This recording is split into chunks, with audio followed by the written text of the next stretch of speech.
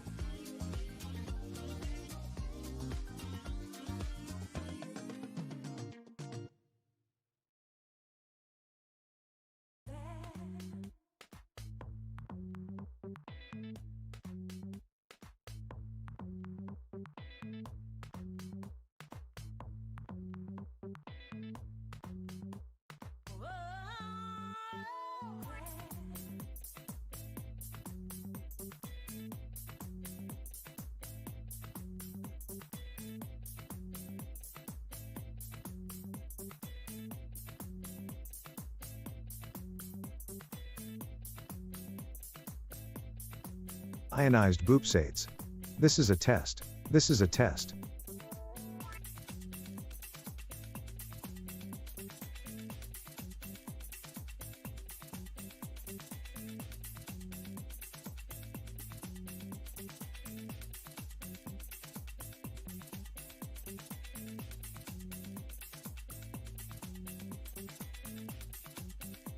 Test concluded. Nice job.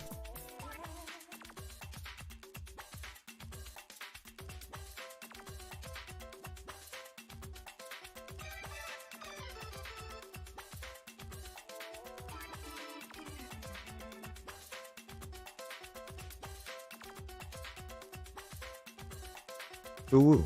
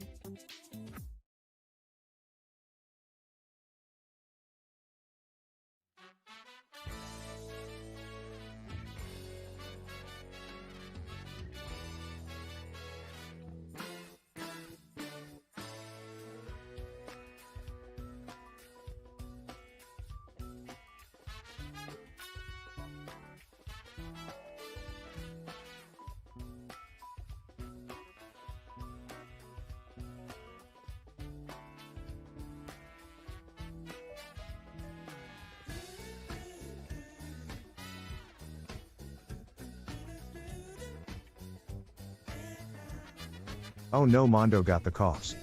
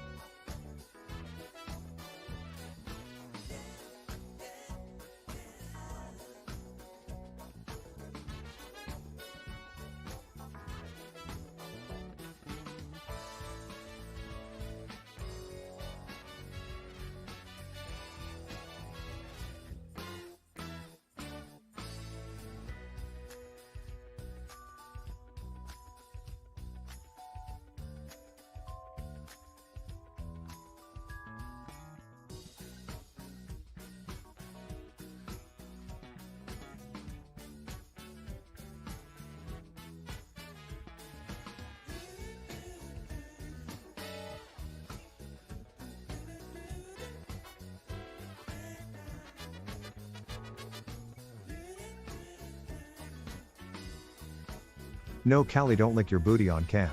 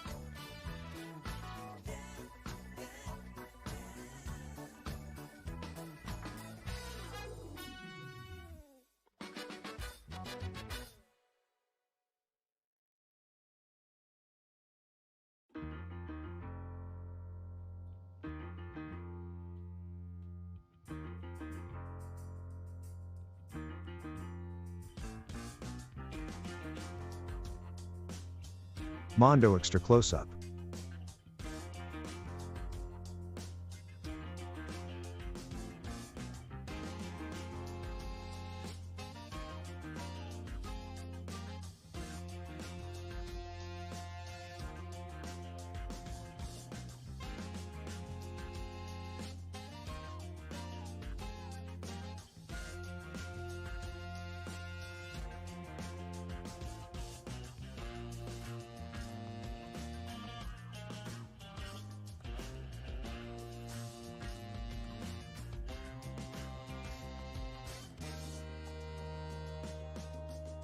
Mondo now wants to leave the room.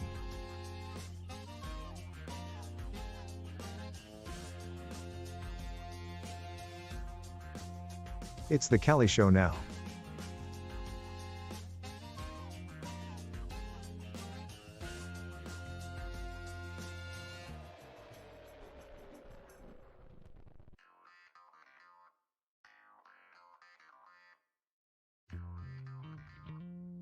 She is one majestic looking cat.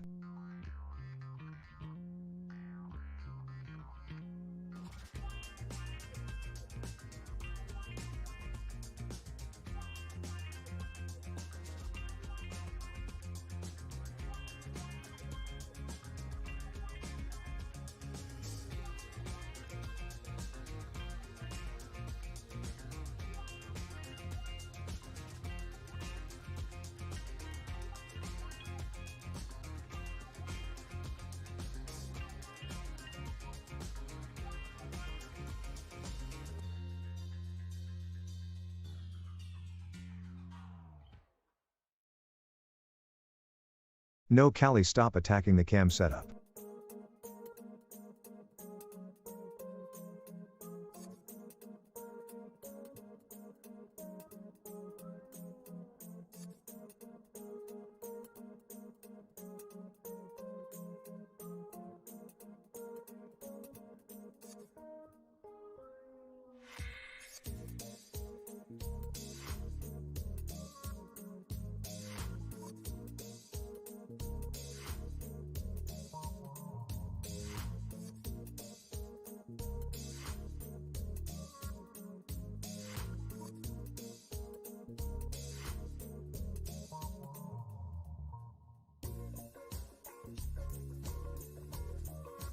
Chunk face cat.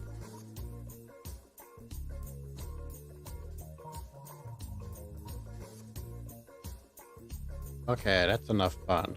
Let's begin. Hello, how's everybody doing? Ignore the construction. I had to open the window because it was hot. And they are doing construction right beside my place. As Callie can tell with her hair.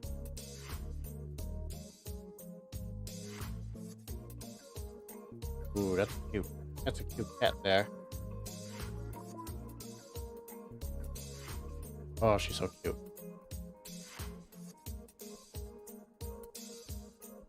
It'd be cuter if it wasn't for the fact that she's attacking my little camera stand.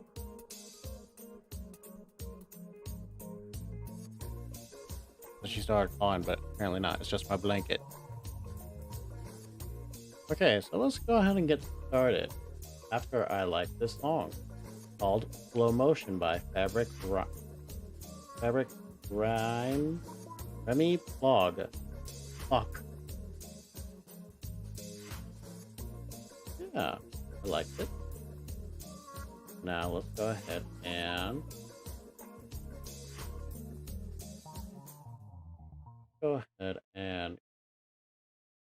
give that a quick pause and let us officially begin. How are we going to start this off, you ask? Well, I have something prepared for us. I'm going to try to do this. I don't know how consistent this is going to be, nor how I don't know how consistent it's going to be either, in the perspective of like how I'm going to do this order, or if like things might change. Things are gonna like as in how I'm going to do this. When I'm talking about this, I keep jumping around back and forth. I'm referring to, well, besides me showing my tiny head, and I a little concerned. There we go.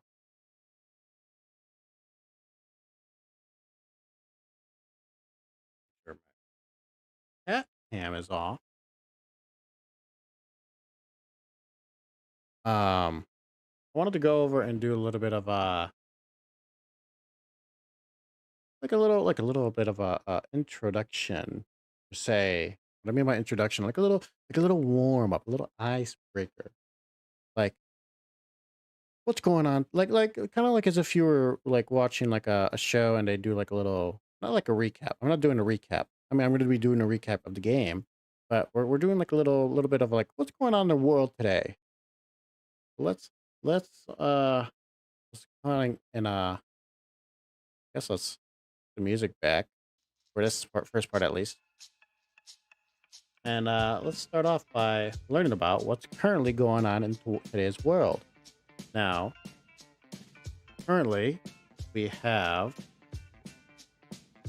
in the Onion at least, for current events, we have effects of future climate change, migration, the rise of massive annual wildfires and hurricanes around the U.S. has shown a spotlight. Whether, okay, no, there's more to read. Haven't done that. But I wanted to like just look at the other articles, topics.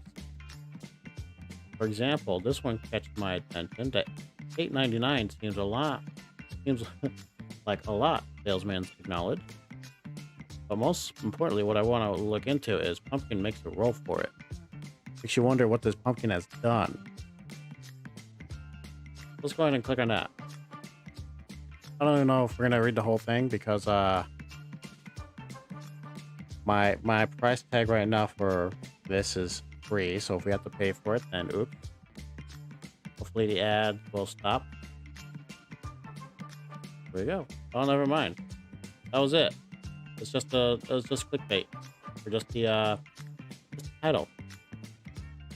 Good on that. Well, that's gonna be today's that's gonna be my stream for today's current event. Pumpkin makes a roll for it. Where is he rolling? I guess he's just rolling away from getting carved up. Carved. Oh, am I even speaking? Oh no, don't be like before. I am speaking. Sweet. I don't want I'm trying to avoid what happened last time, people. Where I spoke and nothing occurred, and we were just sitting there watching. We were doing something we shouldn't have. But it's fixed now. It's all good, and oh my gosh, I keep clicking out of it. Oh, this is good. We're going good. We're doing good. Might be a little bit of a rocky, a little bit of a turn of events. But we're doing good. We're doing good. Exacto good mundo. Whoa, whoa, whoa, whoa, whoa, whoa, whoa. Yeah. All right. I think this is good. Gonna be a little bit annoying, going back and forth and stuff, but we're doing good. So yeah, today's current event, at least in the I'm gonna call it the big corporate media kind of aspect. What's currently going on and what the world's all worried about. So, they're worried about pumpkins making a run for it. Makes sense. Halloween's coming up here in the States. A lot of pumpkins get massacred or defigured this time of year. Those poor pumpkins never saw it coming.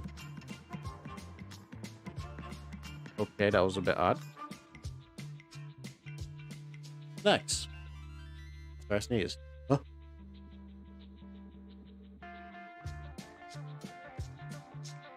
Excuse me.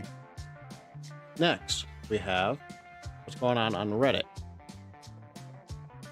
This is where I typically get my news. I know a lot of people get their news from Twitter. I am not one of those people. Because I don't go on Twitter a lot. What I do is I go to Reddit. I look at the popular tree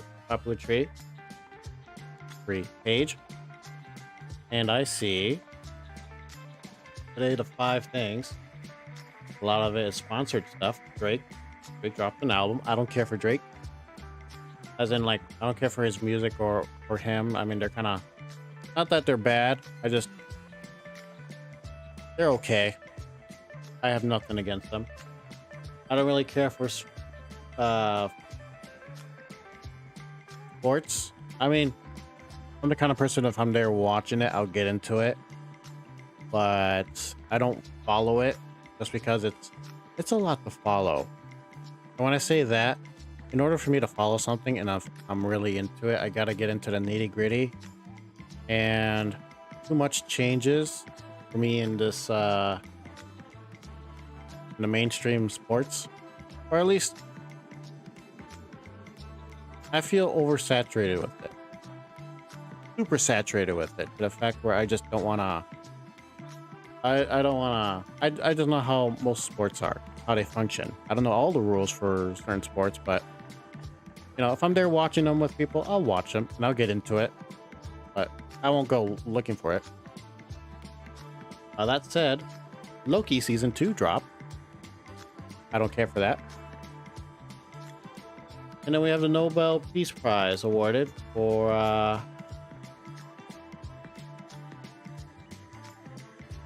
look at that.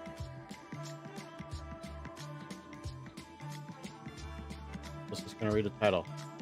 Killed Iranian activist Narges Mohammadi wins the Nobel Peace Prize for fighting a woman's oppression. Okay, that makes a lot more sense than what I was initially getting from the title. Let's see what else is out there.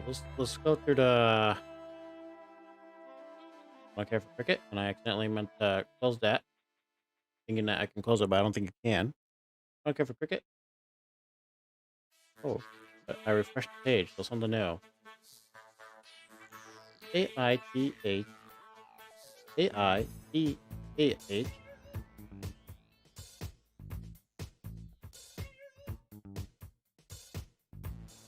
for transferring my assets to my daughter before my marriage. Oh, I got it. M-I-E. Hold on. Am I the for transferring my assets to my daughters before my marriage? I don't think so. That said, I didn't even read the story. Let's take a look at it. Here we go.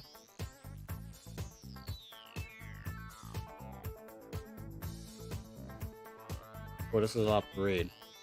Let's go ahead and pause the music. And hopefully everything will be read out nice and dandy to me without me having to read it myself. If I have to read it, well, I'll read it. Okay. Listen up. You can try to follow along. If you can't follow, that's fine. Let's just listen with our ears. Ada for transferring my assets to my daughter before my marriage. I, F28, had my daughter, F9, while still in college. I am ashamed to admit I don't know who the dad is. It was a drunken party mishap. My parents disowned me, and sympathizing with my plight, my grandpa took me in. He had a bad relationship with my dad. Grandpa died 2 years ago, leaving me his entire estate. He was kind of rich. I started dating my fiancé Max, M35, around 4 years back. He has 2 kids, F6, M10, he has full-time custody of as well. Their mom married someone else and moved across the country. She pays child support but makes no effort to contact them or visit them. We have lived together for over a year now, and everyone gets along pretty well. We stay at the house my grandfather left me and split all bills and expenses 50/50, but keep rest of the finances separate. He popped the question 2 months ago and I said yes. Few weeks ago we had a minor fight. My daughter's birthday is coming up and I wanted to gift her a pony. She has been learning to ride for a few years now and really want one. When I mentioned this to Max, in a passing conversation, he got mad at me for wasting our money on stupid gifts like this. I told him I am not taking anything out of our budget and just buying it out of my money. He said then I should buy his kids ponies too to make it fair. I said sure, let's split the expense. He told me I should buy it myself since I am rich and it is my decision to buy my daughter a pony in the first place. That he is trying to make it equal for all kids in the household and don't have money to waste like this. It's a bit I weird. got his point. But I also felt that he would want me to make everything equal with his kids too. I get they will be my kids too and I should not treat them different. But I also felt like my daughter should not have to split her generational wealth. It's not mine, it's my grandpa's. And he loved her. He left it to me believing I would pass it on to her. So I made a trust fund transferring 50% of assets I inherited into that. It has rules regarding reasons I can make withdrawal out of, like education and separate living allowance based on age, money for marriage, for house, and entire balance made available at 30. I set up another trust fund for myself, putting 30% assets into it with yearly allowance and then to dissolve after 50, hoping to retire then. Balanced 20% is mostly the house, land, and emergency funds. I did it so whatever income one earn, I will be able to make it equally split within kids. But inheritance will stay intact for my or my daughter's future without having to be split or used for my stepkids. My fiancé found out about this a couple of days ago. Saw some related papers in my drawer. He was really mad at me for cutting him and his kids out. He said if I was marrying him, we would be sharing all assets and finances. That it's not fair for me to keep 90% of my wealth just to myself and my kid when he is sharing all of his with us. I said I was sharing everything I make too, just the inheritance is kept aside. He is not bringing any inheritance into the union either. He Hmm. said that's because he has none and it's incredibly selfish of me to not share. To lock it away. That with this, my daughter will have a luxurious life while his kids have average life only since there is no way we can afford all that for them with our income only. I said generational wealth is separate and it should go to bio family. He called me a for discriminating and depriving his kids of a equally good life. Ada? I mean, let's think about this. This is what I feel to be a I feel I sense as if there's like a bit of a discrepancy between their income. Like he doesn't seem to come from a family of riches as she does. Being as she gets a pony for her kid.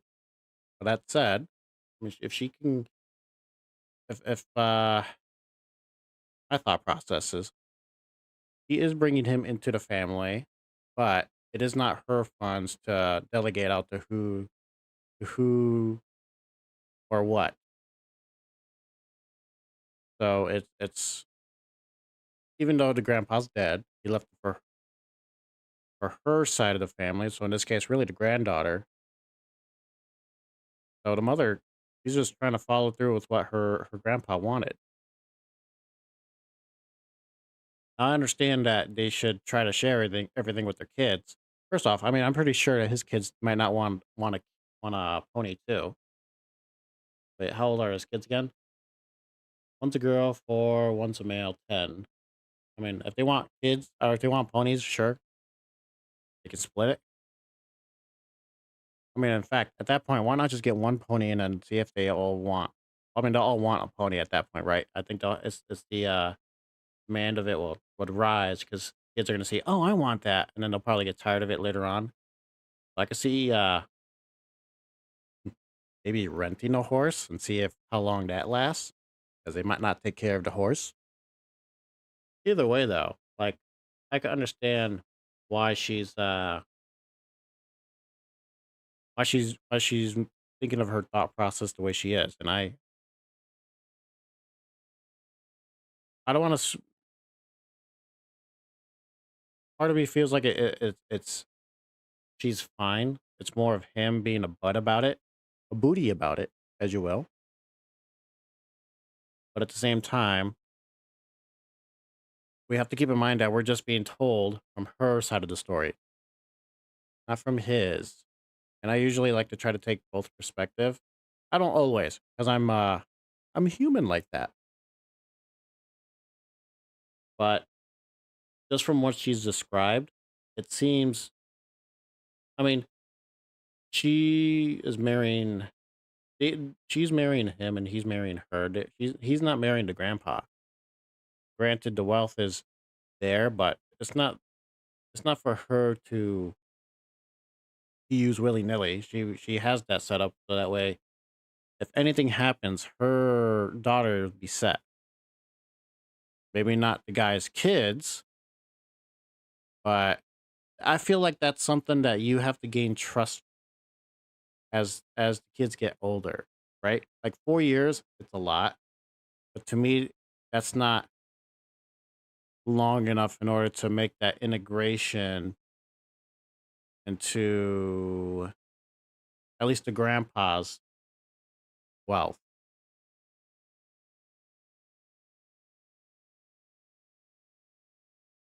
I mean,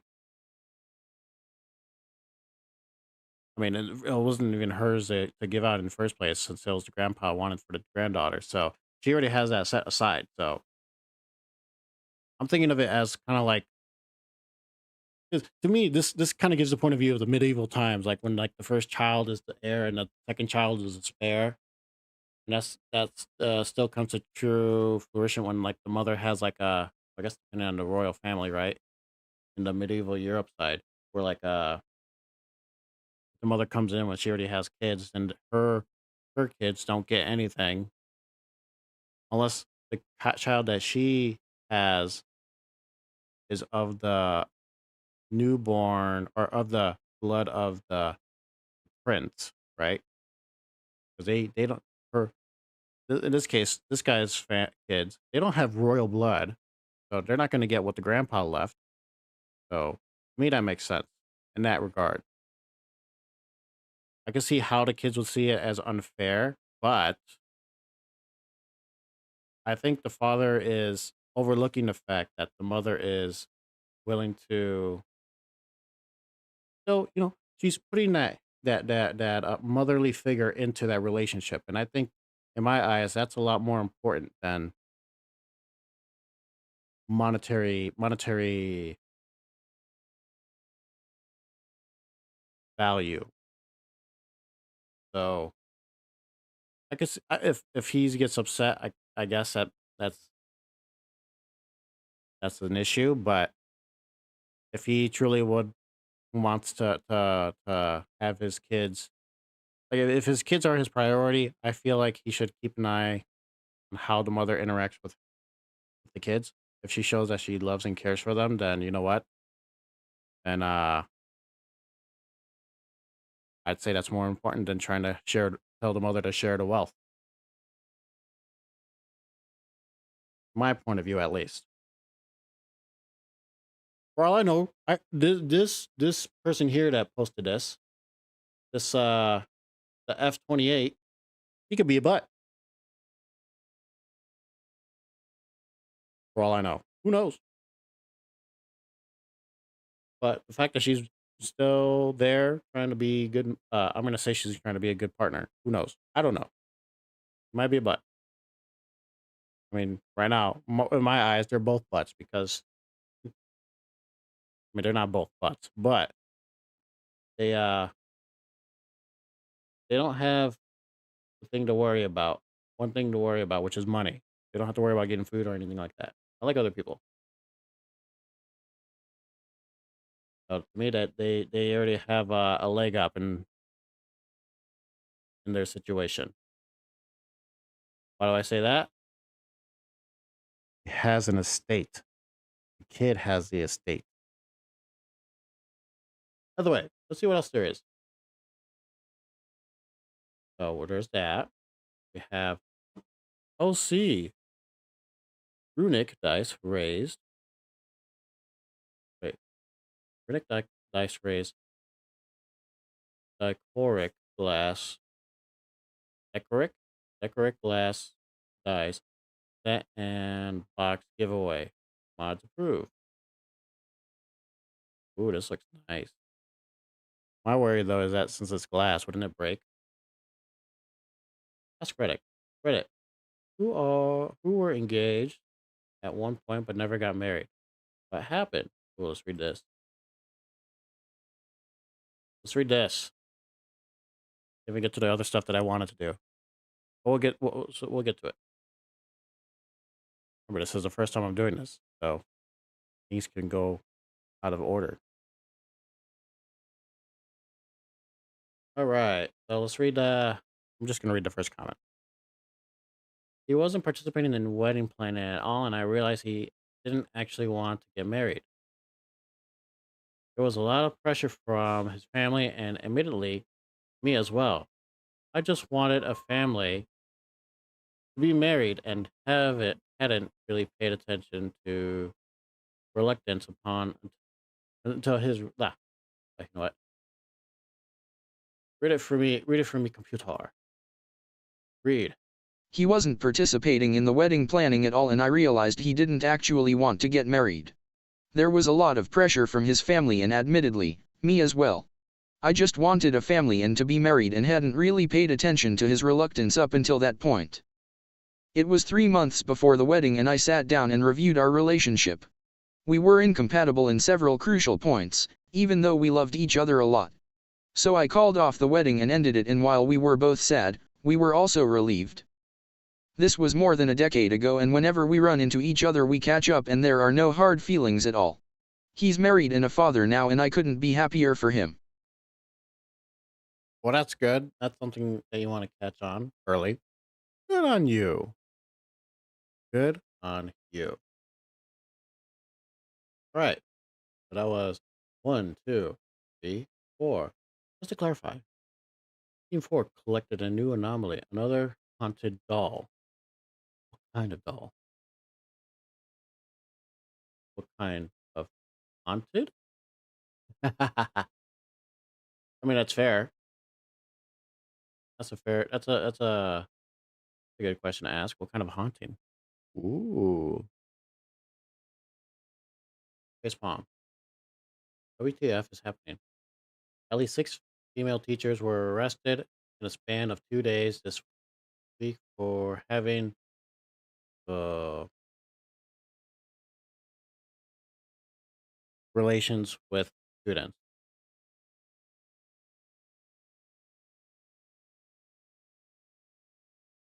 That's let's end us on a very interesting note. On a better note, Venera 16 Soviet spacecraft spent 127 minutes on Venus before getting crushed by the hellish environment. The lander sent this unique colored image of the surface. Wow.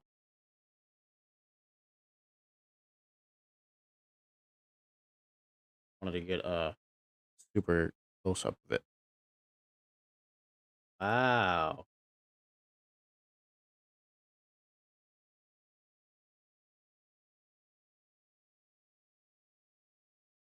I know some of you are like, Mexico? Although I think Mexico is more orange. But this does look like something off of like a scene from Breaking Bad. And to see like Walter White coming across, or maybe even like Fall. I need to watch that series. Anyways, though, that's pretty cool. So that's what's currently going on with the social media aspect, at least from Reddit's point of view.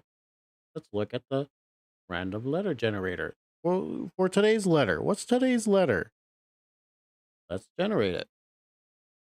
G. Today's letter is G. G. Make sure I'm pronouncing it right. G. G.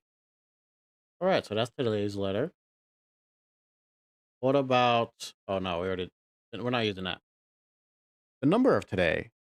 That number is 462. Today's number is 462. What's that number today? 462. Thank you, computer. All right. So we know the letter of the day, the number of the day. What about the word of today? Today's word is Demarcate. demarcate. What does it mean? To demarcate something is to fix or define its limits or edges. Or edges. Edges. Edges. Demarcate.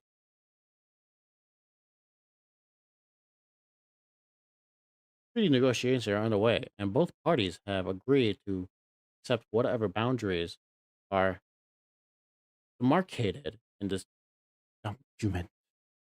Right. What's the word again? Demarcate. Demarcate. So what's the we got the letter of the day, we got the word of the day. Letter of the day. Letter of the day is G.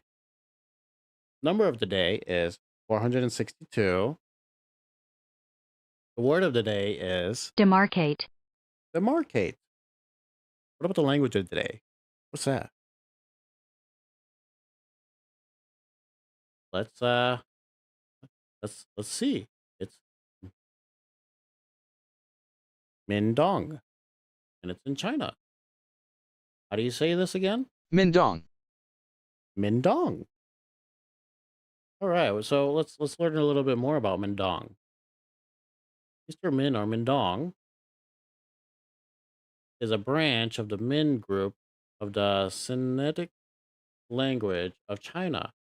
The prestige prestige form, and most common cited respective form in the Fuzhou dialect.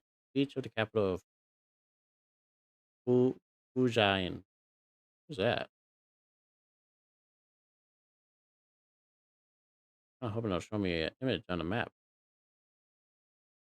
Where's this? Eastern Min or Mindong.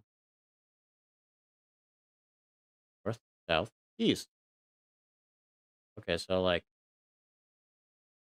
Beijing would be up here, so it's like in that this southern area.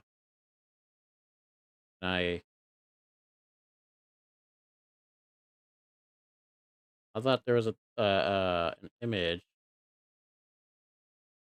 that shows one of these I thought show maybe it was the traditional Chinese, but no, was it this one? No, no. I thought one of these showed like the provinces, but like all in provinces, like, like all the Chinese parts of broken up in provinces. Maybe not. Either way, Mindong or Eastern Min is spoken in the eastern part of China, southeast of China, and I guess Taiwan too, Southeast Asia. That's interesting.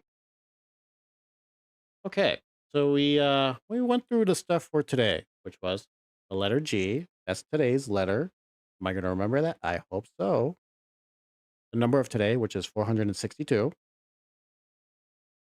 The word of today is Demarcate. demarcate. The language today, the foreign language of today, for me at least, I guess random language would say. The random language for today is Mindong. All right.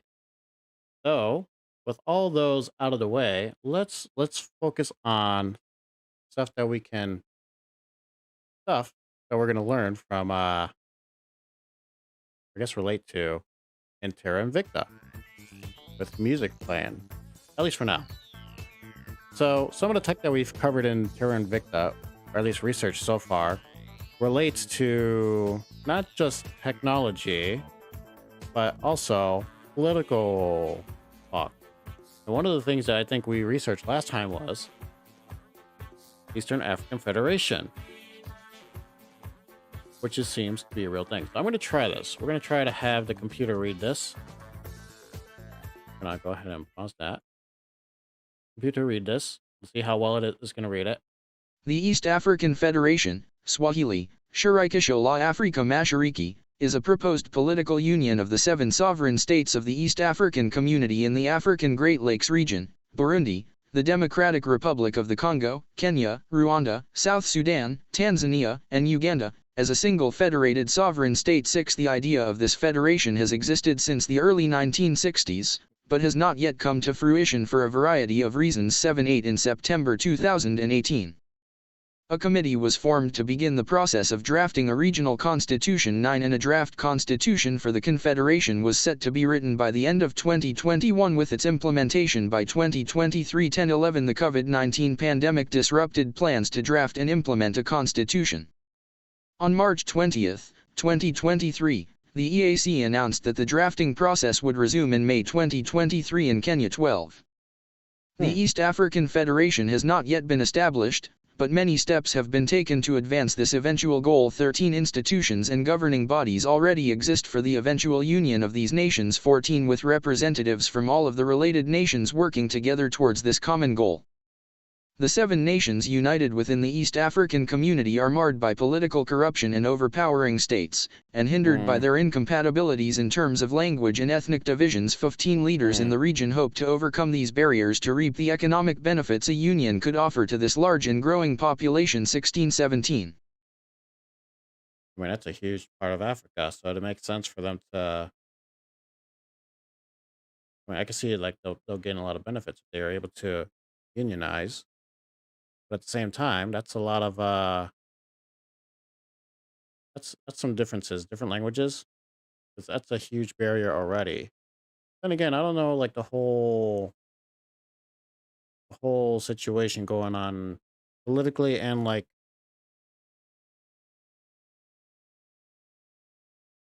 politically and I guess not politically, like the everything else related to this part of the world. So that's but that's interesting though that they thought about unionizing, or they still are seem to be in the talks of unionizing. I don't know if that's a thing yet, but we'll learn more about it and go ahead and click on it. This YouTube video. You know Africa, right? A land full of resources but mismanaged by the colonial and post-colonial governments with plenty of borders that, let's just say, don't make that much sense. Africa is full of diversity with many different regions. I mean, there's North Africa, West Africa, South Africa, and East Africa. But what if it didn't just have to be a What region? the What heck? if they combined forces into one super country that transcends national borders? I mean, the borders weren't Hmm, drawn for their insight anyways, so who needs them? That's where the that's proposed true. East African Federation comes in. The EAF is proposed to be made up of Rwanda, Burundi, Kenya, Tanzania, and Uganda, and also South Sudan and the DRC have joined too. This will make the proposed EAF an absolute behemoth of a country. Just look at this. It will by Wow. far be the largest African country, stretching from the Yeah, it Atlantic goes from Ocean to the east to Indian. west. It will also be the biggest in terms of population, squeezing ahead of Nigeria and becoming the fourth most populous country on Earth with around 315 million people. So if this country happens, it will Hmm. make a splash for sure.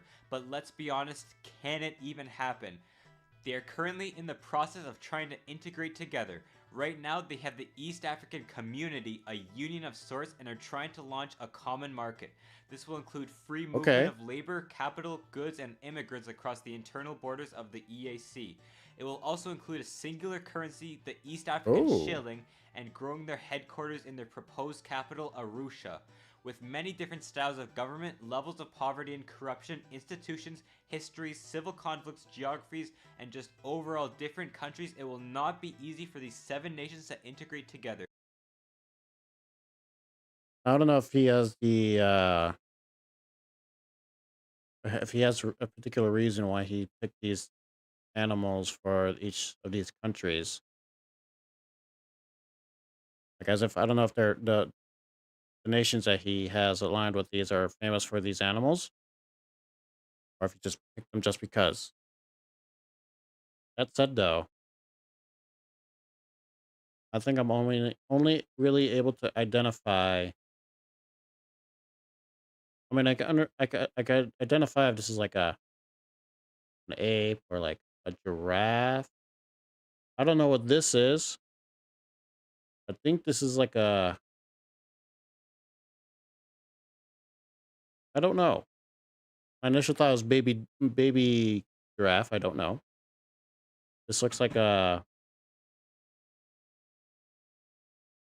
some type of a hawk, vulture. No, hawk of some kind.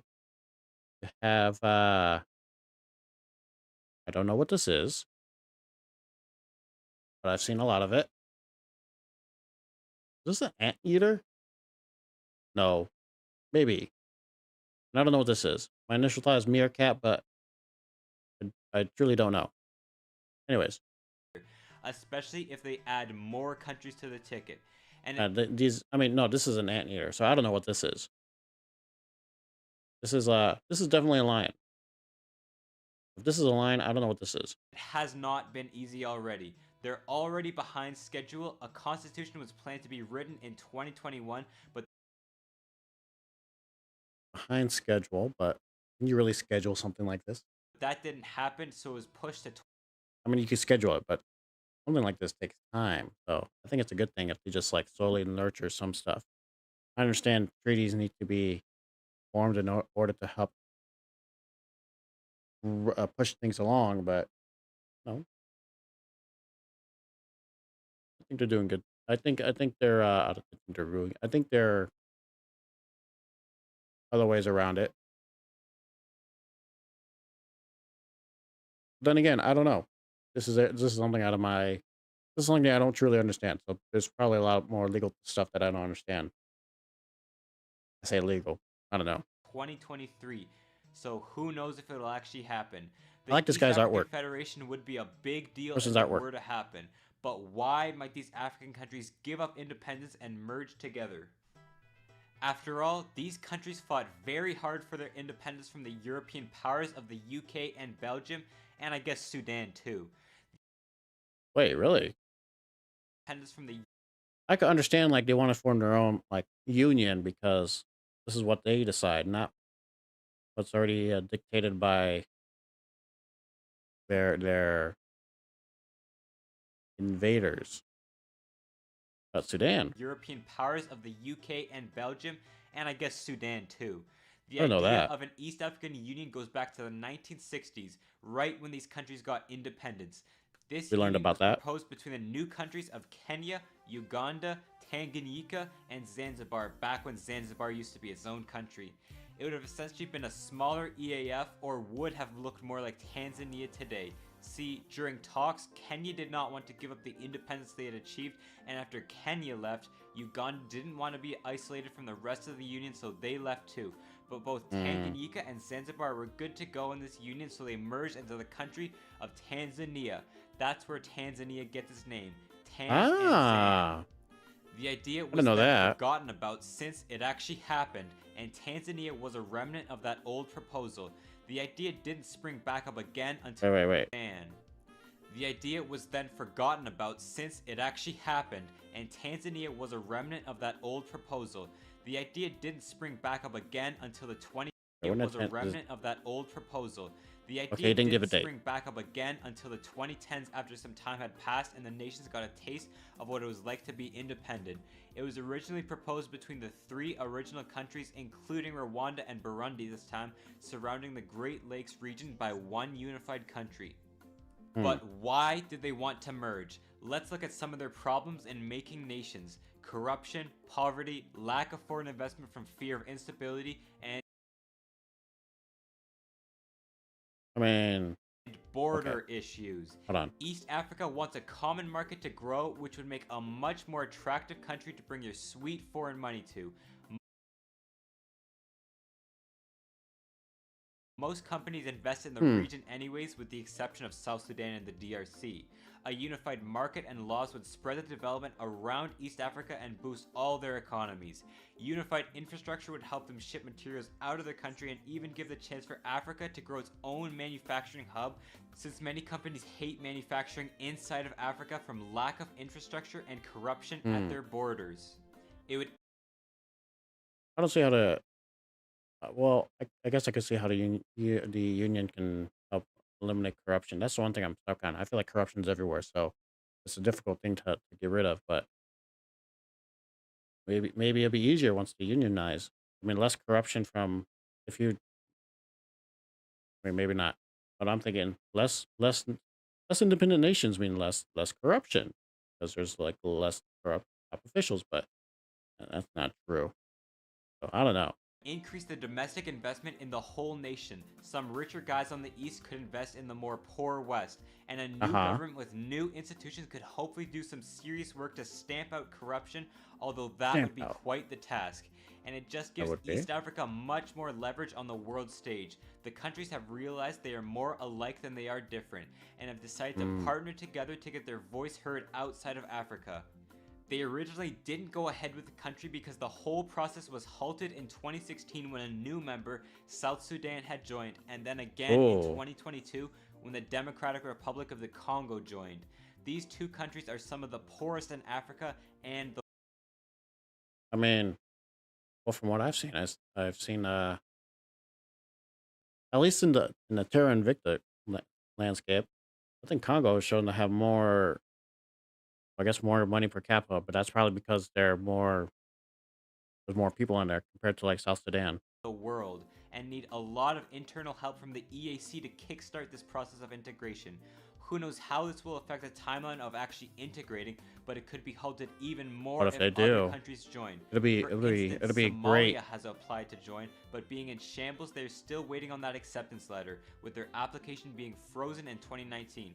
And some other potential joiners are Zambia, Sudan, although they're being pretty opposed by South Sudan, and even Ethiopia. The addition of these countries, especially Ethiopia, could boost the EAF's power even more, but it's still all up in Mm. the air right now. So if this federation will be so amazing for the region, why haven't they done it yet? What are the cons to the EAF? Let's just say it, the proposed Let's see the EAF cons. is made up of many, many different regions, all very diverse from one another. How could this country look Said in different both its languages, land and its people, and different does it cultures. keep it from the nation forming? The EAF would be an absolutely massive nation, taking India's spot as the 7th largest country worldwide. It spans from coast to Oh, coast and up size-wise. the Nile River until it hits Sudan. It would mainly be a tropical country with some arid spots in the east, but it would be hot, sitting directly on the equator. To the west is likely where the EAF would get their raw materials. In the DRC and especially the Katanga region to Paint the the picture for me. southeast of it, there are bountiful Boys amounts here. of metals, Boys are? cobalt, copper, gold, diamonds, and of course, rubber too. Being part of the EAF, Katanga would benefit greatly by being able to export to the east rather than to the west up through this long Congo River. It might even leave the western part of the Congo undeveloped, having much less use for the rest of the nation. They do still have that fancy Congo River to encourage some development to the west though. Going eastward, there are 2 coastal nations. I can see that a lot of this is just this guy's, this person's perspective. But then again, he's done his research, so he's know more about it than me. But what do I know? For all I know, he probably can have the same understanding. Either way, he's doing his video. Kenya and Tanzania. They are much drier and bumpy, having the mountains rise them out of the equatorial heat. To the north is South Sudan. That said, though, a lot of this one, like, reason why it feels like his I feel like his opinion more than like what's stated out there. So yeah, I'd like if he showed some figures or something to help support his opinion or facts. Known for its tropical beaches and peaceful lands. Just kidding, they're known for getting blown to bits and barely surviving. It's also fairly tropical cold. up here, discouraging development except for this one strip here called the Nile River. Having control over part of the Nile has already turned Egypt and Ethiopia against each other, and if the other part were to be in one nation as well, it would give the EAF the same power. And then the heartland of the EAF is made up of Uganda, Rwanda, and Burundi. Here the land rises up and makes some cool areas great for farming and city building by the Great Lakes of Africa. Since they control the Great Lakes, Nile, and Congo rivers, the EAF would potentially have a huge amount of power over the trade flow of the region. They control the shipping lanes. And since one of Africa's greatest problems has been lack of steady trade, it could make the EAF a huge potential customer to future nations and firms. The geography is very diverse, but that's what you So get when you diverse. combine a bunch of borders that weren't drawn by the East Africans, and makes a split between the east, west, and north of the nation with their own trade routes. But controlling the 3 separate trade routes in the area likely brings much more benefit than harm. The second part of the EAF is the Opinion. people actually living there. A country isn't all just land. When the Europeans came to Africa, they kind of just drew borders wherever they Ooh. Where would they felt? Looks good. Okay, so we have Morocco, we have Algeria, we have the Tripolitania, Tripolitania, Tripolitania. Oh, it's all Ottoman. We have the West African Ottoman. We have the, I guess, Egypt Ottoman Empire land. The Sokoto Caliphate, and borders are probably made up by all the Europeans. Okay, and then the Europeans came in and I guess did their magic. felt like, Voodoo and they magic. ended up creating some pretty ethnically interesting countries. What's better than Ethnically. 7 different jumbled up countries? One massive jumbled up country. It could work, creating an identity of a multi-ethnic union like the European Union, but much more federalized. Hopefully they would also be able to keep this identity, since it hasn't worked for some of these nations in the past. What are these Rwanda animals? had What are a you- genocide over the split between Hutus and Tutsis in their country. The DRC has had many different regions try to separate from their country, and South Sudan has pretty much been in violence ever since their independence in 2011. The EAF would have a population about a third of a billion people and rapidly growing, possibly hitting over 700 million by 2050. That is insanely fast and will not be easy to Possibly. accommodate for the underdeveloped region. What he doesn't know about the what he doesn't know about the fact is about the invading alien threat coming from space. Who am I just to think about Terra Invicta coming to aliens coming and doing that? I'm mixing my IRL with games. Oh my god! The people would be united through religion and language, trying to form a national identity of East African rather than tribal or ethnic Lines are identity. getting blurry between IRL and gaming. 76% of the population would be Christian, but a significant Muslim minority. Wait, I didn't know they were Christian. I mean, it makes sense since the Europeans were there, but I didn't know they had this huge of Abrahamic. I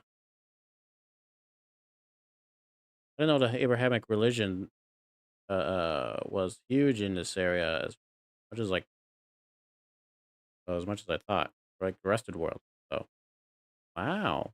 Exist, especially in Tanzania, and English, French, and Swahili would become the most spoken languages, with Swahili designated as the lingua franca.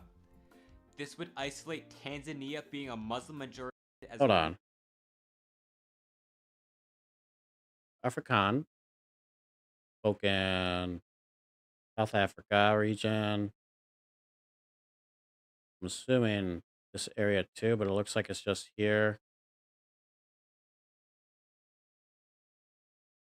Maybe here. It's hard to say, but it looks like only like 4 nations.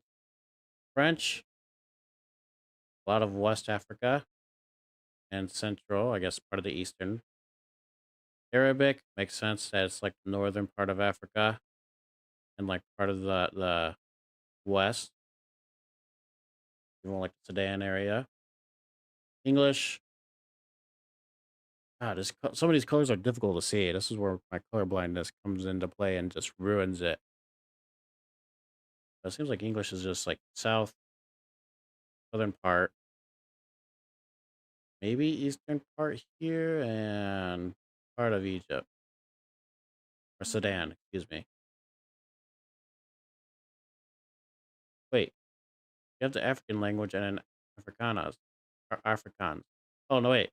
African language is probably like different languages there. Okay. Then you have Swahili, Portuguese, and Spanish. lingua franca. This would isolate Tanzania being a Muslim majority and the DRC with South Sudan, who does not have a large Swahili speaking population. But those are some challenges you run into when you try to merge this large of a region together. It has hundreds of local languages, Probably plenty something of that they're working out. and a split between English and Belgian colonial effects. What they also have going for them, though, is what they call a youth bulge. Currently, 65% of their population is under 30, and by 2030, it could be 75% under 25.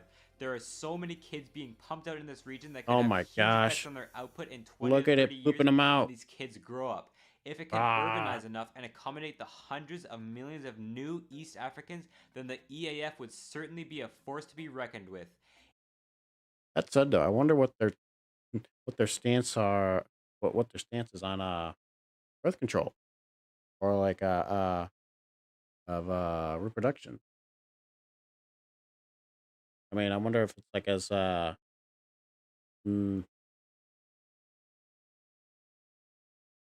I mean, the stance of reproduction is like different all over the world, right?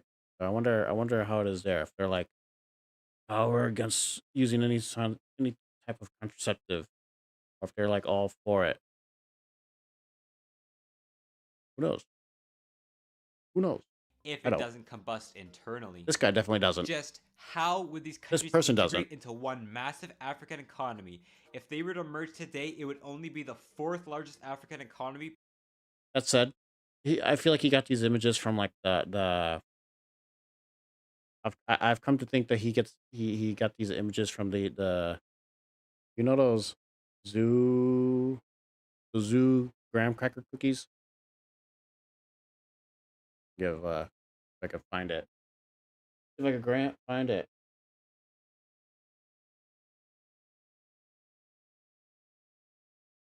I don't know. I haven't seen them in a while. Like in those little boxes.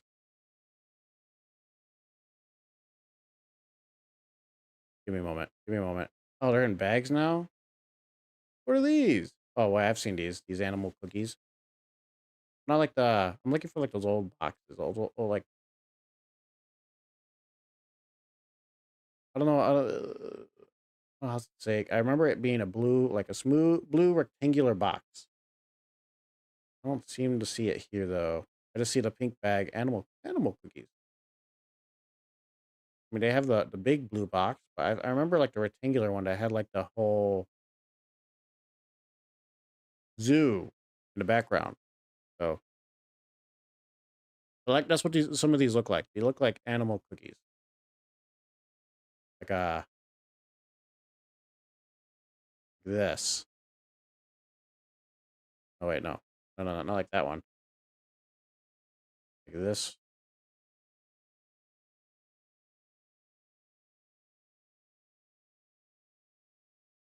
Look at this. Oh no, no, we got hit with the ad. Where are my animal cookies? Where we go? Like these. That's what this reminds me of. They're all delicious cookies. Oops. Continue on. behind Egypt, Nigeria, and South Africa, yet their plans are not for today. They would hope to become more and more relevant economically throughout the century, becoming an African powerhouse. So, how can they do it? Varying wildly internally. I mean, the countries that are here have greatly different governments and economies. Rwanda and Kenya seem to be doing fairly well, but places like the DRC and South Sudan are barely trudging along. Sadly, they are acting more as deadweights on the EAC rather than contributing members, and are having a hard time conforming to the economic standards which the EAC deems necessary. South Sudan needs to ask the other nations for aid in order to meet their guidelines, and has already Well, that's caused some part of tensions the. with countries still charging visas across the border. I mean, I feel like that's all part about like trying to figure out the nation. I can see why people are. I can see why they have a run-in issue of trying to develop. Um, but yeah. Okay, so there is some stuff here he says here, especially since he's found some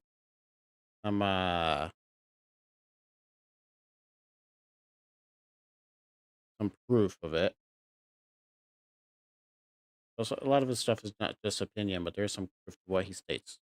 But since they have plans for free trade and free movement, they need to develop across the entire nation, hopefully by 2024 when they plan on distributing the new currency. The countries would need to give up monetary sovereignty, but I think that would be a great idea for the weaker nations to give that up since they have been battling chronic hyperinflation for a while now. In terms of infrastructure, the EAF would make the region so much richer. One project, the Lamu Corridor, would connect Western supplies to ship out of Kenya in their busy ports. It would also connect Ethiopia to shipping outside of Kenya, which would mutually benefit the two nations. But most of the Hmm. people I feel like a lot of the issue though is that with a lot of the issues of each of the independent states or nations, they run into the idea that as soon as they unionize, a lot of those individual countries are think that they'll all get the help immediately, right? And that might not be the case. So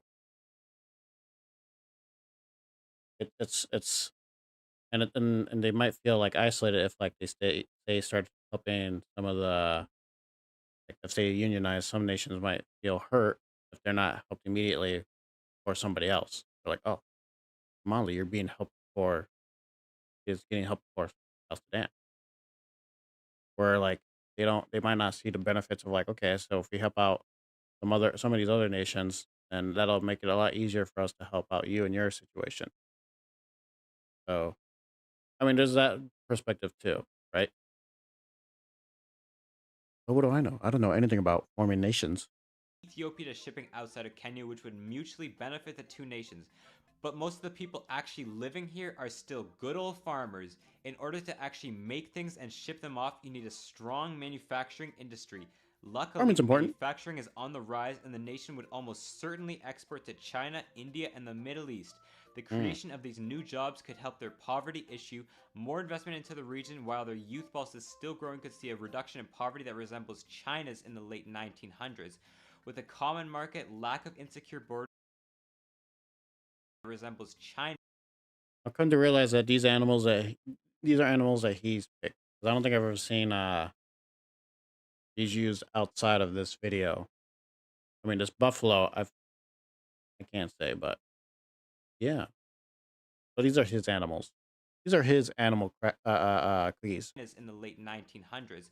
With a common market, lack of insecure borders, and proper large-scale corridor projects, it is looking more and more likely that manufacturing and agro-processing can become large industries in East Africa. No more corrupt cops taking profits at the border. And hey, Mm. exporting a bunch of things to the world has historically been the best way to industrialize and reduce poverty in your nation, at least according to all of these rich Asian countries. So, is the East African Federation a good idea? I say yes, despite the many problems and challenges the new nation will face. It would give these Oh, small and relatively poor yeah. nations some leverage and This guy talking supports power it. on the This world person just stage, supports both it. diplomatically and economically. It would likely become a major manufacturer for China, India, and the rest of Africa, enriching East Africa.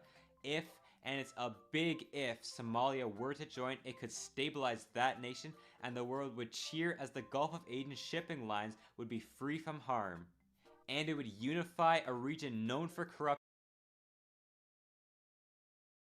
Huh.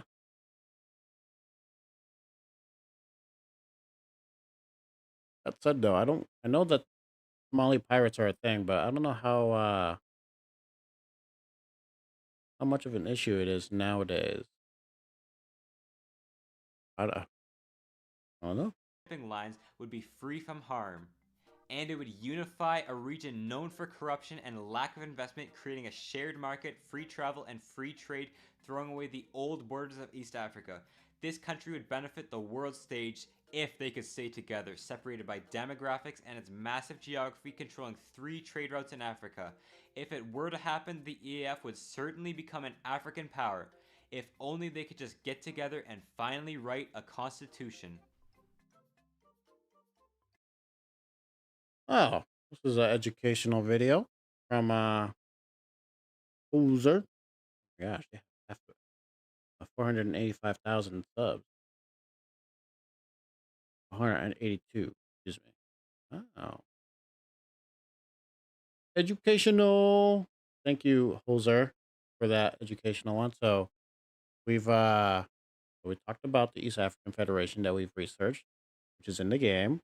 That's cool. Let's also look at some cool tech. In this case, the carbon nanotubes, which is a thing in current times of research. Let's go ahead and let the computer read this to us. A carbon nanotube, CNT, is a tube made of carbon with a CNT. diameter in the nanometer range, nanoscale. They are one of the allotropes of carbon. Single-walled carbon nanotubes, SWCNTs, have diameters around 0.5 to 2.0 nanometers, about 100,000 times smaller than the width of a human hair. They can be idealized as cutouts from a two-dimensional graphene sheet rolled up to form a hollow cylinder. Multi-walled carbon nanotubes, MWCNTs, consist of nested single-wall carbon nanotubes, one in a nested, tube-in-tube structure. 2 double and triple-walled carbon nanotubes are special cases of MWCNT. Carbon nanotubes can exhibit remarkable properties, such as exceptional tensile strength 3 and thermal conductivity 4, 5, 6 because of their nanostructure and strength of the bonds between carbon atoms. Some SWCNT structures exhibit high electrical conductivity 7, 8 while others are semiconductors 9, 10. In addition, carbon nanotubes can be chemically modified 11. These properties are expected to be valuable in many areas of technology, such as electronics, optics, composite materials, replacing or complementing carbon fibers, nanotechnology, and other applications of materials science. Like armor. The predicted properties for SWCNTs were tantalizing, but a path to synthesizing them was lacking until 1993, when Ijima and Ichihashi at NEC and Bethune et al. At IBM independently discovered that co-vaporizing carbon and transition metals such as iron and cobalt could specifically catalyze SWCNT formation 1213. These discoveries triggered research that succeeded in greatly increasing the efficiency of the catalytic production technique 14 and led to an explosion of work to characterize and find applications for SWCNTs. I didn't notice how you initially thought. I remember hearing something about the or at least produced. I remember hearing the idea of how these were, and it might not be carbon nanotubes, but I something along these process of it. But like I believe how they somebody discovered this was like physicists took like a piece of tape and he just put it along the edge of his pencil, and when he took it off, he was just kind of curious to see how it looked, and some of the forms were looking like a tube like this, or at least something along those lines. I wish I could. I wish I thought of this before. Well, looking this up, I could have tried to look for the story, but I remember hearing something about that and how they were able to get some nanotube fibers from the lead of a pencil. But I could be wrong on that. I might be thinking of something else. Anyways, let's look at this video from Real Engineering: How Carbon Nanotubes Will Change the World. This video was made possible by CuriosityStream. Get access to Curiosity Stream. exclusive content from the Real Engineering team, like the Logistics of D-Day series and our new podcast, by signing up to the Nebula and Curiosity Thank you bundle for deal this. for the amazing low price of $14.79 a year. I'm Material gonna skip. rods. I skipped too This much. experiment. Japanese physicist sign a Wait. year. Ah, In we go. 1991, a Japanese physicist, Sumio Ijima, conducted a momentous experiment. An experiment that introduced the world to a material so strong that it could revolutionize how engineers approached design. Is he the one that did the pencil and the tip on the lead pencil tip? Taking two graphite rods as electrodes, Sumio applied a current across the rods. A spark arched between them, and with it, a cloud of carbon gas puffed into existence, vaporizing the tip of the anode rod. As the carbon-laden air That's settled cool. on the chamber walls, it That's a lot of carbon from that. Wait, oh, never mind. That's a lot more than I thought. I thought it was something invisible here that we can see. Sumio applied a current across the rods. A spark arched between them, and with it, a cloud of carbon gas puffed into existence, vaporizing the tip of the anode rod. As the carbon-laden air settled on the chamber walls, it formed a thin layer of black soot. Within it, a strange new material appeared. Tiny, single-layer straws That's pretty cool. of carbon. Sumio Ijima had just created carbon nanotubes. Laboratory testing of these mysterious little tubes in the following years would reveal that these nanometer-wide hexagonal lattices of carbon had the strongest tensile strength known to man. And this was just one of many incredible material properties they displayed. Carbon nanotubes are light, conductive, and biocompatible. It soon became clear that the carbon nanotubes Wow, had the look at that. potential to be the building blocks of futuristic new technologies. Putting those on my The ship. most efficient computers, transformative medical devices, synthetic muscles, or perhaps the most ambitious of all, space elevators, the dream of countless sci-fi authors. Oh, Carbon nanotubes have promised to be the cool. I just had the thought of like seeing this. Put my hand in. Once I do, it just oh makes me think of like the squeakiness of it. Not like putting styrofoam together and rubbing it together, but like it has that look that'll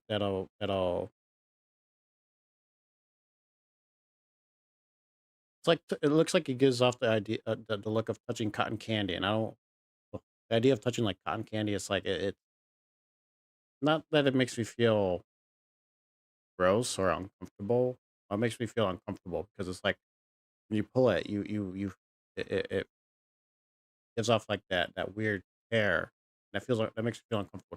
That's what this looks like. If I put my hand in there, I'm gonna feel the cotton, the cotton candy feel texture to it. Like, ugh, Catalyst for the next I don't revolution like in cotton candy. technology. But putting this revolutionary material to work will not be easy. It turns Oh, out that building a fiber that is actually a single molecule of any significant length is incredibly difficult. To mhm. understand this fascinating molecule, let's dive into the chemical makeup of carbon nanotubes. People are like, why don't you just keep doing what you did before and keep blowing it up with electricity? But you have to also keep in mind, like, how are you gonna collect that? And like, if you were to collect it, how do you not crush the tube, right? Because it's one thing to pull on the tube lengthwise, but like widthwise or like diameter wise, if you were to like put pressure on that, that's just gonna ruin the structure of it. Because I think that's where the strength of these nanotubes lie, is just the lengthwise of it. Carbon is a very familiar element. It's in Carbon. everything we eat, sleep Carbon. on, and step over. It is the element that holds our DNA together. It forms the Hmm. carbohydrates, proteins, and lipids that we depend on to build and fuel our bodies. It's the basis of life as we know it. Its ubiquity Hmm. in our lives is a result of its I don't know what any of that is, versatility. but it's Its purple. chemical properties allow it to take many different shapes, each impacting its material properties in diverse and unique Look at that ways. diamond. To understand this, we need to understand the basic models of how we visualize how electrons orbit around I mean, they definitely don't look like this. I like that people use this as a model to help imagine it, but like, they definitely don't look like this. the nucleus of an atom. To start, we have the Whoa, whoa, simplified whoa. Bohr model, which separates the electrons into shells. The first shell can contain 2 Hmm. electrons, while the second shell can hold 8. An atom So, I mean, I believe this is the wrong way to look at it, but like, so you have your nucleus here, you have your first shell, which is the two electrons here, these white dots. And then you have your second shell, which is another sphere, which has your eight electrons. So each orbital, you have to keep in mind, can at least hold. I mean, this is not correct because this is if you were to look at this diagram, it just shows it as spheres or like circles. They're not all circles. What do I mean by that? So like the first orbital here, I mean this is Bohr's model, which is not correct. But, like it makes sense for it to be a sphere because there's two electrons. So just that's just what we get from the math. But all these other ones, they're not in spheres. Two of them are in spheres, but the other six are not. They're in a different type of movement around the carbon atom. wants to S- I'll see if he touches on that. fill each shell to be stable. Let's take an atom of carbon which has 6 electrons to see how this plays out. First, we fill the first shell with its Yeah, he even shows here in an electron configuration the first s or first orbital here. Then you have your second orbital, which is your second shell, which is here. Well, yeah, here. But your subshell, the first subshell is just going to be two. 2 electrons. Then we have 4 electrons left to fill the next shell, leaving 4 open positions in its outer shell. The Uh huh. 4 open positions mean the carbon willingly interacts with many other elements as well I wish as you didn't do it itself, with the Bohr often by model. I sharing wish you did it more electrons with in a like the. special type of bond called a covalent bond. I mean, I wish you'd shown it in the more correct. I say correct, the more up to date model of like how these orbitals should be, because looking at these, you can line up all these empty orbitals what the electrons that are already in here is what these 6 other electrons are excuse me, these other 4 extra electrons is. Let's look at the configuration. Mean the carbon willing So emissions we have two, excuse me, two in sphere here. Another two which should be in a bigger sphere here. And then we have the subshell P, which you have 2 electrons in. In this case, if you're to think of it as like a coordinate Cartesian coordinate, it'll be X and Y. in its Uh, outer shell. The It doesn't 4 show that open here. positions mean the carbon willingly I wish he interact did, because then you'll see like a line going up and down and right and left. 1 electron is in each of those orbitals, with like one in the X and one in the Y. many other It elements doesn't show as that well here. as itself, often by sharing electrons in a special type of bond called a covalent bond. This versatility allows carbon to create many different kinds of molecules. Take hydrocarbons. Hydrogen Whoa. has 1 electron and seeks 1 electron to fill its inner shell. So, carbon likes to form 4 covalent bonds with 4 hydrogen atoms to I'm form a bothered by stable that he's 8 showing this kind of electron model. outer shell, while I know helping it's hydrogen just a form a demonstration stable of it, 2 but electron shell. This is methane, an incredibly common molecule it's kind of that is the bothering main me. ingredient in natural gas fuels. This is just one arrangement carbon can take. Like, well, even showing this, this wouldn't be right, because like here it shows the bonds, but like doesn't show like the proper aspect of the orbitals. You could think of this as like this one long one coming off of the carbon and just interacting with the hydrogen here. But yeah, let's just keep going. Hydrocarbons take a huge range of I'm shapes and dropping. I'm dropping. configurations, but what we're interested in is how carbon bonds to itself. But this simplified Bohr model doesn't give us an understanding of how Oh, nice, he's carbon to touching it. carbon Yes. bonds take radically different shapes. We need to dive a little deeper before we can understand the magic of carbon nanotubes. Diving in. Electrons don't travel in neat 2D circular orbits as the Bohr model would suggest. In fact, we can't even know the position and speed of an electron. Instead, we can make predictions about electrons' general locations in Oh yeah. Hold on. No. This is what I'm Instead, showing. This is we what can I'm make talking about. predictions There we go. So we have our. This is the p orbital that he showed. So the s orbital was that big old sphere I think he just about showed. electrons' general locations in Yeah. So we have like different sphere sizes, right? Or different s orbital sizes. So this would be considered like the first s orbital. You can think of this as like the s, a 2s, and then this one will be like the 3s. And then like the weird thing is that, so from this image, this is only generated from just like one electron, I believe, just floating around with like a different energy set to that electron. But if you're to look at electron. the Instead, image we can make before predictions here, so imagine you have like the smaller sphere, and from that smaller sphere, it goes up to the bigger sphere. But also from that bigger sphere, you get these 6 other orbitals, or these other like weird looking orbital shapes. It's pretty cool.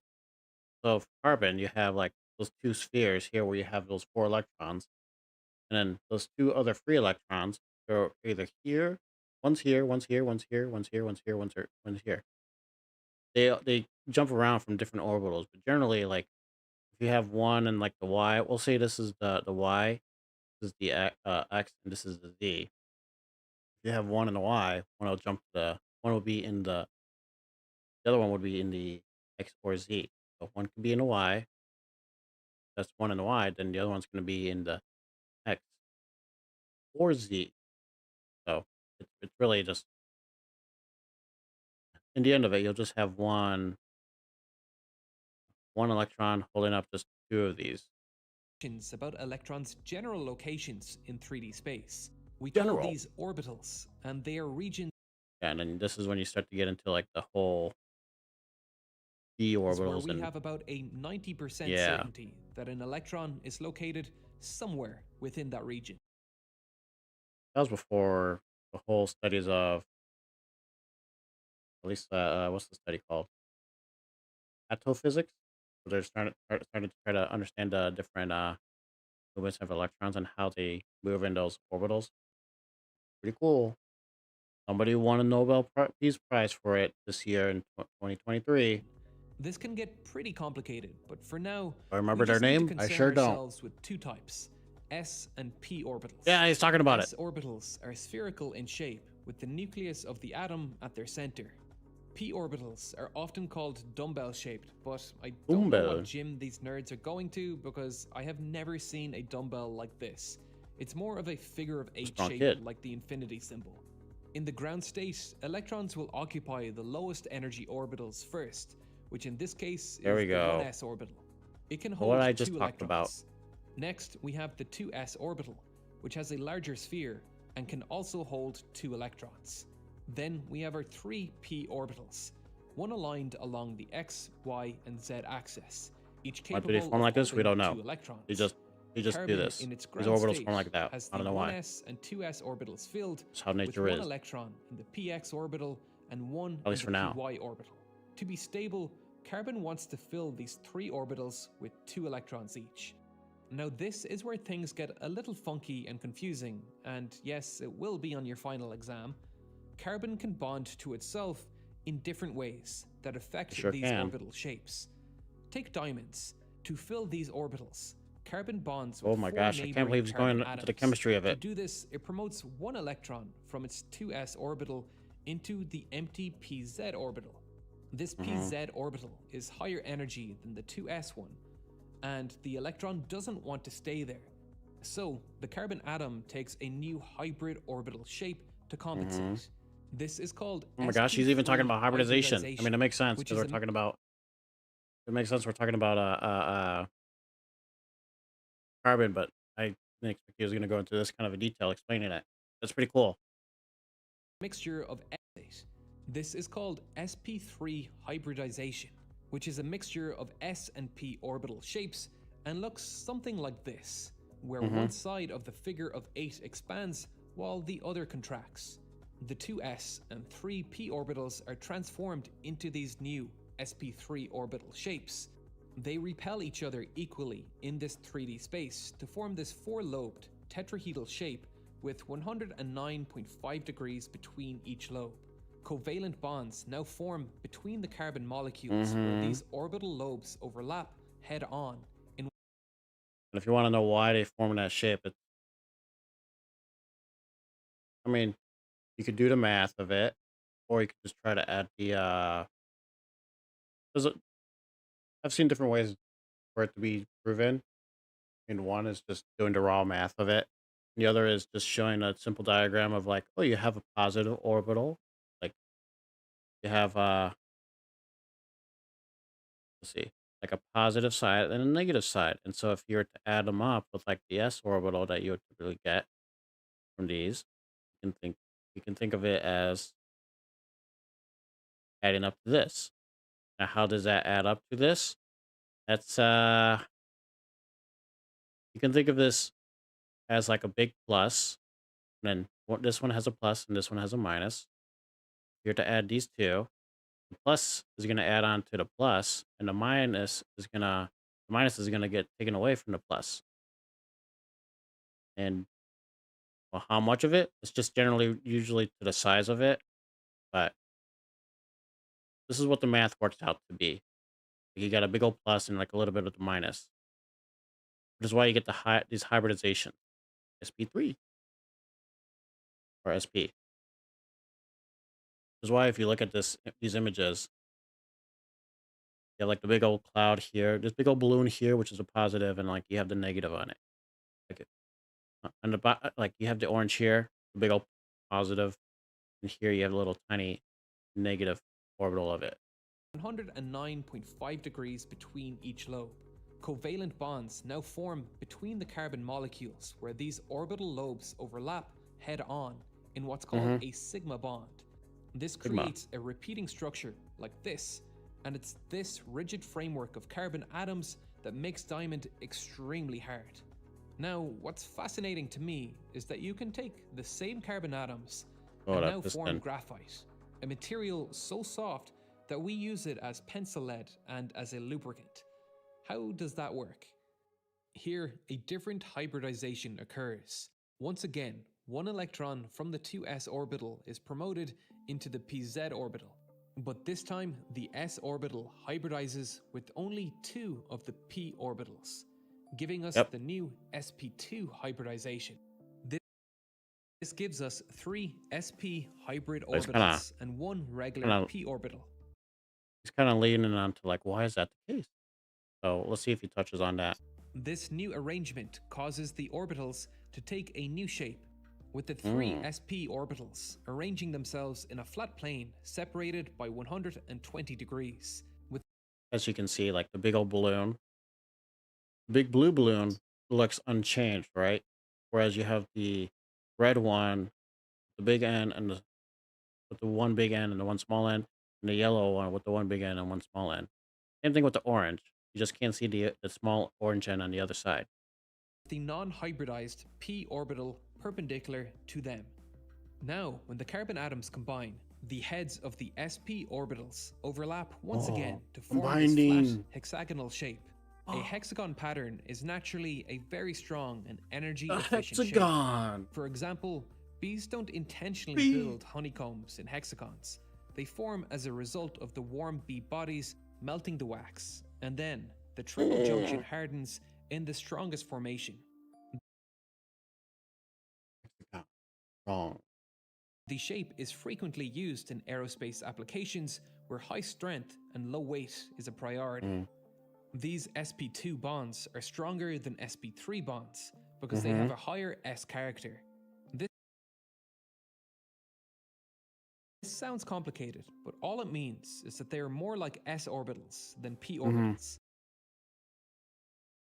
As he shows. Okay. Well, he's kind of showing some of the data for it. That's pretty cool. Because there are 3 sp2 bonds, they have a 33% s character, whereas sp3 orbitals have 4 sp bonds, giving them 25% s character.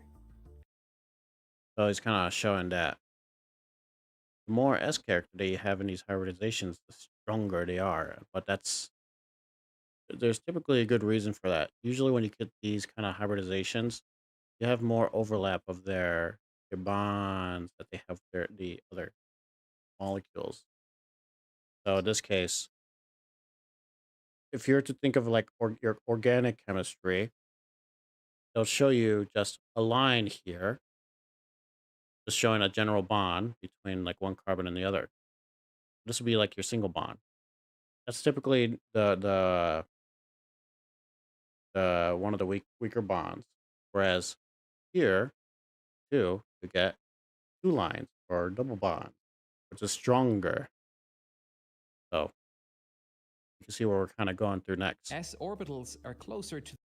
Maybe not. He's not going to touch the sp probably, which is the strongest. That's the 3 lines, the triple bond. Strong. The nucleus, making sp2 bonds shorter and more electronegative than Oh, he even shows like different sizes of the sp2 and sp3. Cool. sp3 bonds, and thus bonds shorter and more... I'll get rid of the cap. Wait, so you can see the diagram. More electronegative than sp3 bonds. Over here, electronegativity, the tendency of an atom to attract shared electrons to itself. Less or makes sense. Because S orbital is just a big old sphere. P orbitals, you have what he called the dumbbell. Or the weird the weird noodle balloon you grabbed in the middle. And thus stronger. This hexagonal structure is nucleus, making sp2 bonds shorter and more electronegative than sp3 bonds, and thus stronger. This hexagonal structure and strong bonds makes graphene exceedingly strong. Laboratory testing of graphene using atomic force microscopes has shown graphene has a Young's modulus of 0.5 terapascals and an ultimate tensile strength of 130 gigapascals. So strong that if we could somehow create a perfect sheet of graphene, which we can't, we could build an invisible single atom deep hammock that could support the weight of a cat. or maybe block a missile, help block a missile from an alien. Imagine the amount of cats we could confuse.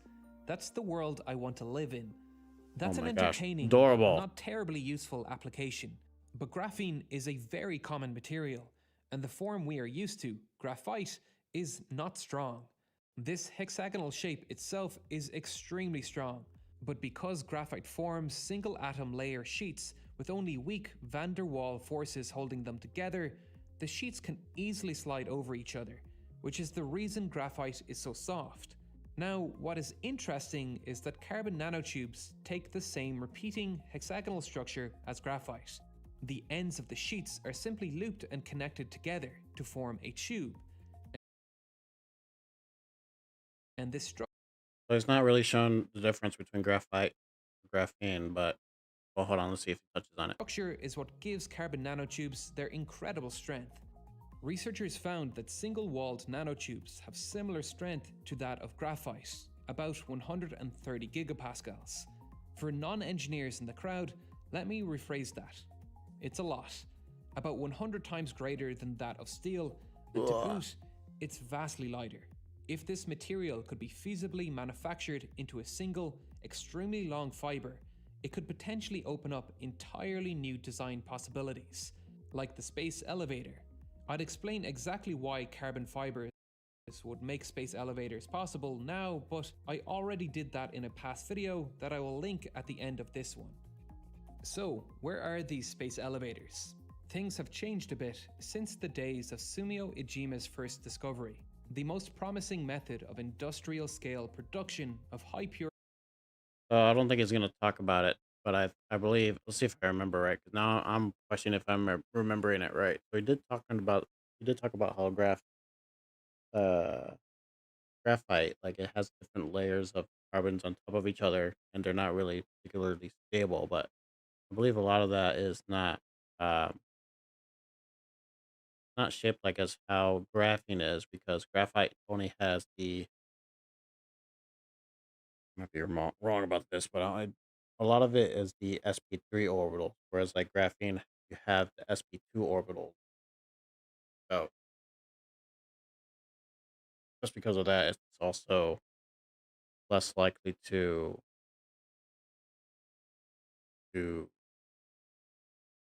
have that tensile strength as for graphene. Graphite is just more. I mean, like I said, you have like all those carbons like sheets on top of each other. If you just move them around, then there goes those bonds.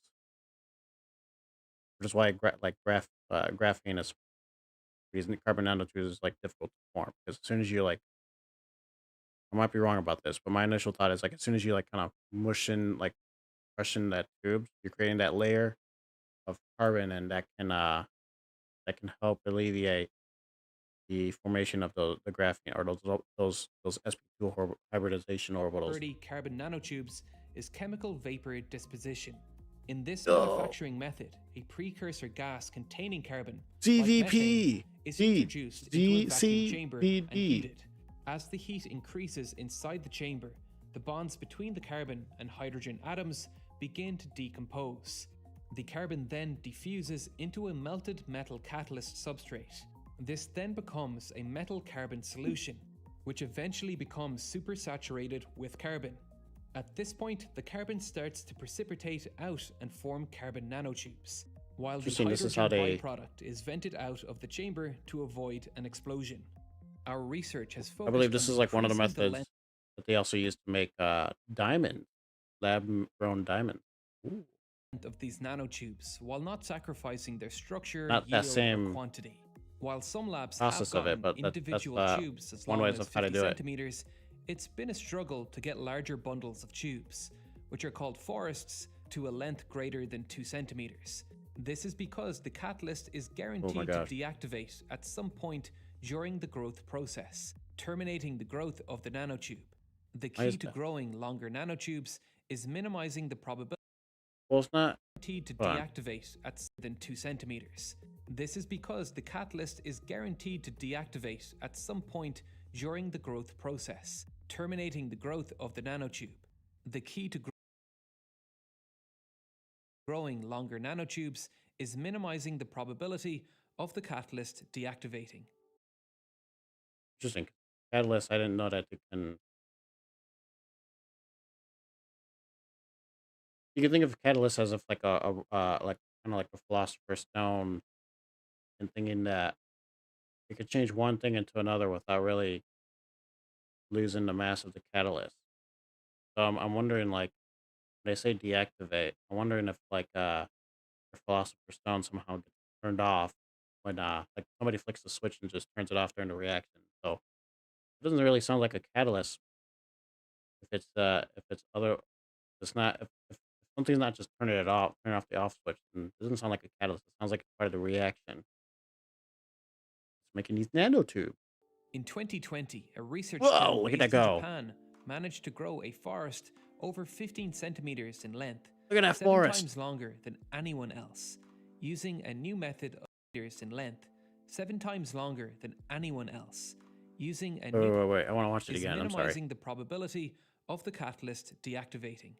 In 2020, a research team based in Japan Wow. managed to grow a forest over 15 centimeters in length, 7 times longer than anyone else, using a new method of chemical vapor disposition that managed to keep the catalyst active for 26 hours. They did this by They only got adding a layer of 15 centimeters gadolinium out of it. to a conventional iron aluminium oxide catalyst coated on a silicon substrate. Then, using a lower chamber temperature, Okay, so it's probably that's okay. I can see what they mean by deactivate then. small concentrations of iron and aluminium vapor I'll touch on were that in a added sec. into the chamber. These factors combined managed to keep the iron aluminium oxide catalyst active for much longer. This method So I'm wondering, well, since they're using a high heat for these kind of reactions, I mean, that means something's going on with like the catalyst that's interacting with either itself or like, which might be the case, probably changing from like iron aluminum oxide to something else, along with like the silicon in there. Be changing to something else, which deactivates the changes the catalyst to something else, and thus deactivates it. keep the iron aluminium oxide catalyst active for much longer. This method is a major leap forward that could Look at allow that hair. carbon That's a nanotube carbon products nanotube. to begin entering the market. But we are still a long way from a space elevator. Most products today call for the fibers to be woven together to form a yarn-like textile. One study I found wove that'd together be 1 millimeter long nanotubes into a yarn and then impregnated that with an epoxy resin to form a composite material, which had a pretty good tensile strength of 1.6 gigapascals, beating aluminium in its strength to weight capabilities, but below that of traditional carbon fiber composites. However, these new longer nanotubes may give us stronger woven fibers in future. It's important Stronger to remember clothes. that carbon nanotubes aren't just strong. Their most exciting near-term applications will come about as a result of their other material properties, like Look their at that, conductive fireproof clothes. abilities. Like graphite, nanotubes are highly conductive because Able to shoot each carbon electricity atom out is of you. only bonded to 3 other carbon atoms. So, each atom has 1 free valence electron available Let's for keep showing the electrical Bohr's model. conduction, making carbon Just said that nanotubes wasn't wrong. excellent conductors. The conducting core of cables that make up our overhead grid lines are typically made from aluminium, even though aluminium is a Aluminium. poorer conductor than copper, and thus Aluminium. causes a greater loss in power over the lines. It's used because it's cheaper and lighter, allowing support structures for overhead lines to be spaced further apart. Individual nanotubes are orders of magnitude more conductive than copper, but creating a electrons yarn flow. of nanotubes that could match copper has been a challenge. Electrons move through individual nanotubes very efficiently, but when the tube comes to an end, the current meets resistance when jumping to a neighboring tube. So these longer tubes developed Really? last year are opening doors to conductors that are vastly lighter than aluminium and more conductive than copper. Oh, These could be used for grid connections, allowing our power lines to stretch further without supports and minimize the loss of power to heat resistance. But for now, the price of nanotubes likely shuts that door. Instead, we could see these wires being Nuggies. used in super lightweight aircraft or cars. They are even being hold on. These could be used for and the current meets resistance when jumping to a neighboring tube. So these longer tubes developed last year are opening doors to conductors that are vastly lighter than aluminium and more conductive than copper. These could be used for grid connections, allowing our power lines to stretch further without supports and minimize the loss of power to heat resistance. You already said that these would be great for electricity. And probably the next thing we're going to use besides superconductors, because we haven't found a superconductor that we could use at the normal temperature range, we'll say. So probably going to see a lot more of this stuff too soon. So, ooh, cool. But for now, the price of nanotubes likely shuts that door. Mm. Instead, we could see these wires being used in super lightweight aircraft or cars. They are even being investigated as a means of helping Ha! composite structure planes like the 787 survive lightning strikes. The 787 is primarily composed of carbon and glass fiber reinforced plastics, but Ooh. because they do not conduct electricity, the plane has additional conductive structures added to protect it from lightning strikes, like a thin copper mesh. This mesh adds weight that increases fuel consumption. This could be drastically reduced by including a carbon nanotube mesh on the surface of the composite instead. Nanotubes are also quite elastic, capable of stretching to 18% of their original length and returning to their original shape after. This I was going to point out something about like how planes already get attacked by lightning bolts when flying in the air, but they already have like a way to deal with them. They have rods that help redirect lightning from the plane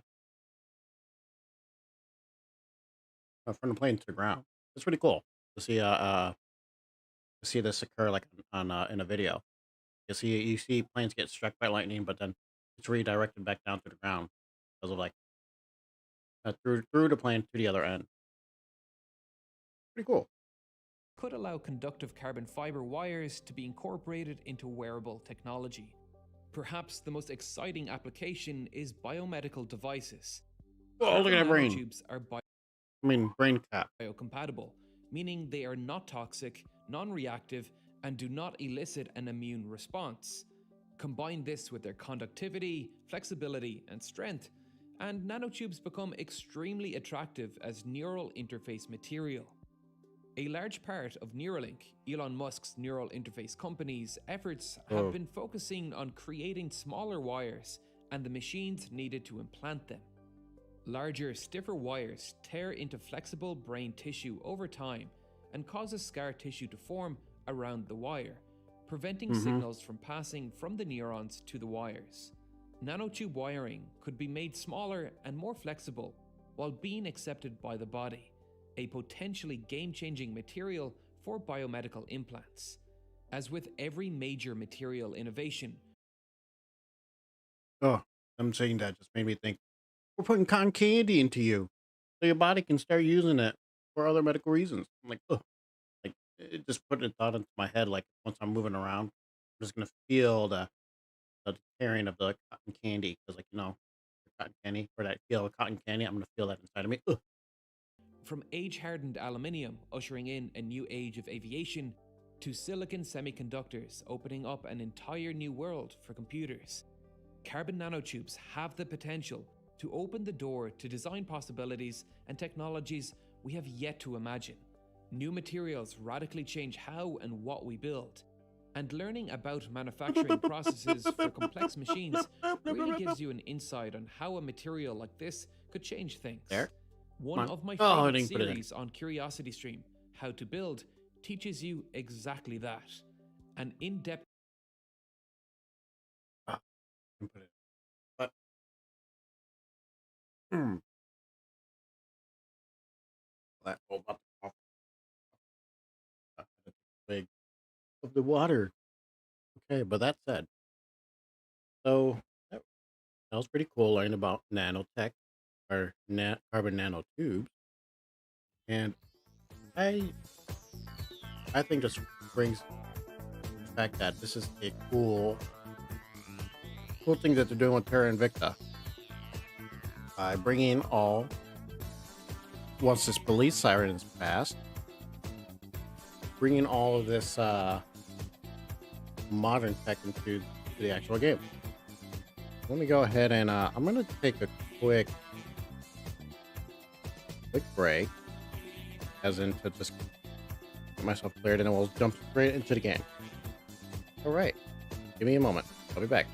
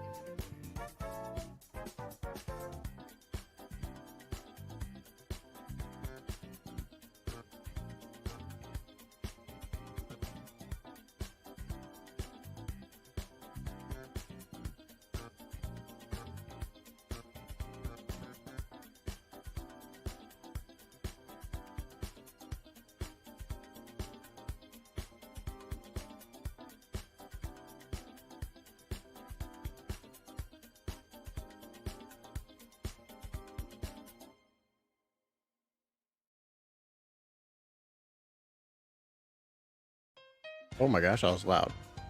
All right, let me go ahead and finish getting set up for this.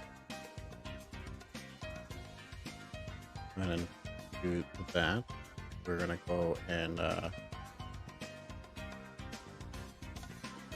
where's the thing? Where's the thing? Here we go. Kind of.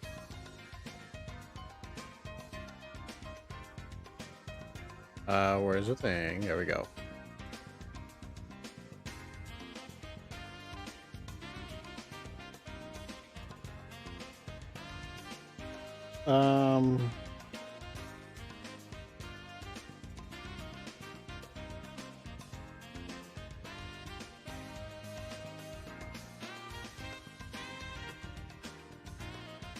Initiative. Darn initiative. We're gonna go ahead and change this to let's change the song. This sounds too close to Kenny G.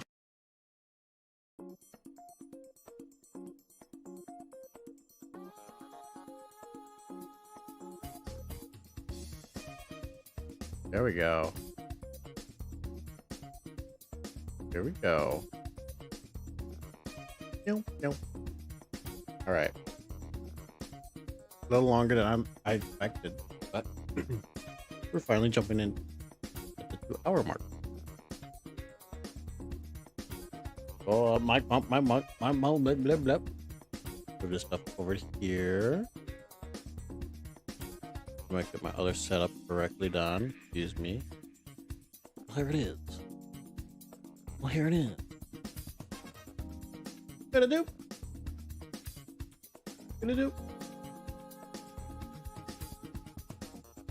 No. Give me. Okay, that's there. Oh,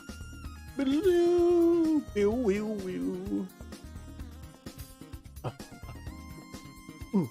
Oh. No. All right, let's switch to the game.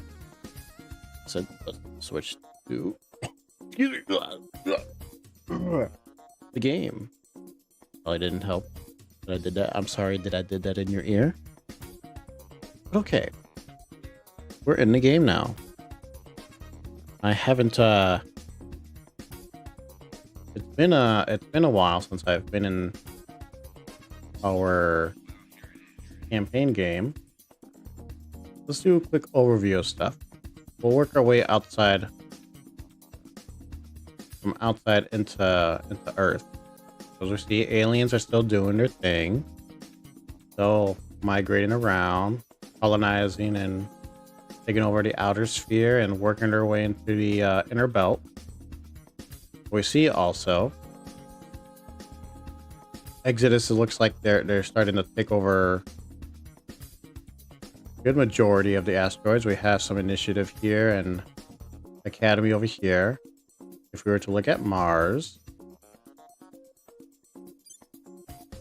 you see a lot of the Mars sites I have taken over. So I have 1, 2, 3, 4, 5, 6, 7, 8, 9. So a little bit more than half, which is nice. I think I'm going to try to go and take over all of Mars if I can. At least when I... At least that's the idea for now. Unless I'm going for like Mercury and Venus for the research. Once I'm doing the inner planet research. Mission 2. Is there any orbitals here? Nobody has any orbitals here. What about on the moon? Looks like somebody has something on the moon. Let's not zoom in, but I would prefer to zoom out. Looks like Exodus has moved to the moon of one of the moons. Deimos. They moved to the Deimos moon on Mars. Let's see. So that's Mars. Not much in orbitals, but in sites, we're doing okay. Excuse me. Oh, what about Earth? What about good old jolly Earth? Well, this is where we start to see some of the places that I haven't been paying attention to. So we have the moon. Well, you look at the moon and like, oh, okay. I mean, I have 1, 2, 3 spots on the moon. Okay, I don't mind. Moon, you usually get just to start off. So I'm not opposed to like any issues here. There's nothing orbiting the moon. Just I mean, there's some people here that I don't like. So that's something to work on. But like, if you look a little bit at the Earth situation, I mean, we have the alien fleets that are surveilling us. I have to try to get rid of those. Even though the police know that something's up here. That said, what is LMS? Small, medium, large? I don't know. Well, we'll figure that out when we probably have to fight them. Anyways, we have a lot of counselors here. I imagine everybody's here on Earth. We know all of the servants because I believe we've penetrated their ranks. And they have one less member because one of them was taken out by my expert counselors, but the world viewed that as an atrocity. I didn't, because you know they're not for humanity. They're just willing to give up and become the aliens' heir or footstool. And I don't like that. So I didn't consider it an atrocity. The game did.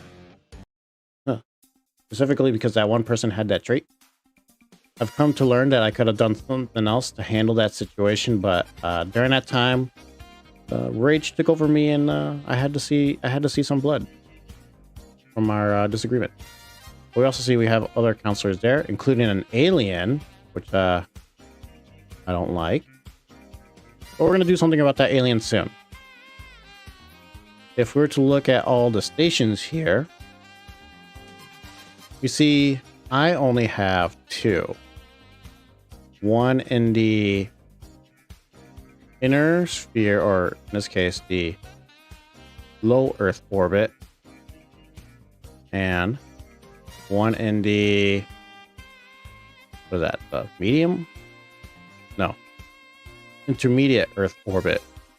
And I kind of put that one, there out of panic, because all the low Earth orbit has been taken by, as you can see. I mean, everybody had at least one, right? Humanity first had one. The Academy had one. I mean, everybody had one, right? And then you look at what's happened since then. We have the Initiative here having 7. The Academy adding 2 more of theirs. Like, essentially, the Initiative, the Academy, and Exodus has taken over the low Earth orbits. I'm lucky to still have the one here, but I don't like the fact that the Initiative has this many. So I'm going to try at least this turn, or this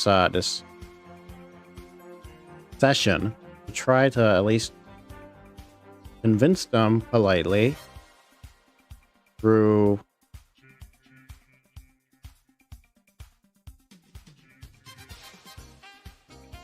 demonstrations of our muscular might to join our side. Now, I don't believe that's going to lead into any atrocities compared to like going and blowing these up. The only atrocity that I've done this run is just kill that one serving counselor, but he deserved it because he was not for humanity. So that was a justified atrocity, I'll say, compared to other atrocities that we could have done. But yeah, so we're gonna just come here. We're gonna try to take over these stations, at least some of them, not all of them. But at least like maybe 4 more, maybe 5 more on low Earth orbit, and yeah, so we'll just have to take them over. But that's going to be a lot, because these are level 2. Usually when you see the 3, that refers to level 2 orbitals. Whereas when you just see 1 dot, it refers to just level 1. So if we were to take over 5 more, 3, 6, 9, 12, 15, I'd need 15 more mission controls, which I do have the room for. But I was kind of also hoping to use those on my Mars bases. I haven't yet, but I was going to sooner or later. Wait, have I? I don't remember. Let me look at here. I don't think I've started expanding my Mars infrastructure. I may have. Oh no, I'm in the process of starting it. But it's going to be slowed down because of the whole orbital situation. Because I want 5. That's going to be 15 additional command points. That's going to bring us up here to 36. Or, excuse me. 3, so it's going to be 4. So this is 24. If I add 15, it's going to be 39. So I only have 10 command points to play with. Mission control points to play with. So I can either apply those into mining or making some new muscular ships for my to make those new stations mine. This is going to be done in in November. So if anything, I could probably do like five just to get things going here. I might do that once this is done. All right, which is next month apparently. Let's go back to Earth. So this is the orbital. That was the orbital like stuff that's going on in space on Earth. On Earth, we see that we've formed the East African Federation. We've also we haven't brought in South Sudan yet, but that's because they we're getting to it. I think we can do that. Not yet, but in November it seems we can try to integrate them in. We currently have South Sudan or East African Federation. We're trying to build up their. We're trying to fix them, which is going to be a lot more difficult because of their high population. So their unrest currently is going to be at 6.5. If we look, we see that the cohesion helps deal with that, but also their GDP. GDP is going to take us a while to get up, but we can also try to push up the cohesion because it's at 3.8, but we can push it up to higher. Only issue is we can't push it up that much higher. 3.6 is the max. Why? And I believe this is the reason why is, well, for one, inequality, right? We have to try to bring that down even further. But also, the population doesn't. The more population we got, just add more of the cohesion issue. So I can see why we're pushing into economy and welfare heavy. Unity, we're trying to help push this up. The fact that we have high inequality is just going to make it a lot more difficult for us to deal with these rebellions or the unrest. It looks like we're kind of slowly getting through it. How much on welfare? 0.005. We can at least invest 8.8 return. We are investing. I'd like to do 4. Let's see. Let's get this up to 40. I do 40. Oh, I do 50. I think.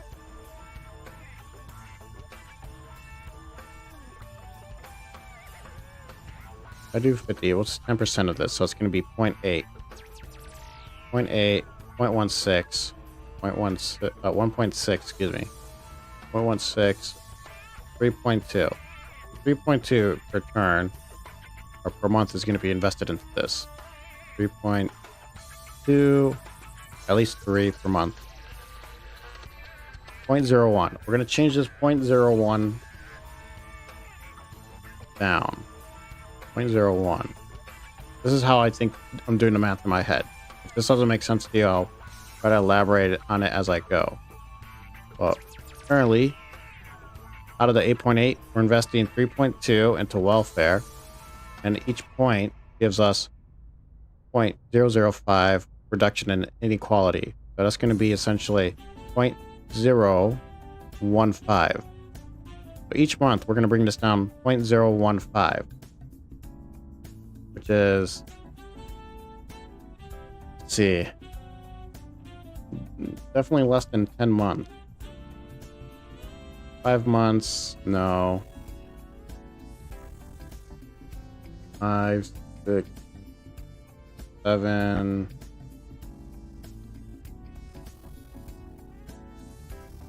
Let's see. 5. Maybe 0.075. Another 2. Maybe 30.105.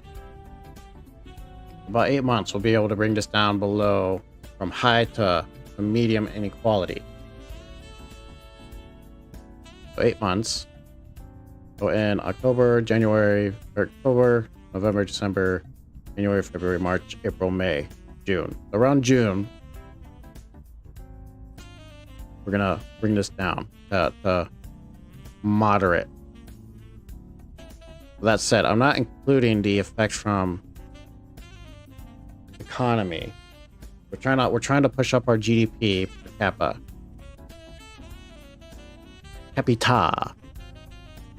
We're doing that $23 a month, right?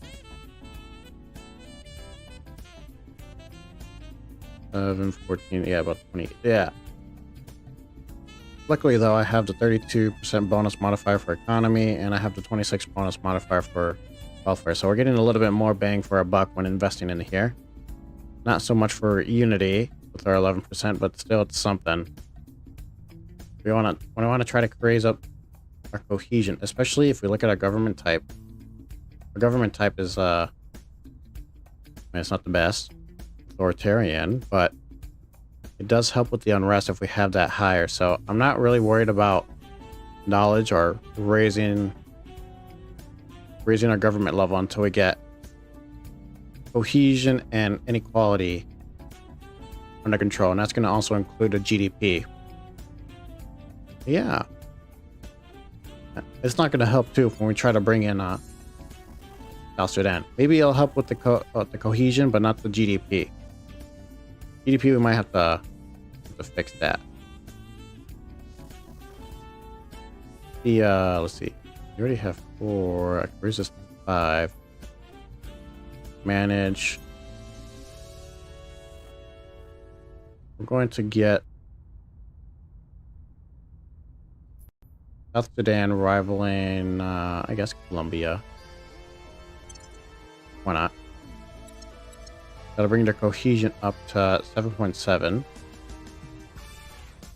I think that's the best that we're going to be able to do until we lower the inequality. That said, I probably should deal with the unrest here. Okay, well that's Eastern Africa area. Let's focus on, let's see what we're doing in other areas of the world. Take a look at our nations. We got East Africa, we got Mexico that we're working on now.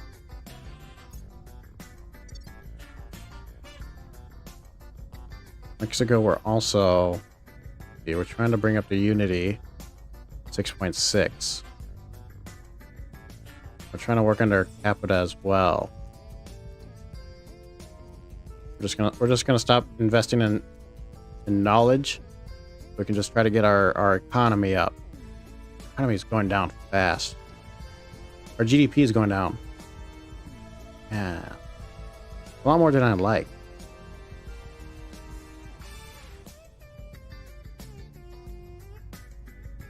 Okay, I think if I can, I'm gonna have 3 agents. At least I have an idea of what I'm gonna do with 3 agents right now, but we'll see.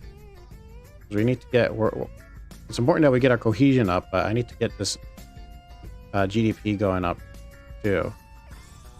I'm probably gonna have an agent looking around for xenoflora around here, because that could be one of the reasons why we're having such an issue here. Are we looking here in the States? The GDP is going up. Military is going up. Yeah, we're going up. I might. Let's see. Funding, I don't mind. Unity, I think we're fine where we are for now. Yeah, I think we're fine where we are for now with the States. I'm a little know we're putting 10% in the Unity, but I think we kind of need it to help with to help limit what our counselors can do. 10%. Do this. 10%.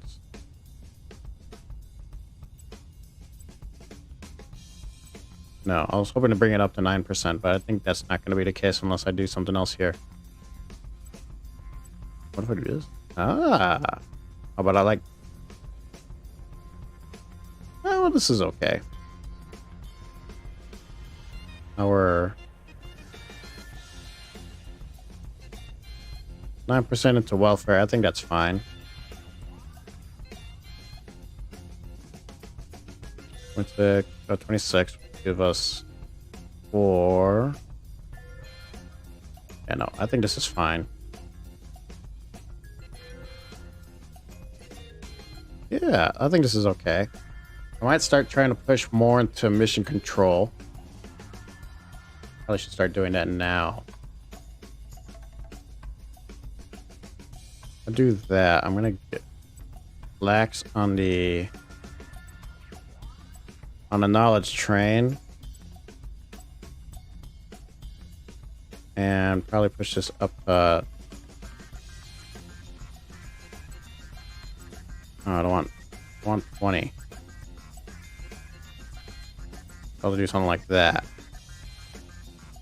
Knowledge, we're getting a 7% boost. Not much, but it's... There we go. 20. I think we'll try for this for now. Yeah, 25. 25 in economy. We'll try to we'll keep this up. 2, 4, 5. 5 points should be going into economy plus 2 additional 32 bonus. It's about 75 per kappa. I think that's fine. All right, so that's the states. Canada. Oh, right. We got to get the initiative out of here. Yeah, especially since they're spoiling. They're ruining my Canada. We're gonna take them out. When is their defense drop here? October 16th. Oh, next year. Oh, so they just redid it. We'll see about kicking them out here. But that's Canada. Am I fine with how Canada's going? Economy. All right, we're trying to lower the cohesion. 6.1. We're doing good. Just keep doing equality because I don't know how else to lower it. Once we get this down to like the cohesion down to, well, less than 6, which is soon.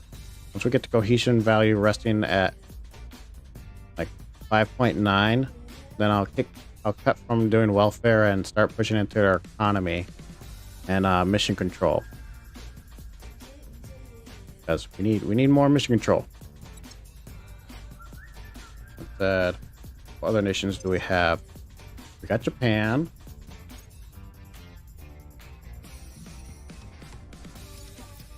And oh, their GDP is going down too. I don't like that their GDP is going down. Why is it going down?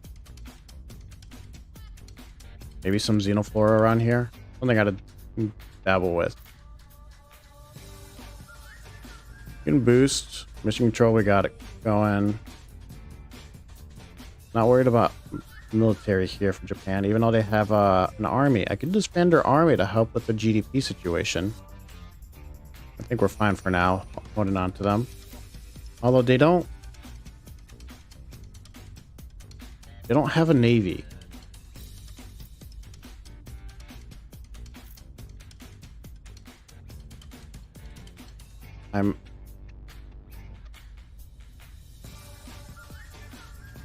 Oh, but they were about to get a navy though. I'll just hold this. I'll hold this as is. I'm not going to invest any more into it. That way I can just like push it in, get the navy once we need it. For now, no, we'll just pull off on it. Yeah, knowledge, unity. Yeah, we'll keep this as is. We'll keep everything as is. Because inequality, I think, is that seems to be the big issue. I can't get rid of the rivalry. Otherwise, that'll help with our situation, but Can't do that now. Yeah, all right.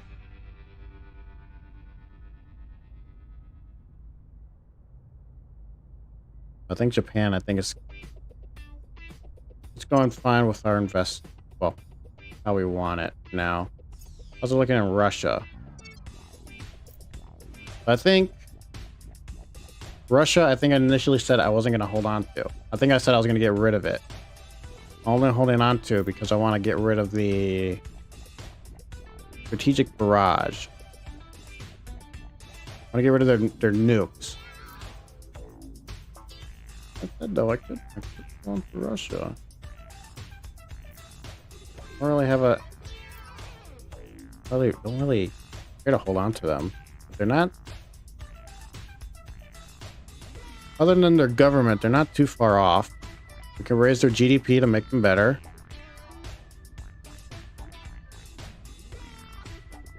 I don't have to get rid of them. Humanity First still has China, right? Academy has India. Looking at other spots that the servants have. They have Egypt, they have Iran and Iraq. And Syria. We have the European Union here by the Exodus. Trying to make moves into making more of the Union. That's pretty cool. I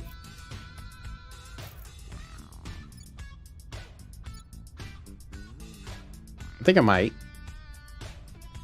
help out by getting rid of, or at least break Russia down.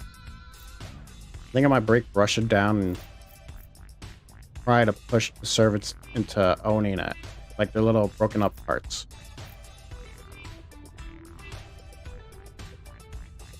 Maybe not, partially because they have a okay inequality. I might stop spending on oils.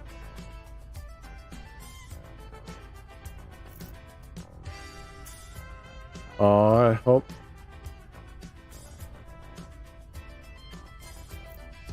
You can't hear that. Let me make sure.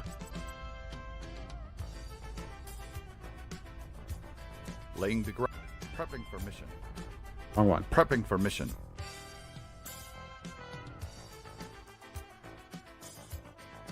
Good ambience like that.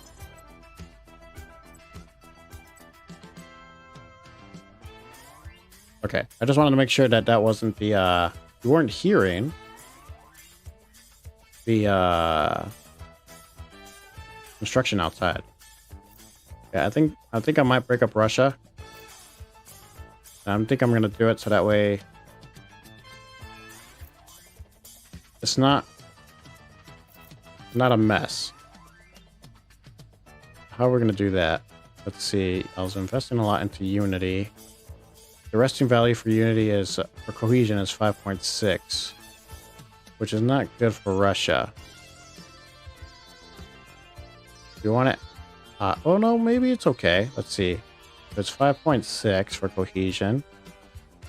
1.8 for the GDP. That'll bring it up to 7.6 for armies. No, I think that's okay. We don't have to worry about rivals. I mean, rivals is kind of helping us, but we don't have to get rid of it. What's really hurting their cohesion is the inequality.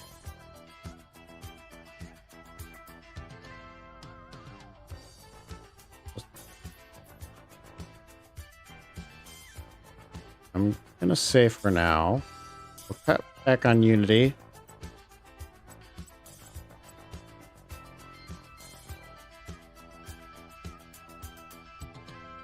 Strangely enough, I think the smart move here is to I mean, I could spoil Russia and just ruin it. But I kind of want to also make it attractive for the AI to come and take it. And so spoiling it to the ground isn't going to help. Try to make that attractive to the AI. What I'm going to do is try to make them get better, which is a longer process, but I think it'll help attract the AI to them. We're going to do welfare. We're going to continue investing in the economy, knowledge, and unity. Unity, just to kind of help with the whole situation. Well, spoils. How much do I need? 34%.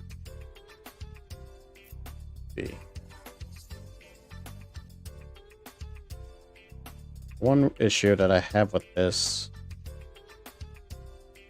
is that I am vulnerable because I'm over my cap by a lot more than a lot more than I would like. 23. So it makes sense to try to keep the spoils going so I can keep them on my side.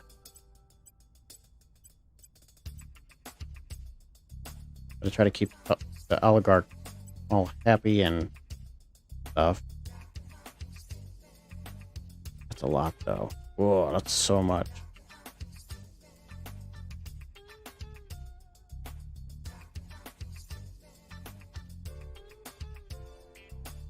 Yeah, how much longer am I going to keep this like this? I think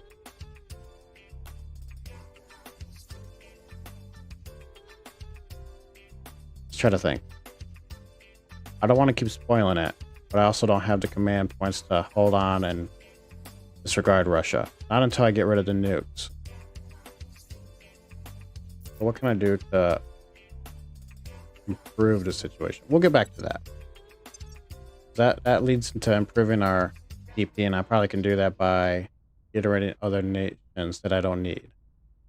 Look at Indonesia now. Indonesia, we said we're gonna keep. I'm gonna get rid of the initiative here as well. We're building up Indonesia, lowering it. Yeah, cohesion pretty good. Its resting value is 6.9. What is that? 6.9. 4 from rivals. Where are you rivaled to? East African Federation, Argentina, Mexico, South Sudan, and South Africa. So we're going to try to get rid of one. Let's take a look at Mexico. I think Mexico we want to keep rivaled, right? Yeah, we want to try to keep rivaled so we can try to raise their cohesion. What about East African Federation? 2.6. We definitely keep them rivaled so that way we can try to deal with this cohesion issue. What about Argentina?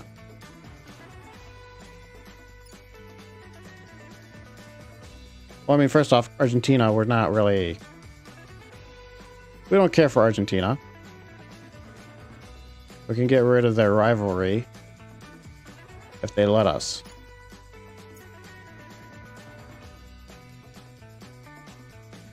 No, Academy. Oh no, I guess it was Exodus.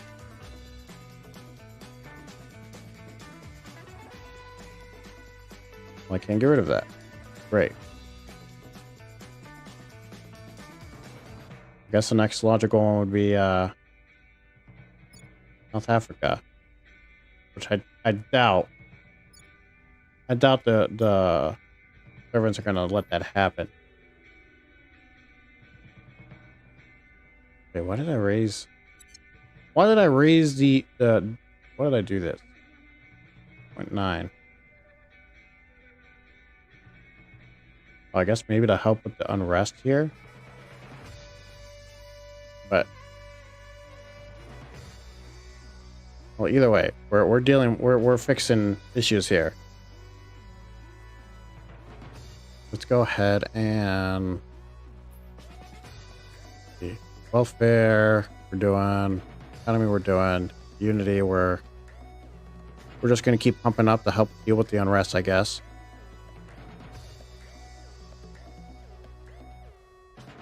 Yeah, because this should get lowered as we go. And mission control. I think once I kick the initiative out of here, we're going to try to push more for mission control. For now, this is just fine. Okay. We did United States, Japan, Russia, Indonesia, Mexico. I think I am going to hold on to Indonesia because it doesn't look that bad. And it looks better than what's going on with in a Russia. East Africa Federation we're going to hold on to. Canada I want to hold on to. We're getting rid of our hold on Ireland. And South Sudan we're trying to bring into East Africa. Okay. The Federation of East Africa. Instead, let's see. What is our next move here? We need to get more CP. We see we can't get rid of. There are some nations I don't want to get rid of. I want to hold on to Japan and Indonesia because I want to see if I can work with what I can in here in the eastern part of the world, or I guess the Asian, Indonesian area. That's gonna mean we're gonna have to deal with trying to raise our CP or break Russia further into parts. Russia.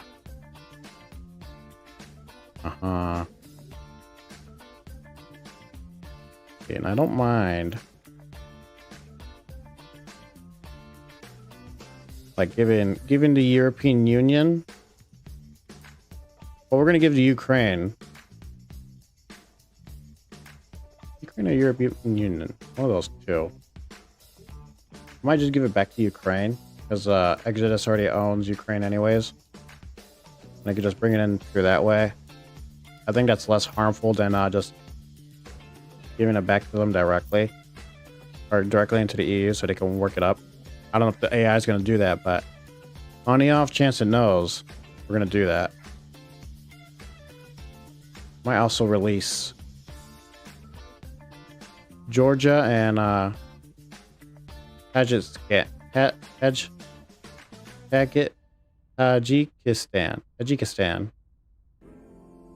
Yeah, Russia. We're gonna give some stuff. We're gonna give some stuff away.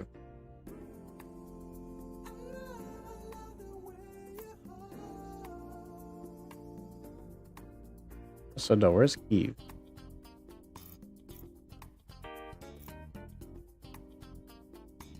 I believe I can click on it, right? Oh.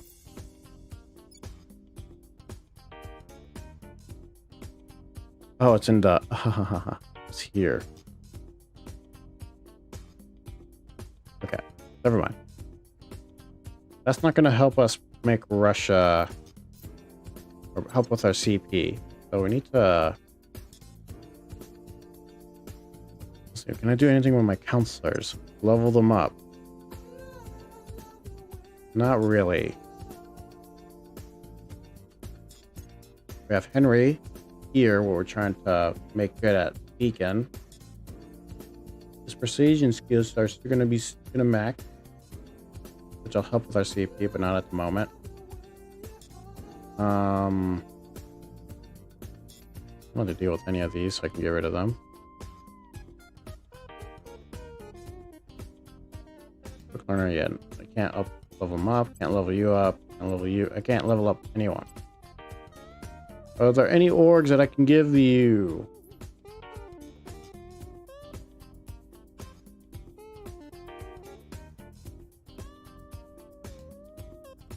know, you were trying to make your persuasion up, or just throwing points to that, I believe. Anything here for persuasion? It doesn't look like it. I might give them admin stuff so I can get rid of some of these too.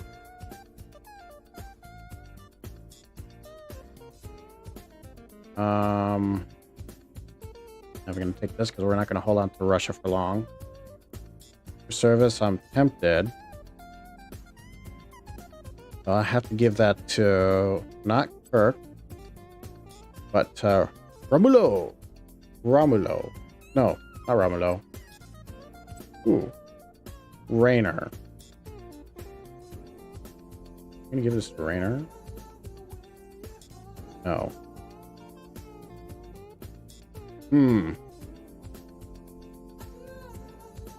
I'm noticing that there are some things that I think are really helpful. Like,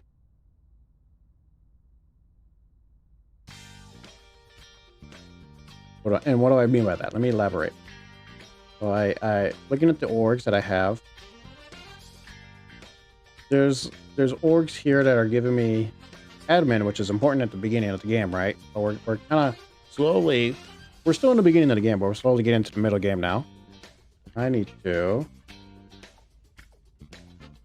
slowly start getting rid of these. I think my initial plan was to try to give them to humanity first to help them out. But I also want to try to hold on to some admin stuff so I can give to like new counselors that I get. But I think the main thing though, I need to get rid of these. Maybe not all of them. Like, you know, some of these. Because like here, there's 4 orgs already giving me admin, and though it's nice, they're taking up slots that I can use for other stuff that can help improve my economy. Or just a lot of things in general. So I might not immediately level people up unless I need things done. We also see we have a turncoat and a servant. Actually, take a look. I did kill somebody from the servants, so they should be suffering from despair. Yeah, Exodus. I have somebody from Protectorate, or at least know of them. I think I need to penetrate the Protectorate, but well, for now. Let's see. Objective. Learn their language. Research alien movement. So protect the servants are making a move and trying to be better with the aliens. Relationships, we're at war with the servants still, the protectorate still, we're tolerant with Exodus, Initiative, and Humanity First. We need to get our relationship up with the Academy, but I'm not in a rush for that. Initiative, we're gonna break this non-aggression because they have a lot of space stations, and I'd like some orbitals in low Earth. And I want them out of Canada and Indonesia. I don't like that they're spoiling my land. So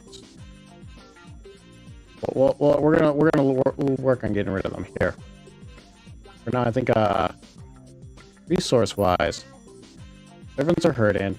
Humanity First is coming up better because of we've been helping them. At least giving them orgs that it gives them admin. Protectorates are doing just as well. I'm looking at this from CP point of view. If I look at this from a resource point of view, you see that Initiative are just blowing it out of here. Everybody else is still like under. They're in the 10s, if not under. Not including me, luckily, but still, not liking that. Boom shakalaka laka boom. Boom shakalaka. I have a lot of boost. Jeez. Oh, okay. I think. Oh, Exodus. Oh my gosh, I got Exodus. I mean, they have the EU, so they're getting better. I'm rooting for them.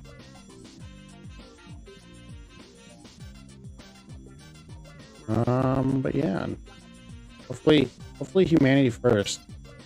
So they were kind of not doing well early in the game.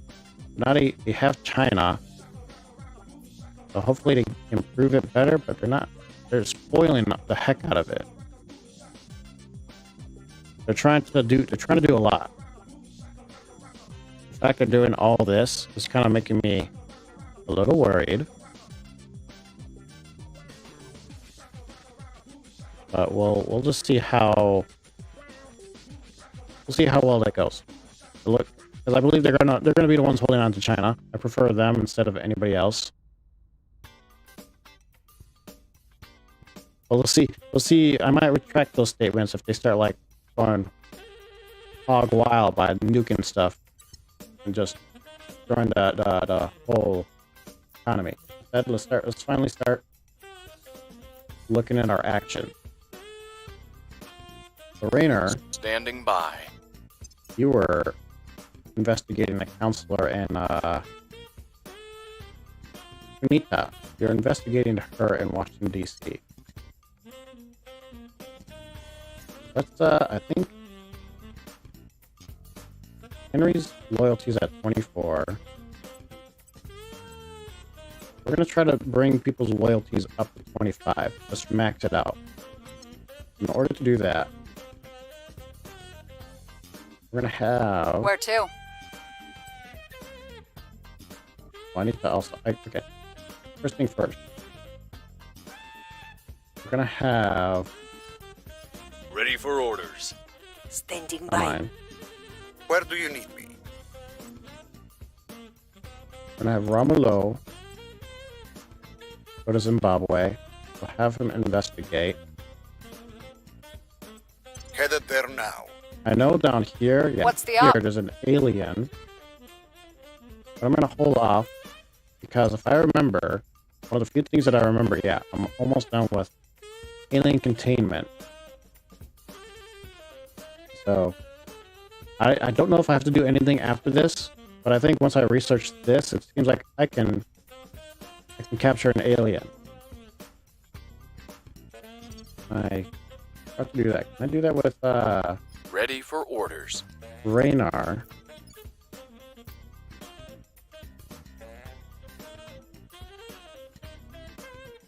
I don't know. Did I click? No, I want to detain.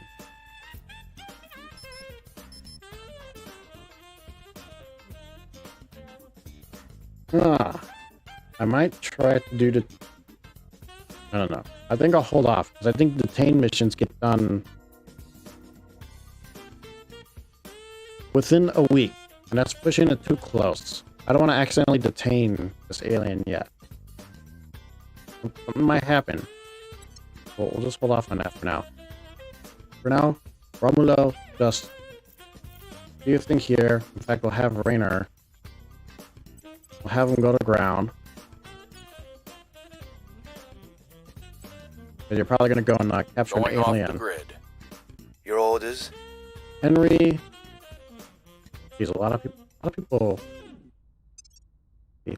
know about Henry. They know about her. They don't know anything about Romulo. They know a lot about Fusaida and Raynar. I think I should take the turn to try to hide people and start trying to raise up their espionage. I mean, even espionage. Man. Okay. I gotta do a lot. Is what it sounded like. We're gonna have I'm here. Where do you need me? we're gonna have Kirk go and defend our interests in Japan. Securing Oh our no, interests. we don't even need to do that because Standing we by already did for that. orders. Never mind. Ready for my mission. Ready for Kirk, come over here. Where do you need me? There's 11. We'll start investigating or inspiring her. At your service. What's do for Saeed? I'll speak to them. Saeed will just we'll have Ready. you come over here in the States. Going into hiding. But we're not going to have you go into hiding. We're going to have you just quickly inspire Henry. I'll make You sure two are they're just on going to our inspire side. each other, being like, oh, be like hiding each other's back, you know, telling each other you're doing a good job, loving each other.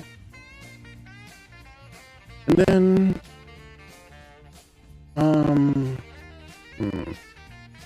fire inspire, Rainer's going to ground. Romulow's over here doing alien investigating activities.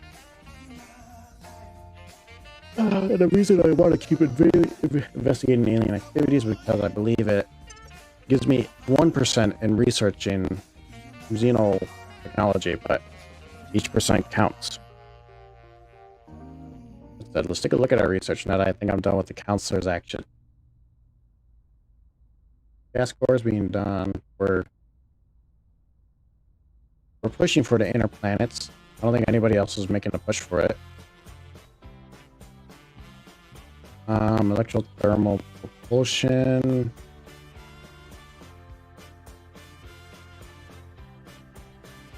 I can make a push for the gas core, or gas core fission.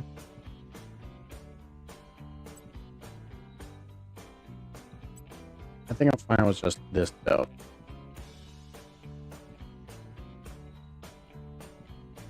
Yeah.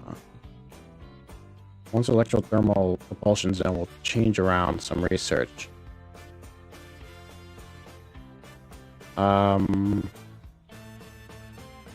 Which measure we're making a push for? I think though, let's think. This is gonna take forever for us to research. This one is as well. I think though, did I?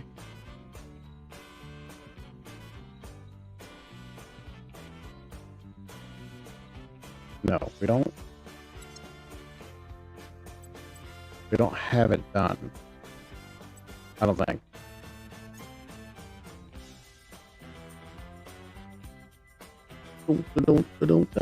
Don't. Okay, no, I don't have the tech to do.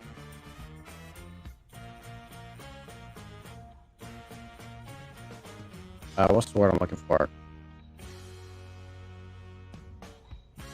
Marines to help us take up away at some space stations. So yeah, I think I'm gonna let this just get taken away. I know we're gonna catch up to 1,000 with the amount of research that I have here in electrothermal propulsions. I try to push for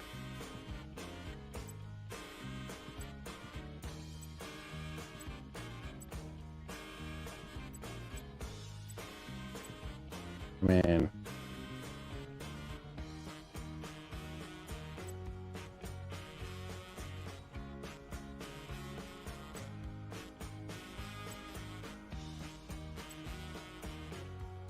I guess I will just keep things as I had it before.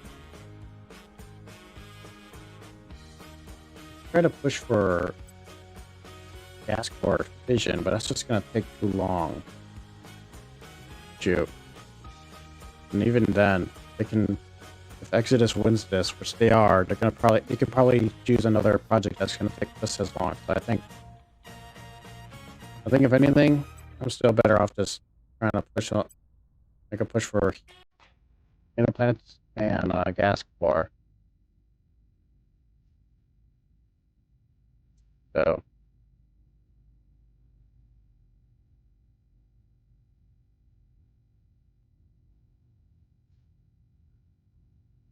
I think this will be fine, but I'd still like to try to get. It looks like for now I'm going to get the inner planets mission research, but just in case, push for gas core as well. Do something like this.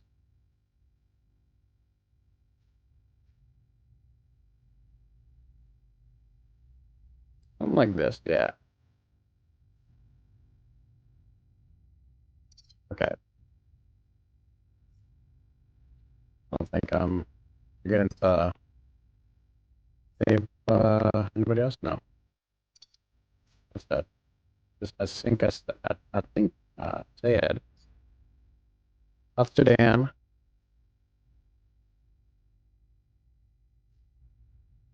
South Sudan can change in 20 November. Okay. Relations, yeah. All right, yeah, yeah. And confirm. Hopefully I didn't forget anything important as we unpause. I think we had a breakthrough. Good job. You might be permanently joined at Henry. Yeah. Securing our control. Change your mission, or whatever. I think we had a breakthrough. Critical success. Nice. All right. So Henry should be done being inspired. Going into hiding. I'm laying low. Lay low, Raynar. Go to mission complete. English. Sad.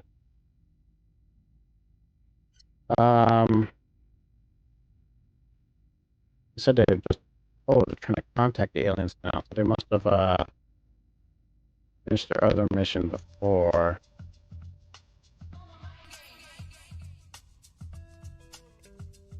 Huh. I want to probably start to also think about messing with the protectorates. Which nation do they have that's strong? What's a good strong nation that they own? Or at least what nation do they own? They own Taiwan. I'm not too worried about that because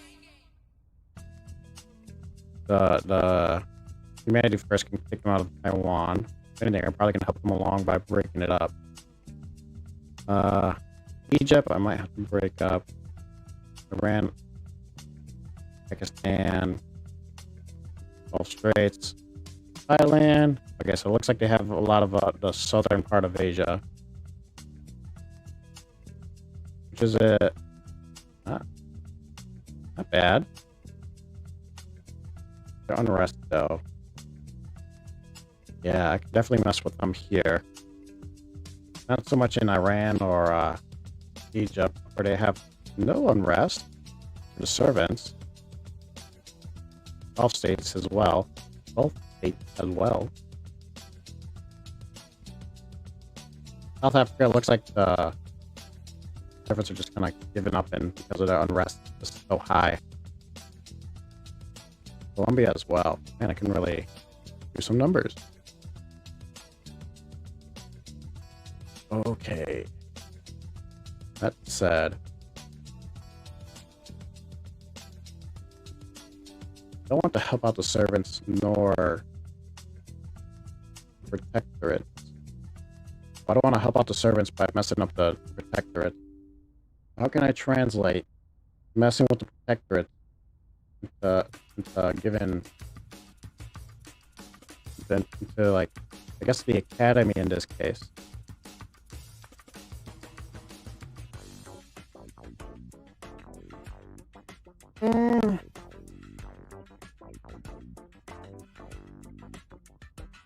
Maybe I could start off with humanity first.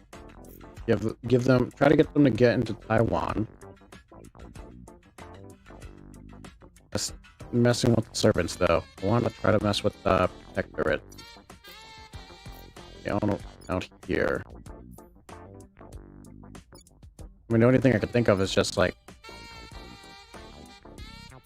flipping, not flipping, doing coups.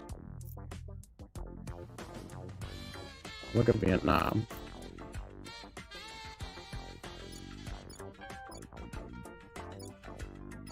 Wait.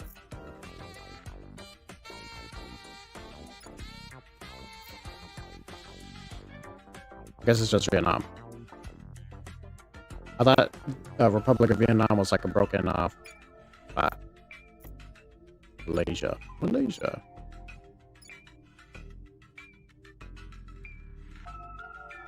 Yeah, no. Especially if I want to try to take them out. I'm doing here. I need to figure out what to do with sectors, but I guess for now I'll just Borneo I can break up.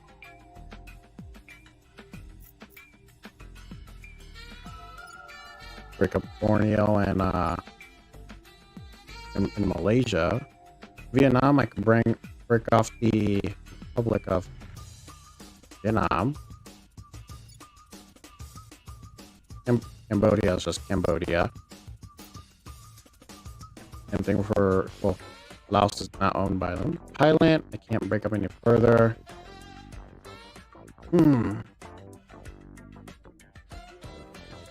Right here.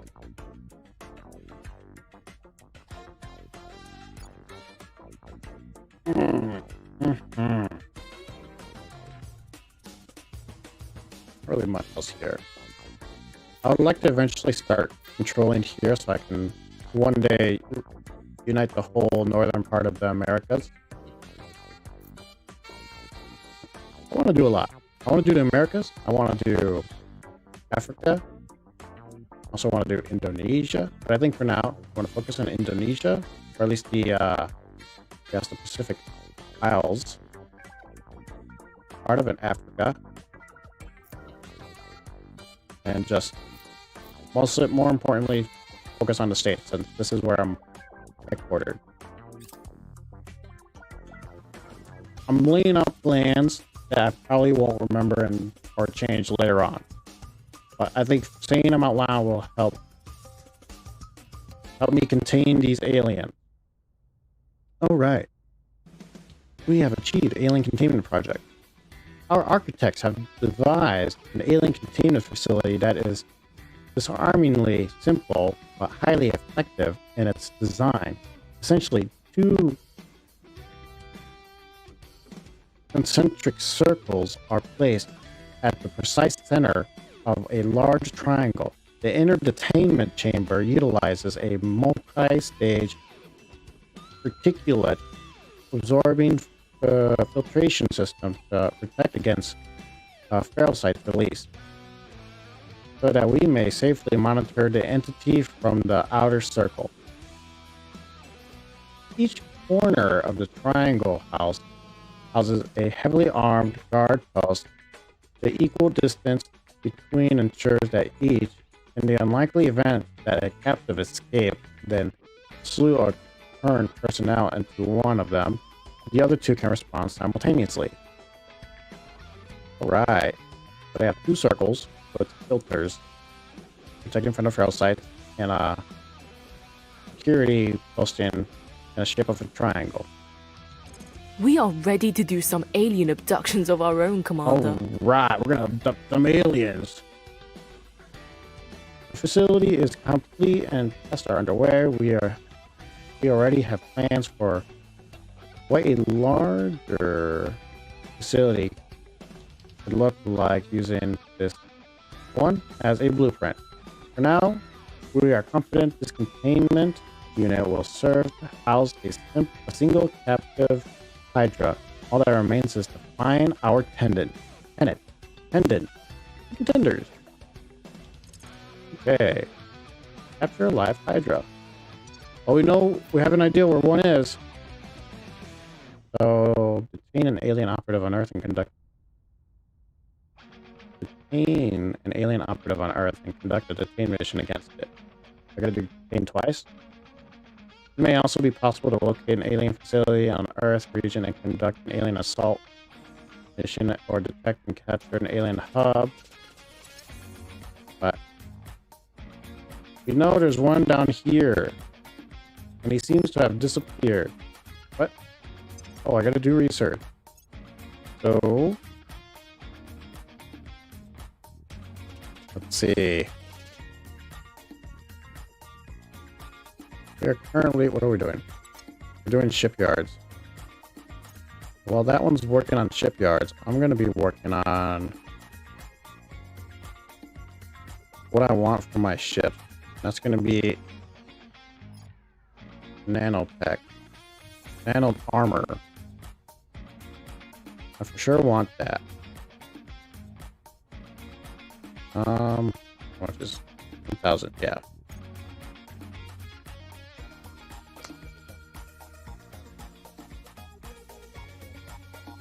Yeah, we gotta start working on our vessel. And I think we're gonna start with the armor. I think once the gas core vision finishes, I'm gonna try to research that for our engines. Now I think we're fine with our armor. That's a dough. I might get rid of composite armor. Now nah. No, I'm gonna obsolete this. Mark is obsolete.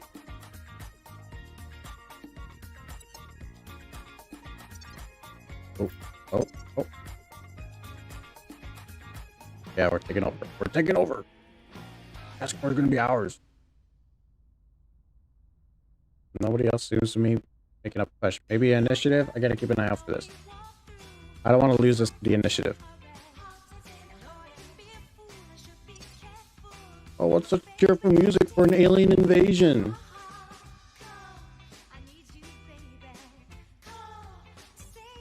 Alien detected! Oh, take me there. Oh, we got another potential tenant. I think he's going to be looking for a place to live real soon. Any fleet launches. Was launched. Trajectory target for Furball Station 1 is expected. Wait, why?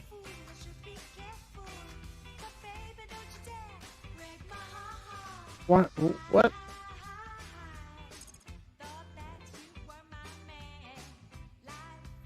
Where are you? You're all the way over here. Where's over here? This is... No, I just saw the planet. Just, what is this? You're gonna get there really quick. Was there in the asteroid belt? What is this though? Is this a, strike? Oh, they're attacking me. Why are you attacking me? Oh. I don't like that. They're going for Furball Station. I might lose it. That's the only thing. That's the only station I have in space.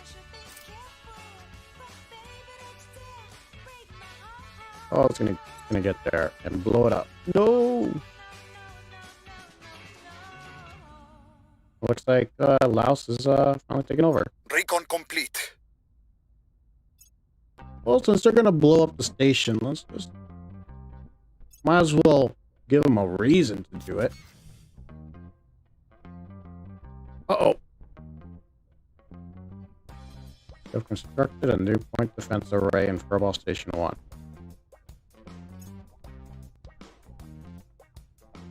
Oh, but it doesn't have power. Wait, are they coming to Furball Station 1 because I have this defense array? Full array is going to be done on the first. Defense array. I don't even think it has weapons. No, it does. Anti-ship weapons. We have infrared laser and 6-inch cannon. Point defense, we have... This thing is not going to survive. Where are they coming for this? That's not really cool.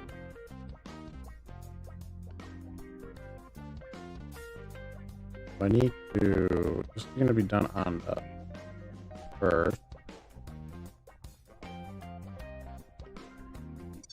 Is it because I put a weapon out there that they're going straight for it? I don't understand why they're going straight for me already. I don't think I was... Unless... It's because the... Is it because the servants in the protectorate see me that we're at war? They're not at war with anybody else. I mean, well, never mind. Protectorates, they're just at war with me, but the servants are at war with Initiative and Exodus. Why don't they go after them? Especially Initiative.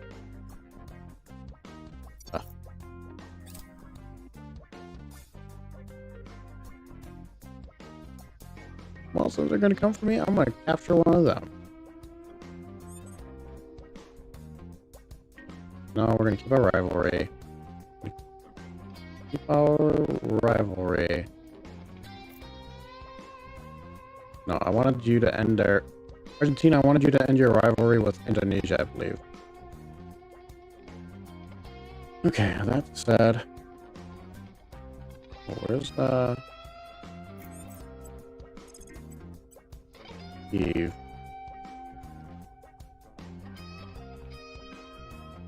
Not my problem.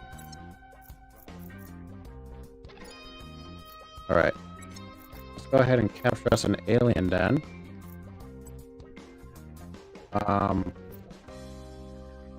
Acknowledged. You should have no issue capturing this alien here.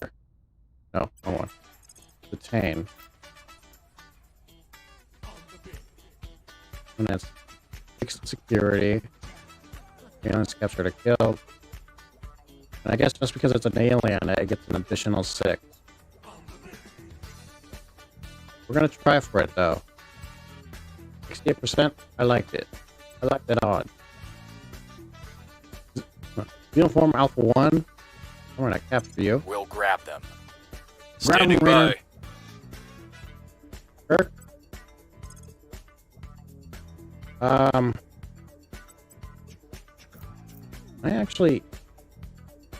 I send my army here?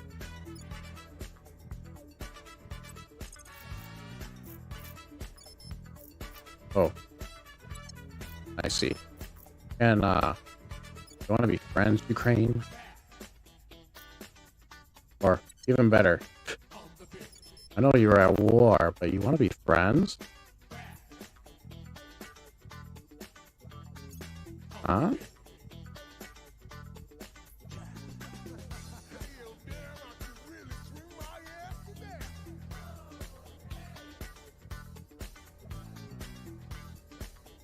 Wait.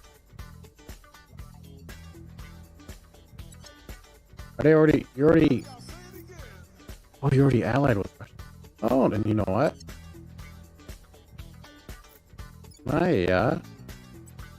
Let's just have their armies just get there. How long is it going to take for you to get there?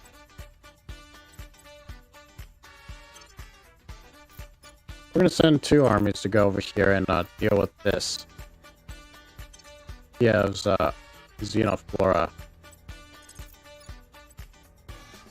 I don't know when they'll get there. But Russia is going to help deal with that. I don't know where their other army is. I don't know. Oh, I sent one of them over here.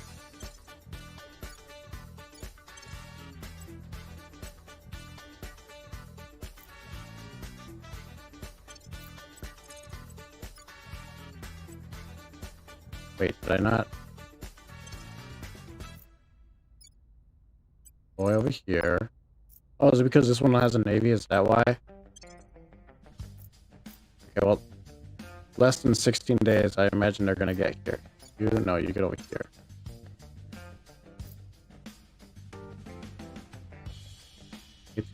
Yeah, they'll get there real soon. Okay, that said, I'm gonna have their armies deal with what's going on here. Kirk.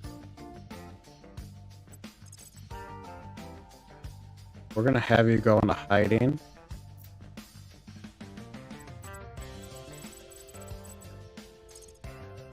We're gonna have you go into hiding here in the States.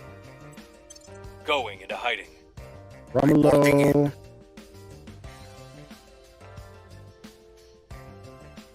Romulo, we're gonna have you try to find an alien down here that was gone. That just dipped out.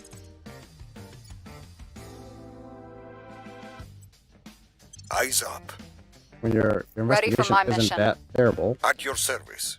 That was pretty decent. Ready to go. Usaid, we're also gonna have you go to ground. Initiating deep cover. Okay. That said, let's take a look at the orgs. Go on steady. Go on steady. Slow and steady. Do I have any criminals? I don't think I have any criminals in this run, right? I can't make her an evil professor. I remember that being a thing that just annoyed me. Right? That didn't add this in a patch or something? No. Government. Government. Government. Government. Yeah, no, I can't. Super lame.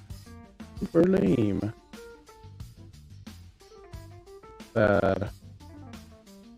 Is there anything here that I can add to make her better?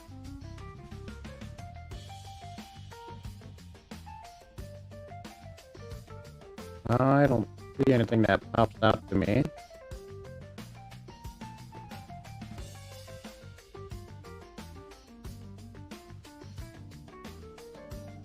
Let's see, this one is here, but this one gives me 2 engineering. This gives me better mind. Run here gives me better science. Yeah, and military, I don't want to use that. Also gives me better engineering. Just give me welfare. I want to keep welfare. Oh, there's so much things I gotta keep.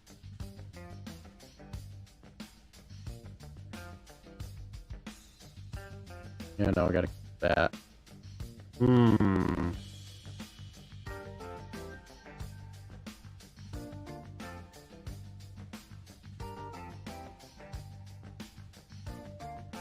I don't see anything that I want to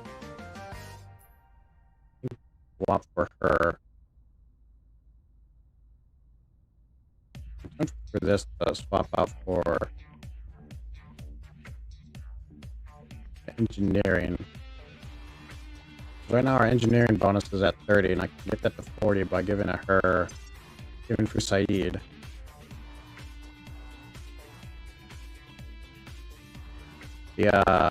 The heavy industries, but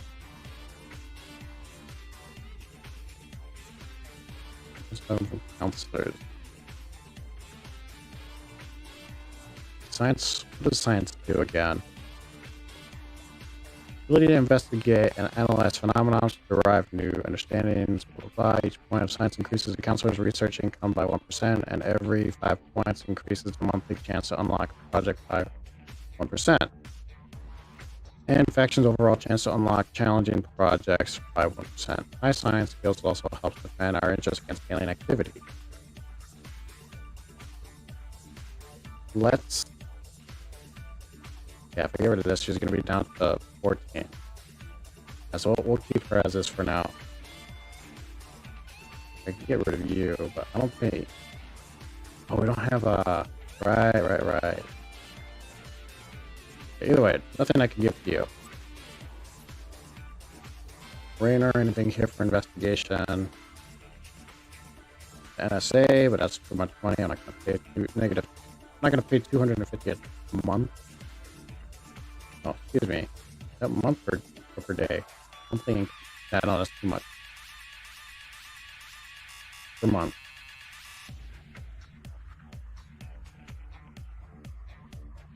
Nothing here for Rainer.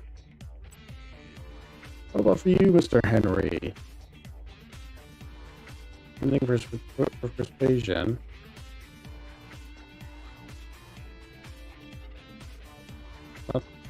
That's NSA, no. You could cover the NSA value cost though. You could do that. That means I have to get rid of some admin. Or economy? No, I don't want to change that. Economy bonus.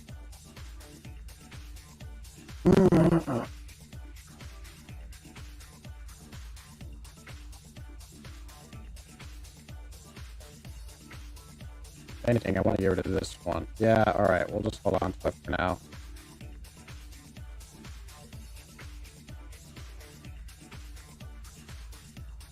I was gonna break up Russia, so that's not gonna hold on to Russia. It sounded like, so that don't matter. Spain. This one's kind of standard. Criminal, never mind.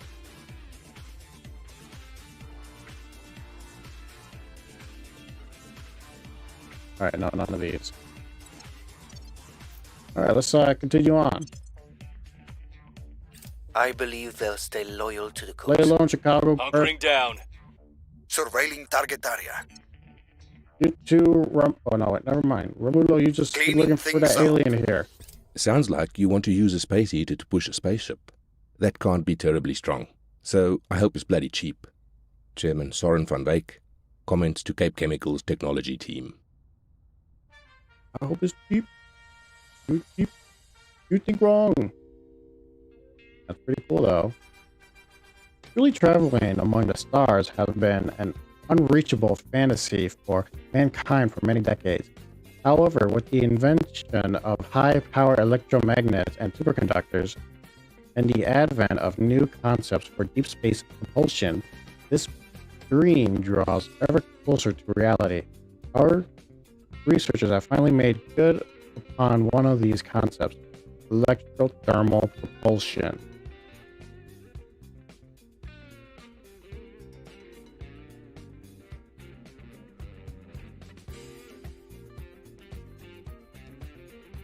Sorry. This rocket design offers faster and more powerful thrust than any conventional combustion system. By using an magnetic field to generate an energetic plasma, we can significantly increase the temperature of bulk propellant. The propellant turns into hot gas, which is in turn ejected from the craft's nozzle to create thrust. All our current designs use medium weight molecules, but our scientists believe that by changing the propellant to lighter gases, such as hydrogen or helium, we can ultimately increase the range of these rockets even further. This expected high-energy electrothermal propulsion systems will allow us to extend our reach deeper into the solar system. Okay. I mean, it says higher thrust with lower weight, but I believe that's like... Actually, I don't know. I don't know the arc drives or the Rosito jet. I'm not sure how efficient those are. But either way, it looks like we're doing the vacuum electrostatic principles from the Exodus. And I think that's a big... no, it's not. Oh, it's not.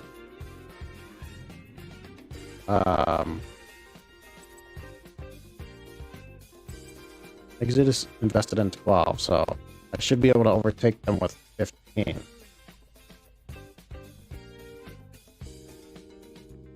Yeah. Okay, so I'm gonna make a push for this here. So much so. I want to make sure I win it.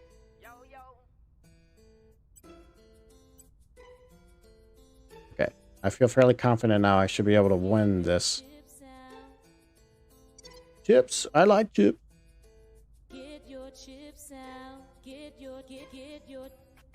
What? I do like chips. Hunkering down. Alright, Usaid, Halo in Chicago. Brings up, let's see.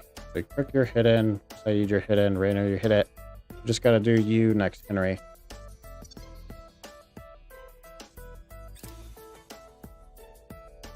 Alright. Oh, never mind, you're not. You're not in the Kiev area.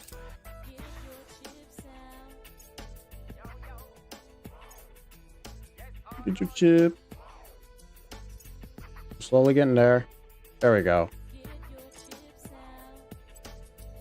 Launch an assault on fixed alien target. 7 days. Go. Wait. I didn't see the percentage. I don't want to cancel it just in case it somehow... We'll see when somebody else gets there.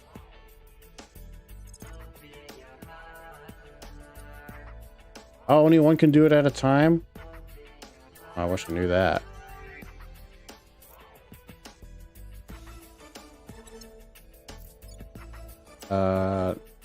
Cancel.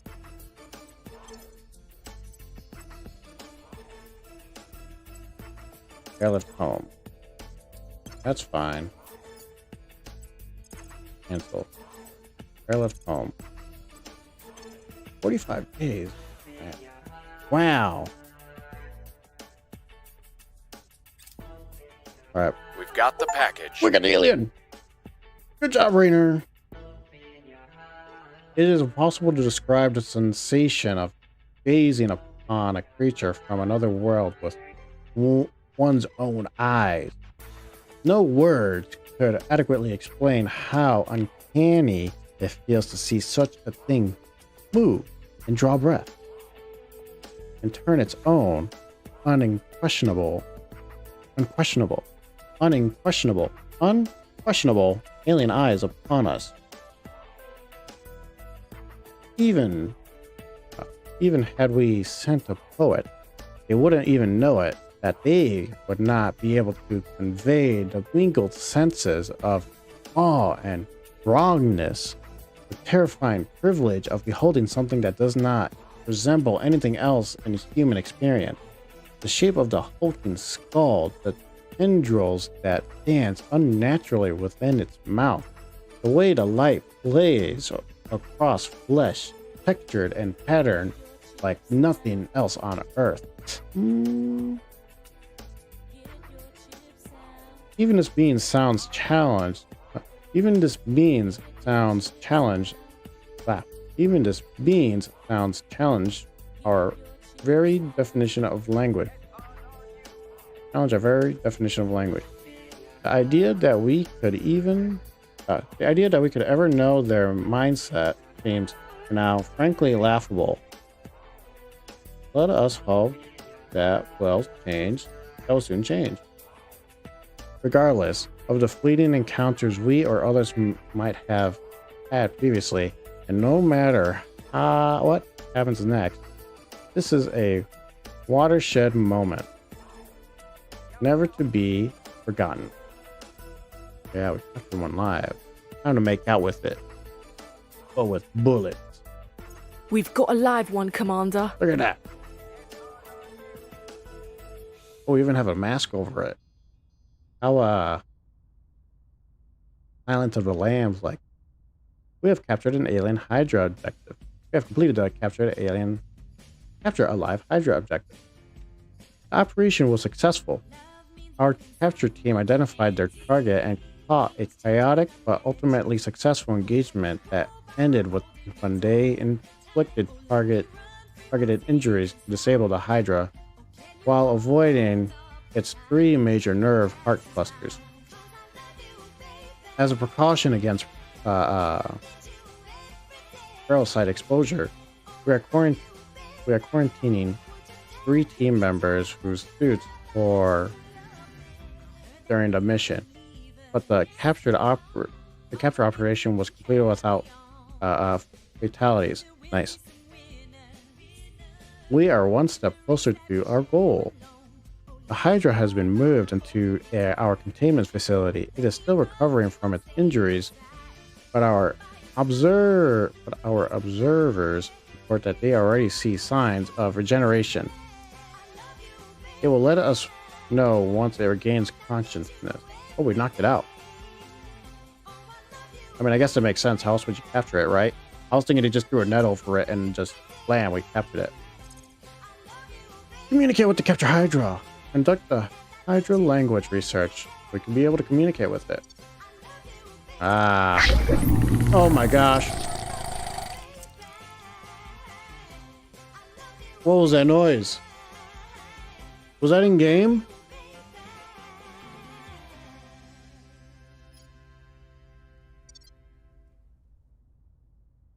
I mean, still not the net over the alien, but I mean, better than what the other thought I had, which was like an alien, an operative just master chief them and knocked them in the head with the butt of the gun. Good job, Rainer. You captured Xeno Alpha 1. They seem to hate it more, and they're gonna blow up our station, Furball Station, but it was worth it. All right, no more doing alien stuff. The less we burn, the longer we will survive. And the less we depend upon burning our natural resources, the fewer territorial conflicts we will suffer. It is forever bewildering to me how few of us can accept this simple concept. Commissioner Kiran Banerjee, lecture at Beyond Fossil Fuels Conference. Well, we got beaten by humanity first for the vacuum electrostatic principle, but you know what? They went for militarization of space, which is what I was going to go for next. Let's see. Electrostatic propulsion, in which an electric field is applied to the ions within a propellant in the desired direction of acceleration, is nothing new. Already we have probes which ionize xenon gas in order to create limited thrust. This is probably only in the vacuum of space, where such propulsion methods only could overcome neither air resistance nor gravitational pull. However, even though the propellant is ejected 20 times faster than... even though the propellant is ejected 20 times faster than from a classical chemical thruster, the sheer electrical power required to sustain it is currently makes it infeasible for larger craft, let alone to achieve takeoff or landing. As new technologies enable greater levels of onboard electrical power, electric propulsion can become more of a reality. However, the likely of gridded ion drives, Hall effect thrusters, and high-efficiency multi-stage plasma thrusters offer great potential for longer, further-reaching missions. Thanks to successful experiments with an array of rare gases and liquid metals as propellants, our researchers have been able to create moderate electrostatic thrust that is sustained for far longer than any known chemical method. Blah blah blah. Sorry, I lost my place even though I have my mouse on it. And uses far less propellant. Are building upon these principles, they believe we can not only create faster crafts, but potentially also devastating energy weapons and even devise methods of conducting unstable, deadly plasma. Ooh, deadly plasma. But yeah, it looks like oh, we could do particle cannons next. Yep, humanity first beat me to this, but we're making headway in every other area. I still would like to try to beat them in militarization of space, but for now, since I have a 25% boost here, I think we should be fine. Go ahead and bring everything else up to speed. I would like to get the shipyard done sooner. Although, my station's about to get blown up. I guess it's okay if we slow down shipyard's research for a little bit.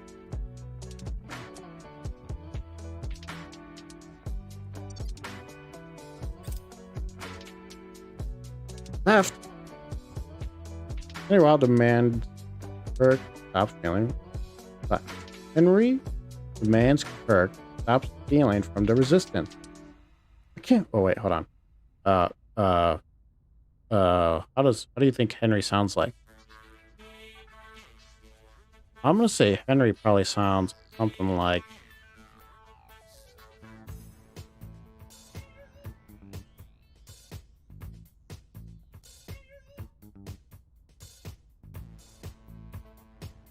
I can't believe you're stealing from the resistance, Kirk. Yells Henry incredulously. We're trying to save humanity and you're lining your own pockets? Kirk is unperturbed.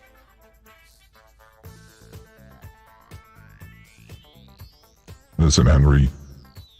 Maybe you never hear out of the goodness of your heart. But I'm here to make money. And besides, a lot of this money gets used for our cause. Think everyone I deal with shares your ideals? No. They want to get paid too.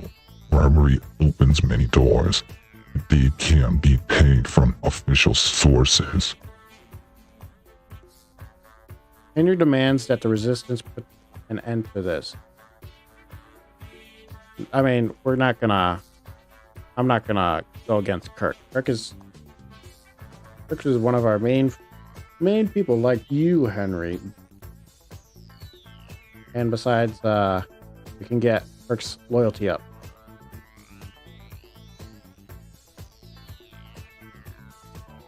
And yeah, what I said.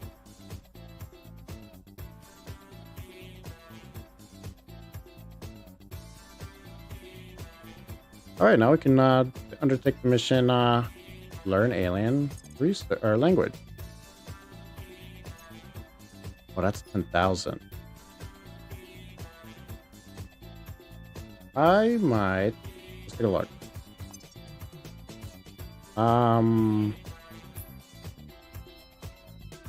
We're slowly working on alien language. Trying to get the skunk works up. And I think their objective is to contact aliens.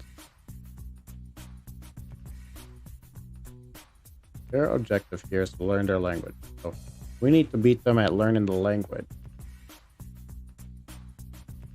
That said, though, I don't want them to steal it from me. I think, how to go about this? This isn't going to get done until August. I guess once I finish shipyards,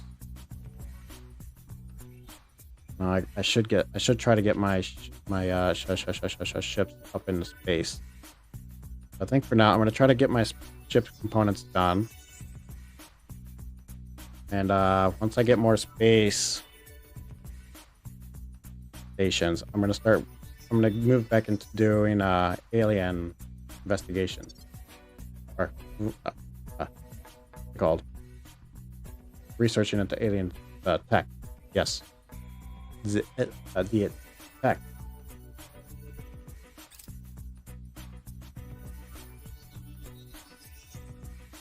All right, good job. They slowed the growth. They'll continue attacking the alien asset. Why is it so? Is it maybe because they have such bad military? Yes. Attack.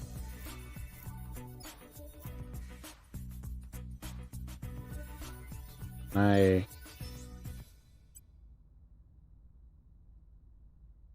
gonna cancel your airlift home, and we're gonna have you come here just to see if that helps with our odd. That I'm gonna send. You're gonna airlift home, but you're not. You're gonna go over here. If that helps, gets rid of the alien stuff here.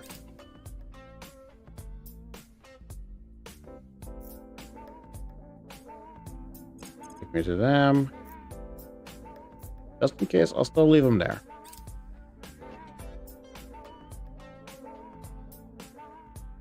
Oh, in Ireland.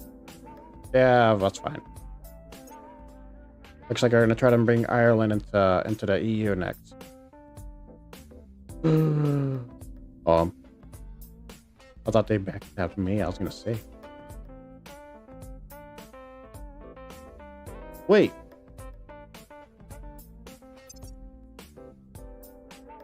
Oh, never mind. She's a servant. I thought she was I keep thinking she was part of the protectorate.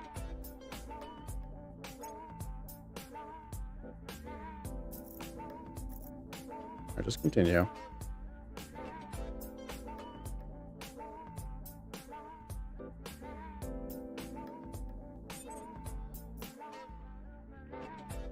Nope.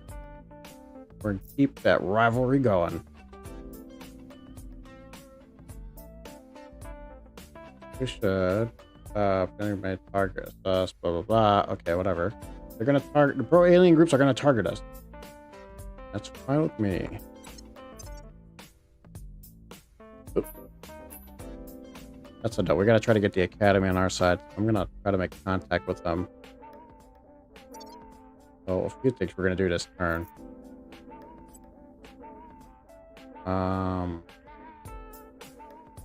South Korea going over to Cuba, it looks like.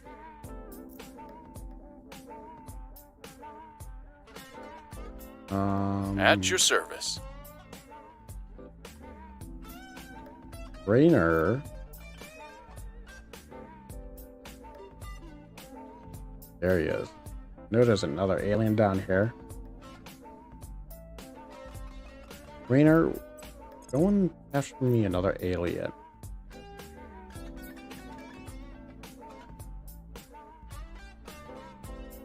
Now, that I don't know if it's bad.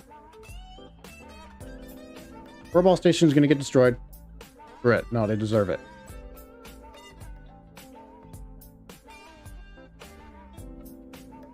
Yeah. Eyes on target. They should have thought of that before. Kirk, we're gonna have you do some good work. Here. I'll level you up. No. Ooh. Kirk, we're gonna have you start doing some interactions, I think. Oh. Yes.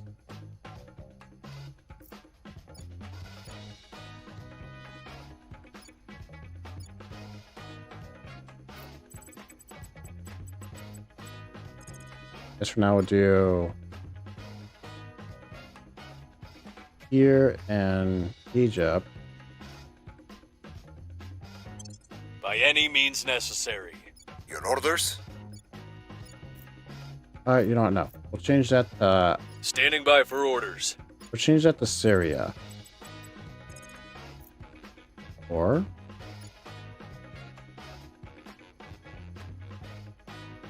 You know, we'll keep it at Syria.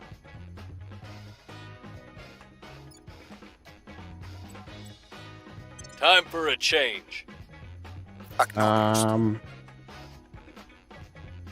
Romulo.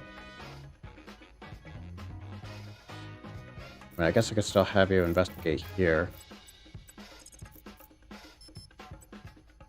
On the way to the target. Every point counts, right? Acknowledged.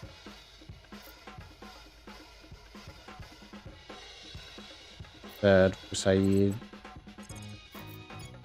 Looks like to me Henry's gonna need some I'll speak with them. cheering up. Acknowledged. And move him Evading over there pursuit. and then have him. I'll make sure they're on Yeah. our side. There we go. So that way, imagine if anybody does come. Actually, Ready no. for orders. If they go for Canada, they'll probably still be able to see them. We're gonna move them over here to the Denver area. Going silent. Yeah, yeah. Now you two just inspire each other. I'll ensure their loyalty. Yeah. Inspire each other over in Denver. Kirk's gonna just dooku. Rainer's gonna go and detain another Ready for alien. my mission. Romulo's Standing gonna by. go and get us some research points. Oh, but I gotta protect America. I'm here. Kirk, changing your mission. America's more important. Especially since there's Protecting a our servant interests. here. There's two servants here. Nuh-uh. Not in my America.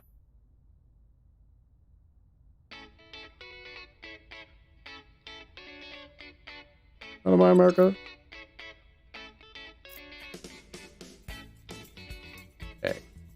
That said, you, I need 86 days.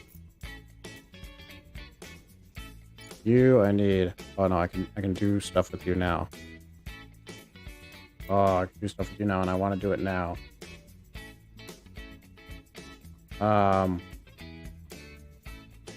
Yes, for now, for Saeed. At Instead your of service. gearing Henry up, work over here. Heading to the capital. Yeah. Henry's still known. Back. I think I might change it What's up and the have up? Henry go to ground so I can get rid of them knowing about Henry. Initiating deep cover. I'm gonna have you go on the ground over here in Denver. Maybe even Los Angeles. Nobody will ever see you in Los Angeles. Going off the grid.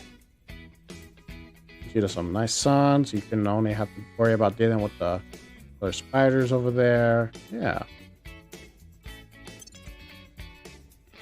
Going into hiding. Good job, Henry. Securing our interests. Good job, Kirk.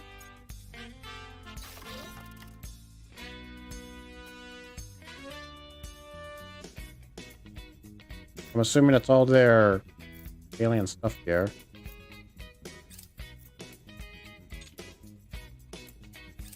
We're gonna go ahead and everybody here to the airlift home.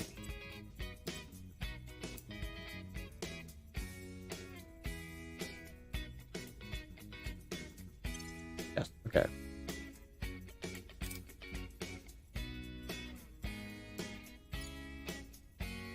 Target in a secure location. Alright, that's super loud and now I know it's the game. We got another alien. I don't know what detaining them does. Oh. They don't like us. They're gonna blow up Furball Station. Oh, we get a significant boost for our Xeno research though. Oh, sweet. Start building up our stuff on Mars.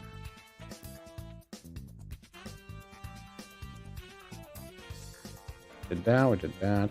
Go ahead and let's look at you from the Habs perspective. Alright. I'll rename you later. But for now, go ahead and get ourselves a mining outpost going. Have the resources, yes. So I think I said I was going to do 5. I'm going to do 5. Means we're going to use a fizz new pile here. Get that up. Okay, so that's 1. Wrong one. I want Hab. It's going to be the next one.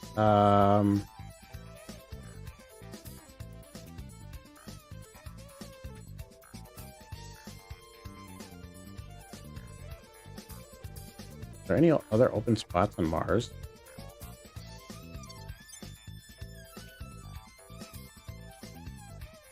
Few spots. They're not the best, but you know what? They're still something.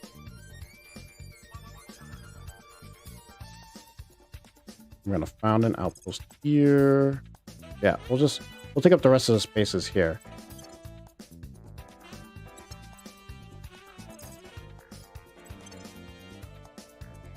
Just because, why not? The more for us, the better. So, let's see. Building 1 mine. I think with me taking these 2 other spots, it's going to lower me to 2 more mines I can build on Mars, I believe. Building here, I believe, right? Yes. Let's look for another potential good spot. I want something with a lot of water and a lot of rare metals. This looks like it's a good middle ground.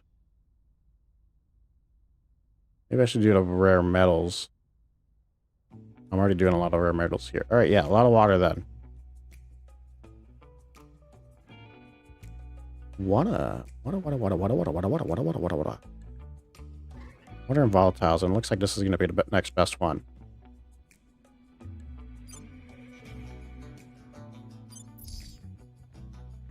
All right. We're going to do 2. Wait. I think we're going to do 2 fizzle piles here. Why 2? I'm a little worried with how aggressive the aliens are getting. I'm going to build a construction module here. And yeah. Might build it another spot like that.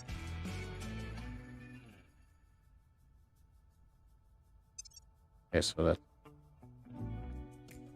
we're going to build there.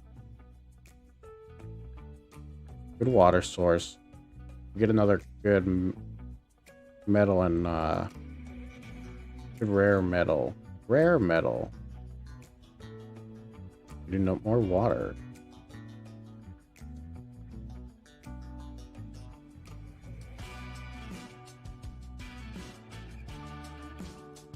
I think this one will be another okay one.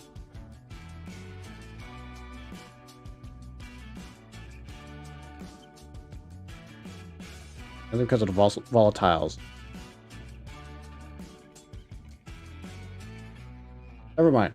This one has a lot of volatiles and some. This one's another no-brainer to go for next. Build here. Build some fission piles. I don't like to keep fizzle. And then construction module. Just in case. Alright. Alright, so I think that's all I can build here for now. Without the accidental going over.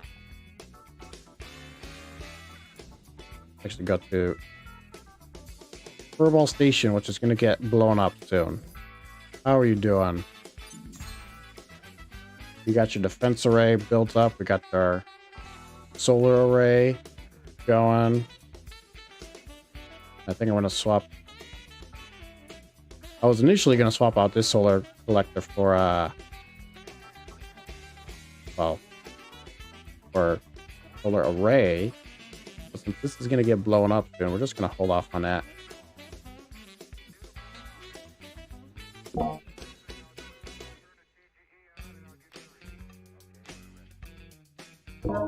Oh, I'm done. Need water. Give me a moment.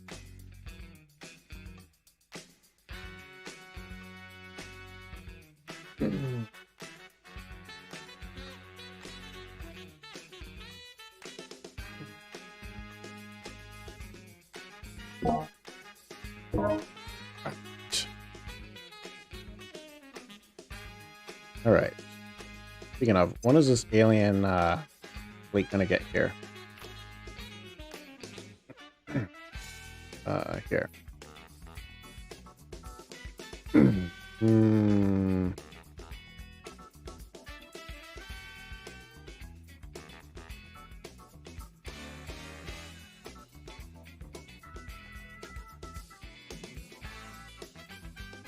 Where is it? There we go. Oh yeah, they're gonna get there on the 19th. They're gonna get there on the 19th. Oh, great.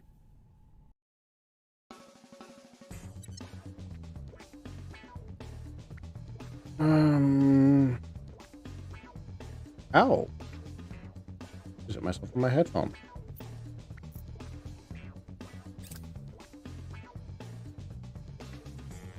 Where's well, that's fantastic.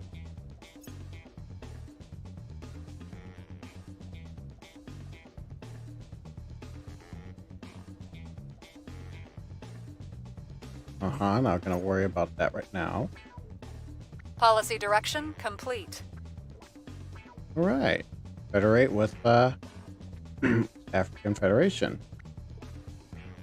Good job.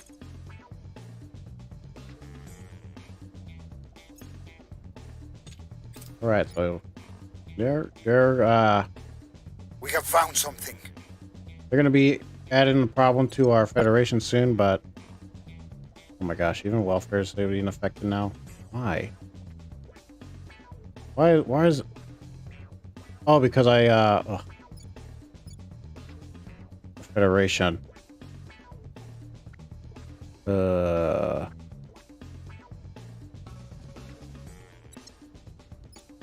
Let's go ahead and, well, either way, this one's more important. So I think we're at the point now where I think I'm just going to keep investing here heavily in the space program. Because I imagine if they unlock it, they're going to unlock it for everybody else here, because it just adds up. It doesn't add up. It doesn't add up, but I'm wondering if South Sudan unlocks it, and it'll unlock it for the rest of East African Federation. So that'd be cool if it did.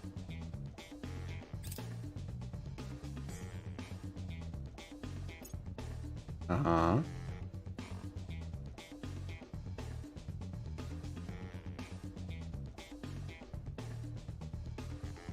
No, we're gonna keep our rivalry. Oh my gosh. So many people know about you already. Huh. I mean, I know your espionage is bad, but wow. I mean, well, no. Now that I think about it, I think set national policy is a loud action. So I guess it makes sense, but still. That's loud.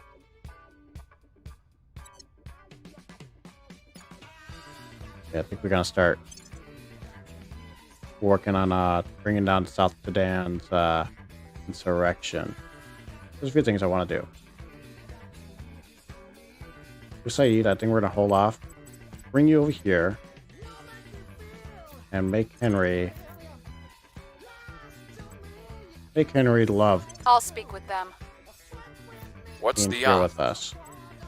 Ready for orders. You too. Just Ready. keep working on each other, inspiring each other. They're gonna be busy for the next few turns. Like I said, we gotta start. We gotta protect Mexico and Canada.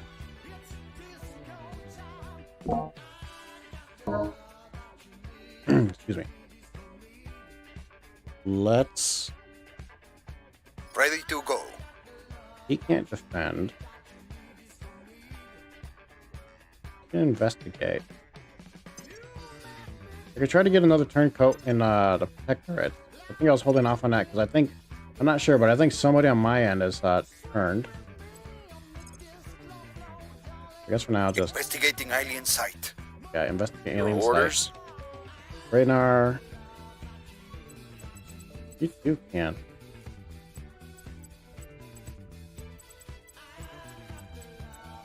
Yeah, you too cannot do this thing. So let's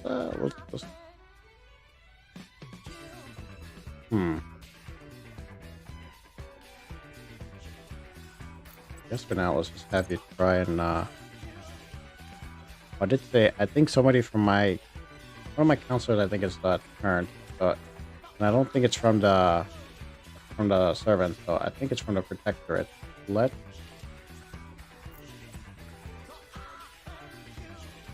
wait until we get a lot more loyalty up. Instead, let's try to find somebody from the academy. I don't know. Turkey, maybe? No. Where's Academy of... they're working here in India.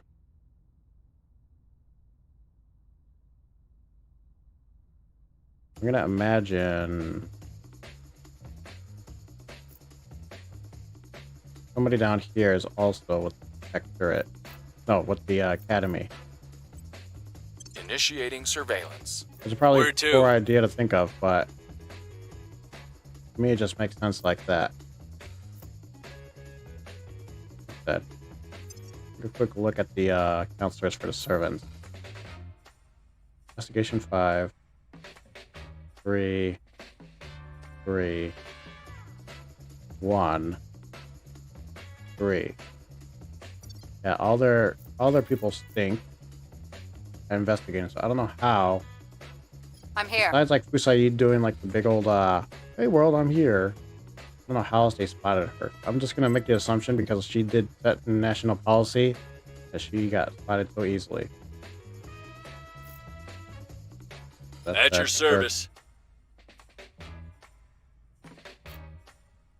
Go ahead and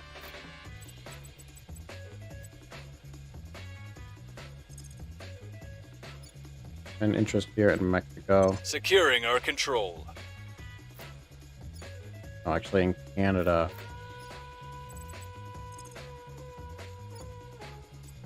Protecting our interests. Just because we don't have as much of a political bias or our public opinion for us as we do in Mexico. Mexico, I think we can wait a turn. That said, though, we gotta get our. We gotta start working on our unity. Our right. There. South Sudan, and I think even Indonesia. All those going down. It'll get there sooner or later. So the sooner we lower it, the better.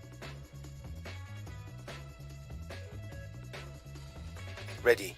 I think when I can, I'm going to try to bump up espionage. See if actually any of these new orgs help with that.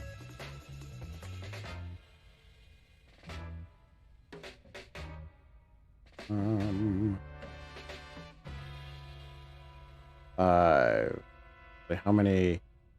So that means you only have one more. That gives you 3. 5. There we go. 3. I want to get rid of you. I can get you. I know I speak with yous, but just it blows out the tongue better.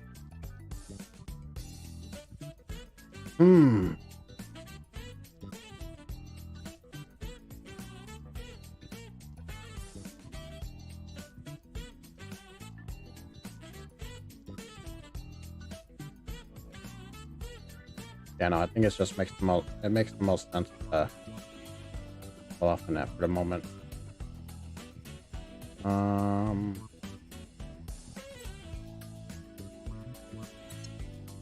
Yeah.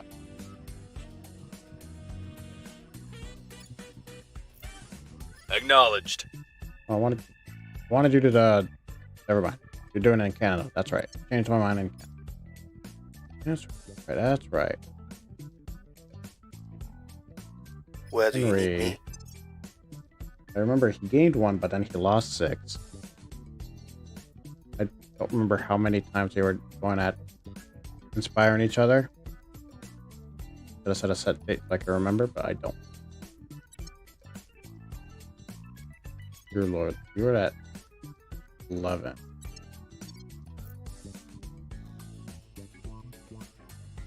Well, let's continue on. I think we had a breakthrough. Permanent. Securing our interests. I believe they'll stay loyal to the cause. Permanent.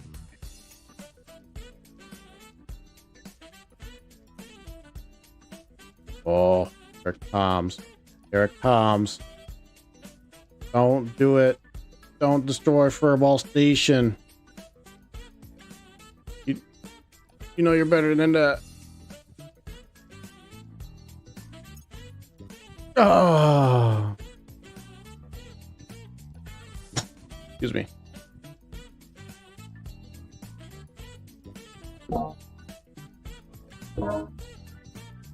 Aliens attack in space. It's possible that the visitors did not expect humanity to leave the confines of our home world. It is equally possible that our rapid technological advancements is something that they have encountered before in battles fought against other species from other worlds, and they were entirely prepared for this eventually. Whichever might prove to be true, the outcome is the same. They are clearly angered by humanity's presence in space and have struck accordingly.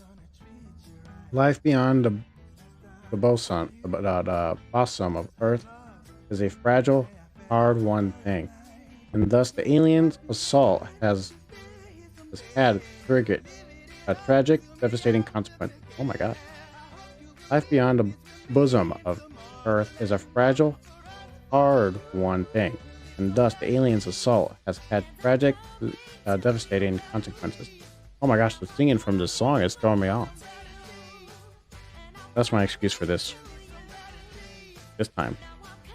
Some feel this only proves that Earth cannot possibly hope to oppose these aliens.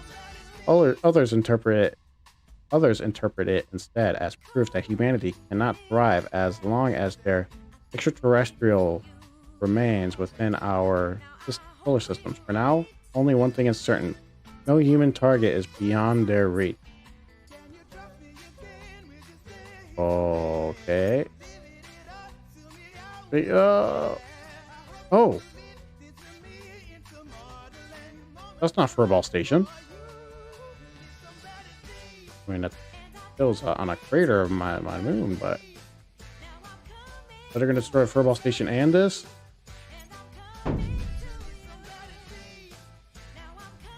Take me there. I need to see the damage that's done. Oh. They destroyed part of a station. Oh, but this is going to be destroyed soon. Oh, these poor people. We will need to clear the wreckage and rebuild. Oh, the aliens have burned Bunzu base. Oh, we have lost contact with our people there. I gotta do no. Oh my goodness, oh, this is one of the good ones, dude. No, or this is the one with the high fissile pile. Fissile pile? No, what is this called again? High, yeah, fissiles. Well, let's go ahead and find this again.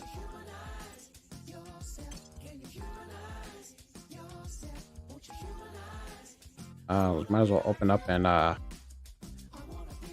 start rebuilding. Open space and pull a collector.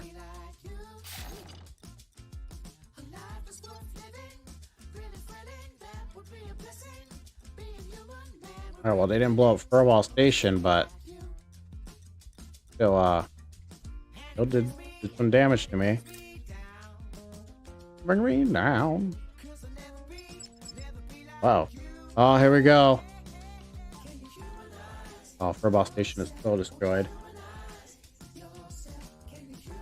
Can I control the space station? I don't think so. I can just watch it get destroyed, right?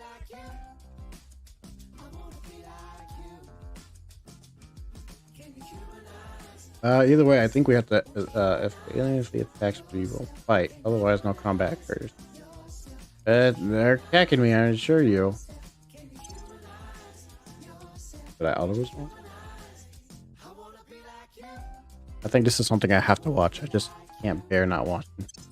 I can't bear, like, clear my eyes. This is something I have to face. Oh, there's Furball Station. Point defense array.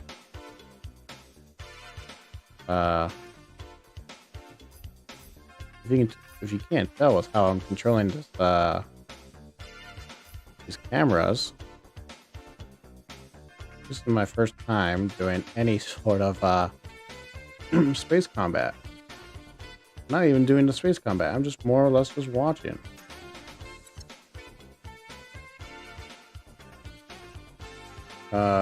Check this to offer to end the battle by mutual consent with the enemy commander. I don't know. I didn't even know I could do that with aliens.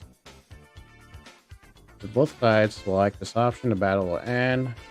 Currently, the enemy commander does not wish to end the battle.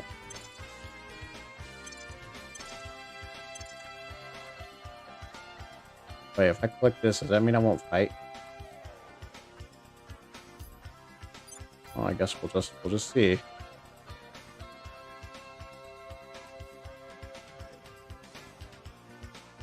I mean, there's nothing really else for me to do.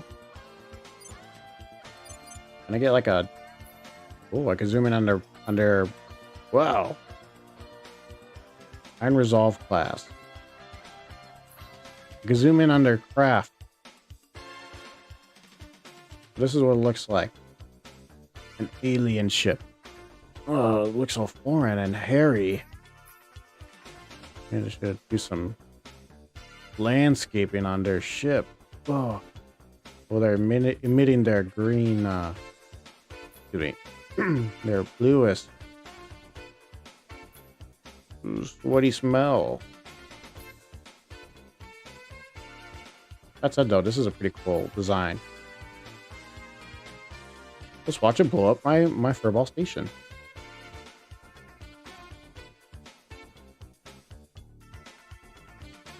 Let's watch it blow it up with some funky music. This music is too cheerful.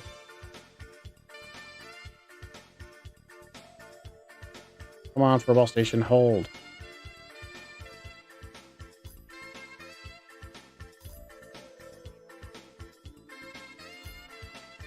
And I don't know if there's a way to turn off like the hood or anything.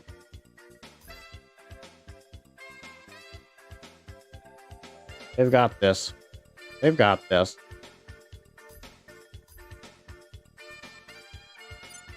Let them have it. Oh, they're shooting. Pew, pew, pew, pew. Go. Oh, keep shooting. Pew, pew, pew. Oh, they got this. Go furball station. Kick their butt. Oh, those shots are getting close now. Oh, we're kind of holding them off, though. We're kind of holding them off. Oh, that one got kind of close.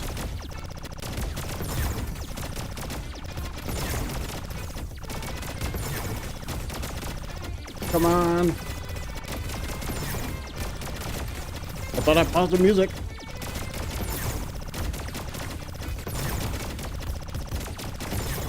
Come on, we're still holding on. Oh my gosh.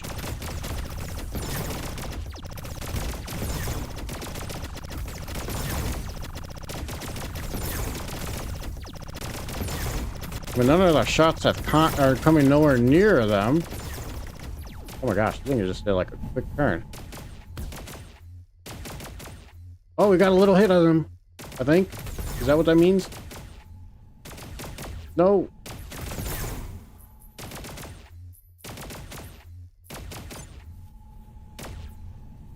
We are getting nowhere near them. We're making some elaborate maneuvers. Oh, we're gonna have a bullet hit? We're gonna have a bullet? No. Oh my gosh. Oh man. I don't know what kind of weapons our ships have. I mean, I don't know what kind of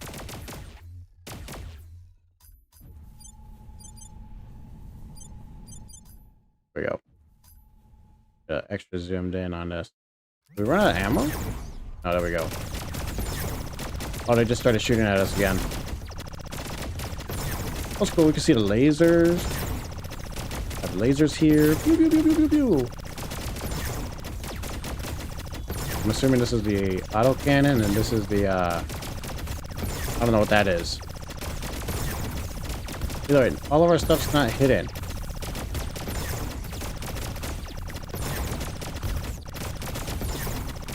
Look at that. They want to call it. They want to call it truce to it. No.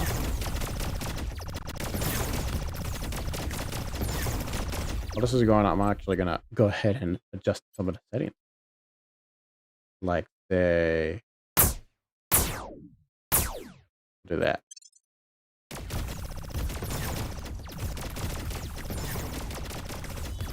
Wow, we're actually holding our own. And they want to call it quits.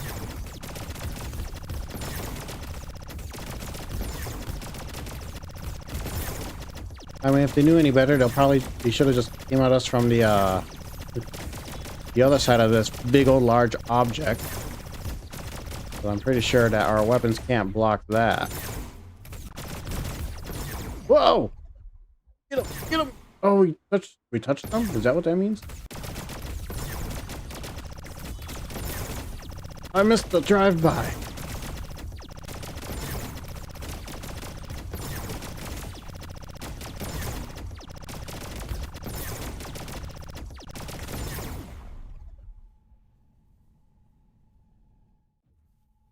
I kind of want to see if I can win this. It's gonna be a slog. But I think we might be able to win this.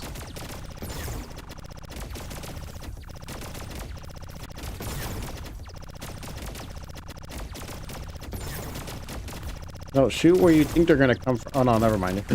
Oh, they hit us.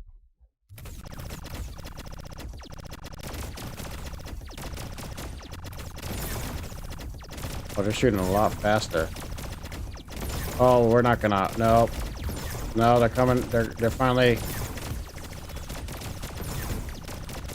Oh, we're just. Oh. Oh no. Oh, there goes Furball Station. Been neutralized. But we damaged them. They had a light mag cannon. So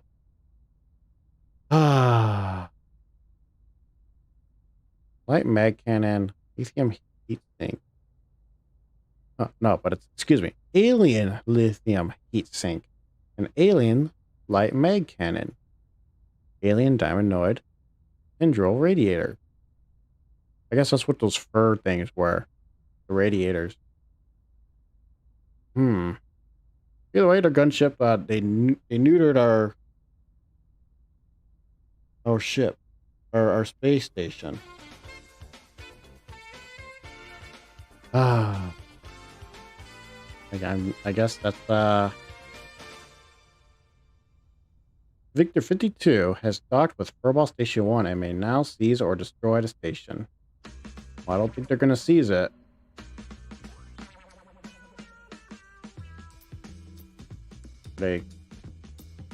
Surveillance complete. They're not gonna.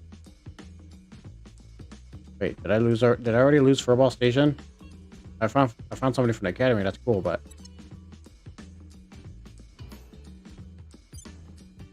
wait. Oh no, I still have it. We just have unwanted company. I don't like the fact the alien's here. I initially built that point defense system to help keep my station from being hit by orbital debris, but I don't like that this is here.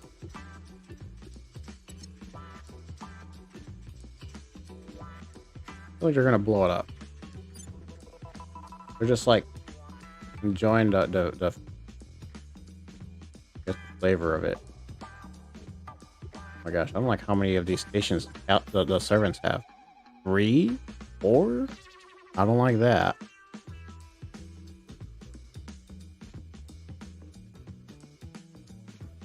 Well, either way, let's start building up this station because I get the feeling this one's gonna be the one that we're going to be using to build ships from. We're building an orbital core here. Go ahead and put our arrays. Solar arrays.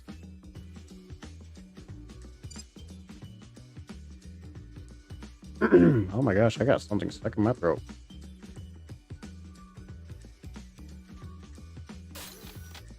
Solar array. Array.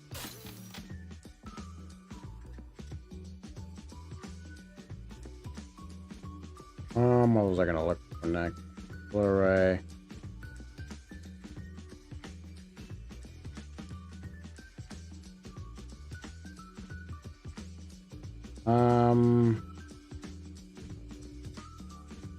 Guess it's space dock.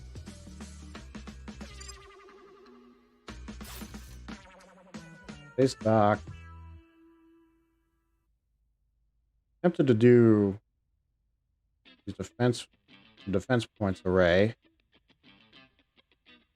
I don't know how well that'll.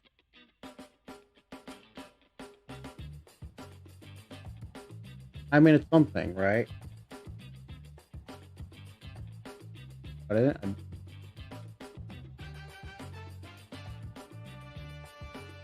I didn't initially build this so that the aliens can defend from the aliens. I only built the research defense arrays to protect from debris. There's no debris out here, I don't think. I mean, the aliens just made some in low Earth orbit, blowing me up. No, they didn't blow me up though. I thought they were about to, but they didn't. Wrong one. Where are you? Furball Station.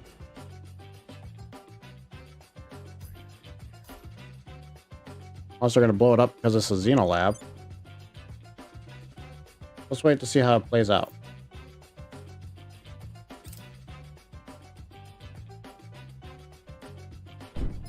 Oh, there we go. Furball Station destroyed by aliens. Take me there.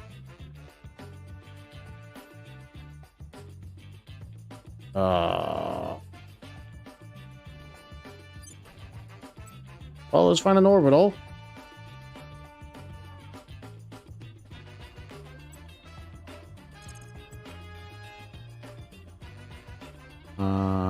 This one was this one has 2 dangerous clouds of debris from the space assets that have been destroyed here. Huh?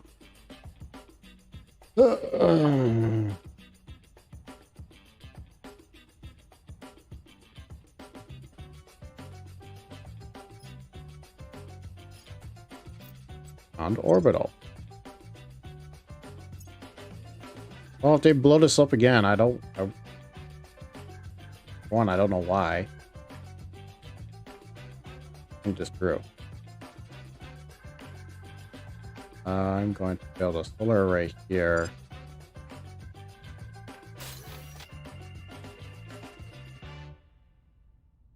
Solar array here.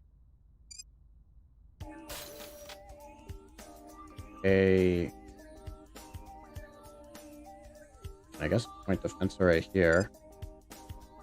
We're gonna build this baby up. You might not like the fact that I have point defense arrays. We'll see though. Space dock here. And see, this is gonna be 42. It's gonna be 10. Another 10. Another 10. 10, 20, 30. I'll have 84, so that's going to be 54 left. I guess we're going to do more Xeno stuff.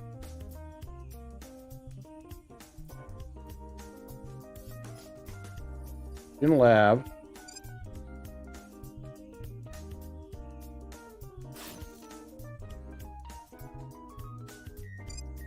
And nothing else to use this for, so Xenolab it is.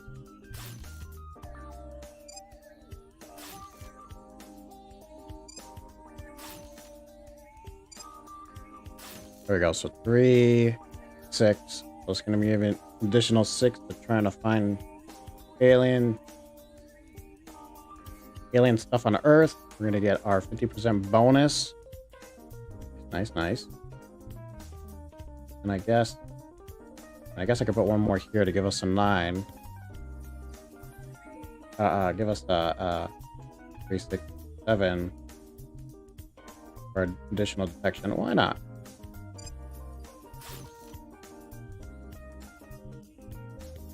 It's gonna be a while before it's made, but it is what it is.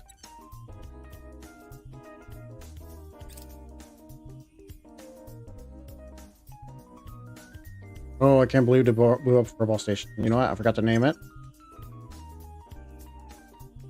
Oops.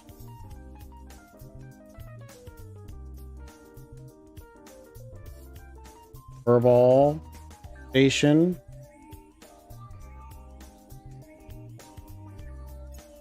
You are now going to be called Furball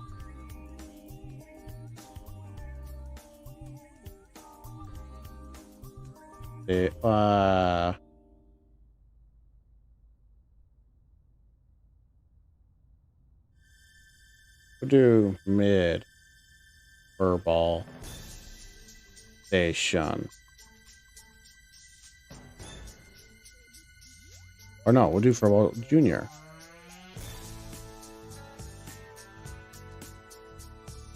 There we go. Furball Station Junior. Save. Our Furball Station. Hopefully they don't blow you up. President go down out. Must be really mad that I captured their people.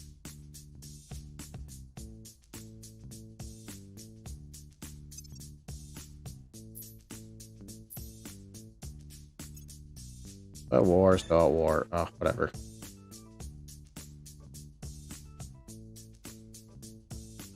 Here's what we have found.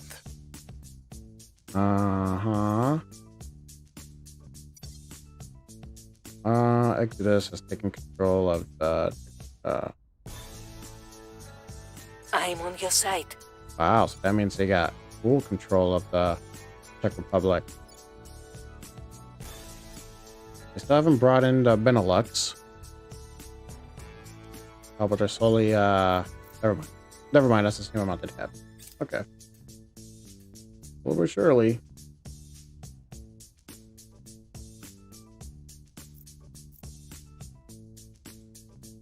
Let me get the speed up.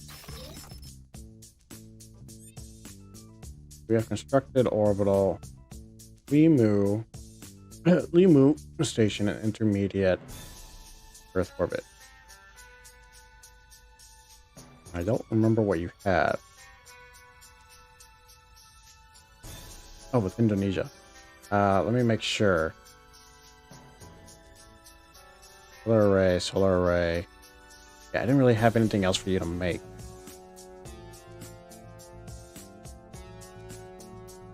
Wait, can you still provide some bonus to Earth?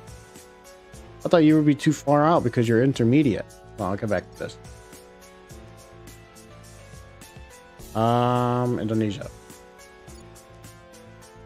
Okay, you still have 7.7. I guess I want to get rid. Oh wait. I don't want to get rid of your one rival, but I think we said we're going to keep. I guess we're going to keep it so I can keep the cohesion up. I know it's not going to help with democracy, but it'll help with the issue that's going on with the GDP, which is huge. Oh my gosh, that's a huge drop. Ooh. Yeah, no, we're going to decline. All right, Milu. Let's do some stuff.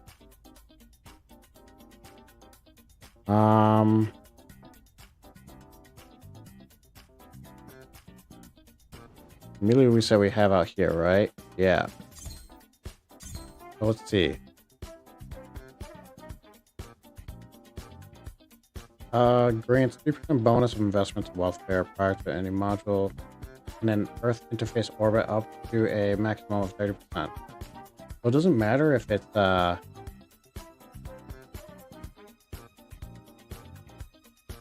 doesn't matter if it's not in low Earth orbit. I thought I had to be in low Earth orbit to provide bonuses like this. I guess just any Earth interface in general. Well, let me see. Let's be sure.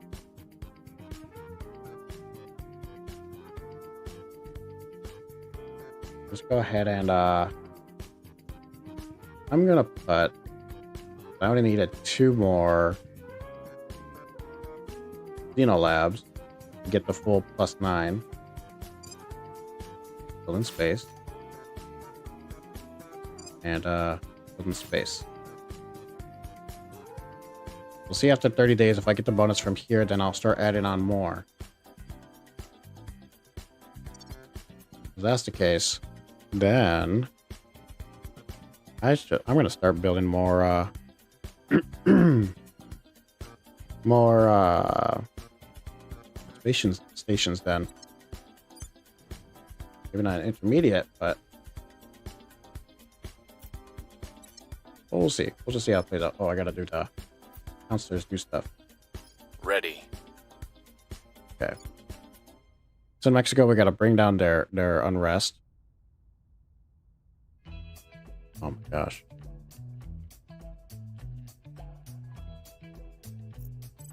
Who can stabilize? Rainer, you cannot. Reporting in. Earth, you can.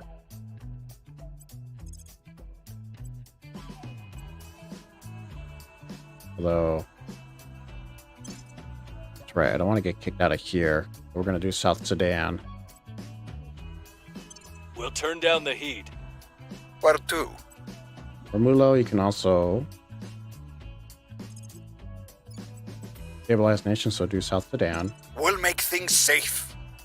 Standing I guess in the by meantime, for or orders. have Kirk investigate Usaid.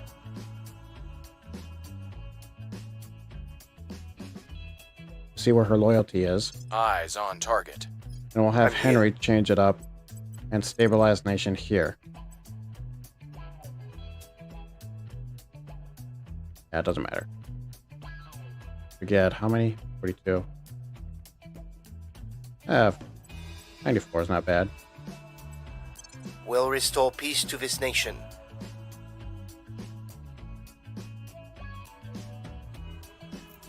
Oh, we didn't. Gotta defend Mexico. Ugh. Your orders? Alright, fine, for Saeed. Defend Mexico. Fiery Gosh, Boy they 69 Sage know all Sigmade about Barbie you. Matic 32 Fireball It's Bits Protecting our Dance 2 It's interests. Bits Dance 2 Matic 32 Fireball Sigmade Barbie. Hello! How you doing, Fiery Boy?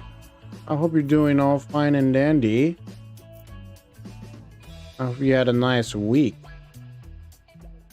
I, on the other hand, am still recovering from my, well, at least in-game. I just got my furball station blown up. I don't quite know why, besides the fact that I may have captured a few aliens.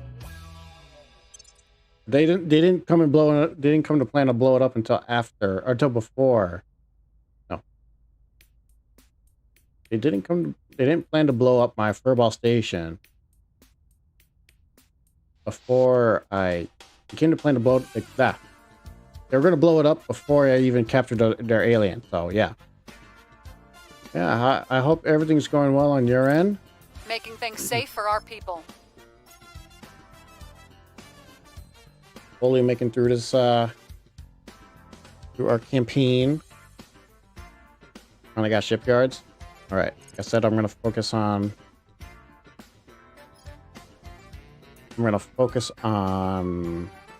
ship parts. Alien language I do want, but ship parts I want to get out of the way. No. Yes.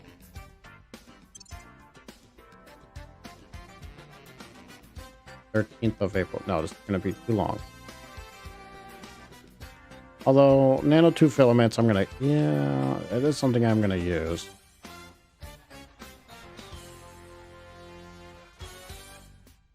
Anything else before that, though? I did say I was going to hold off until I got gas core, since that's almost done researching. Nothing else comes to mind. Yeah, you had a long week. Well, you know, it's Friday. You get to go, relax,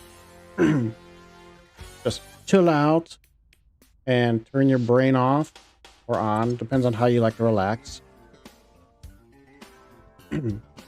I know, especially if I have to use my brain intensively. If my brain, I just come back home and just turning it off and just looking at shows or just like playing a game where I turn my brain off just helps. Each person's different though. It's like not people. How many people are actually no, never mind. Exodus haven't been investing as much as I thought they would be here. Okay, but I think it looks like we're doing good on taking charge of the research. Yeah. I'm surprised with that. I have new information. Okay, so he's full loyalty, so I don't have to inspire her no more.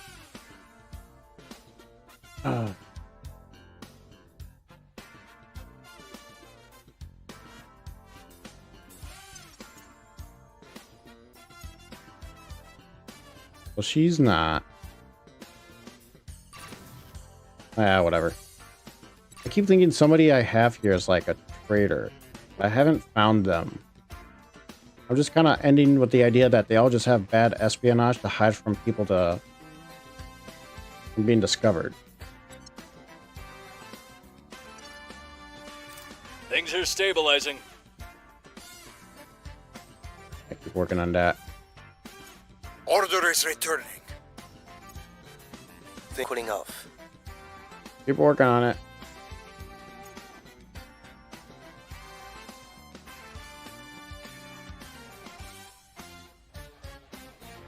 You're going for that Eastern Asia port. Or approach, not port. I guess just Asia, really. Just in general. What was I gonna say? Oh, this isn't my turncoat. Yeah, I'm kind of going, I have a question for you, actually, now that you're here. So, for one, how do you like the music? I can always change it up. I've been listening. This is supposed to be funk, but I think we reached the end of the playlist of funk, and now it's just kind of doing something else. I'm open to suggestions for changing the music. So that's my first question. Like, if you do you have a suggestion if you want me to change it, or like a different genre? My second question to you is, I know you want to try to get stations in low Earth orbit to get a bonus to your research, right? Or to get like bonuses added onto Earth. My question is if you also still get those bonuses if you build them in, like, say, intermediate Earth orbit. Like, say here, I have my Milu station. I'm building xenology labs because I for some reason here I'm getting a bonus. Like, even before I built them, after my orbital finish, I'm getting a +10 to my bonuses from the station.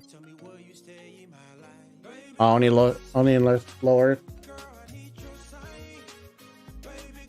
Oh, the science bonus works still? Okay, so I'll still get the science bonus, but I won't get like the +1 and like inspection or stuff like that. Okay.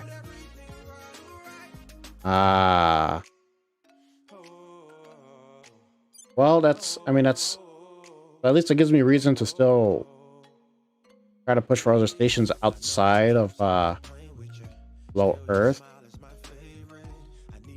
That said, though, I mean, I just still look at that. They have so many, and I just for some reason aliens come and pick on me.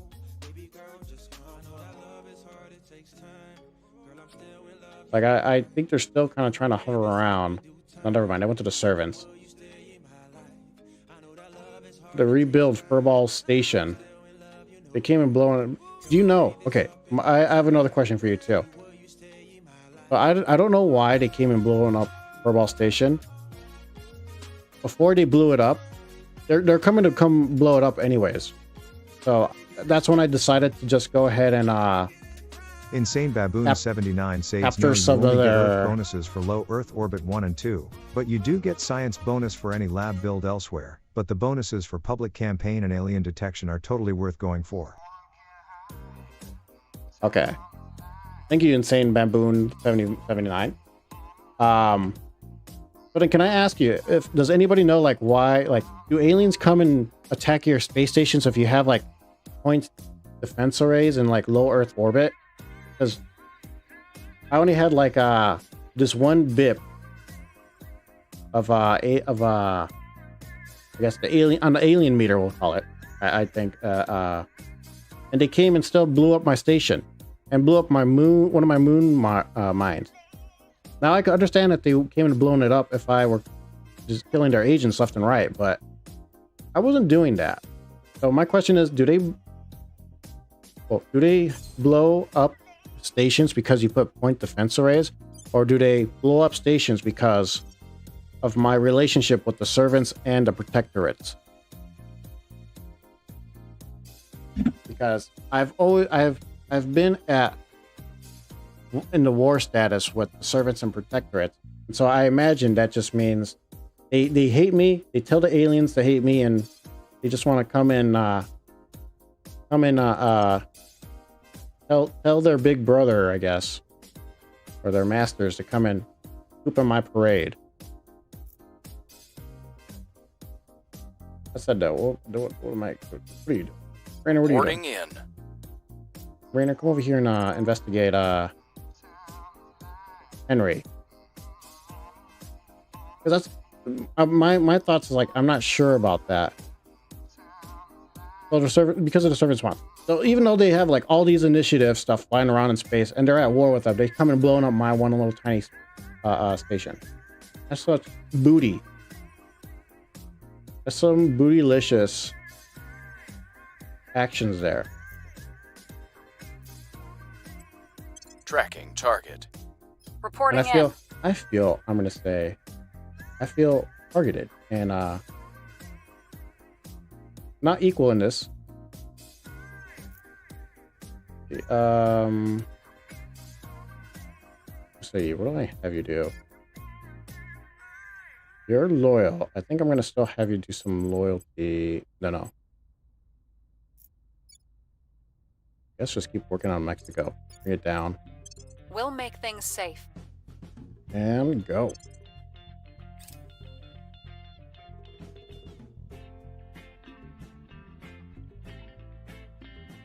Wait, what? Oh, never mind. That's not me.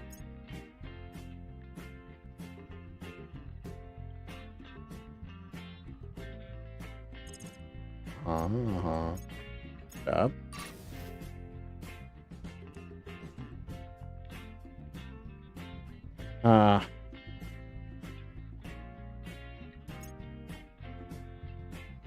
This stinks. I was kind of hoping that this meter would update each time I like buy on an alien or like, you know, like I guess investigate them. It doesn't do it as or at least I haven't noticed it do it. Maybe I haven't done it enough, like investigate them enough to see. Okay. Milo. So I like you said, I get the bonuses for it, right? I don't. Oh wait. There's still the power. There's no power. That's why. It's gonna be a minute. We've got some intel on our Henry, target. there's still a little bit. We got to get your loyalty back up. I don't want you to turn on us. Things are cooling off. Things are stabilizing. Order is returning. Order is returning.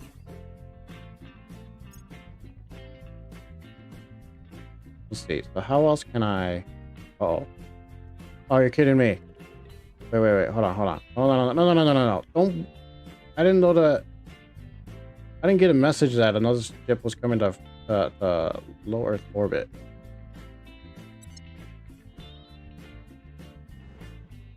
Excuse me, not low Earth orbit.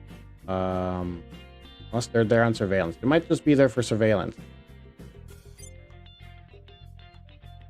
23 is, I believe that's a surveillance one. Yeah, they're just busy absorbing, watching us through their scope and possibly interdict. Yeah, no, interdictor. Where are you going? Where are you? You're not surveilling. You're just.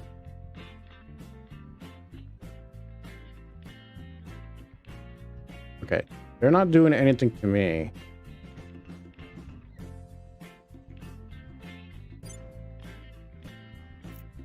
I don't think there's anything, oh, if I can lose another station, then, well, screw it.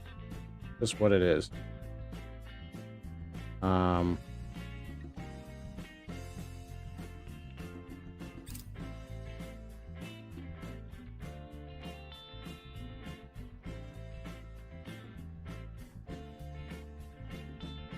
Okay. I mean, that makes sense. I still feel targeted because they flew that ship from essentially their home world, and came and picked on me. Little old me with like these big old nations under my control.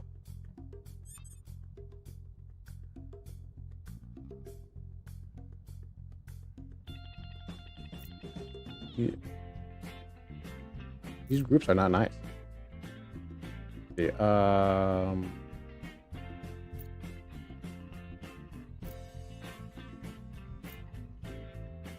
Let's see.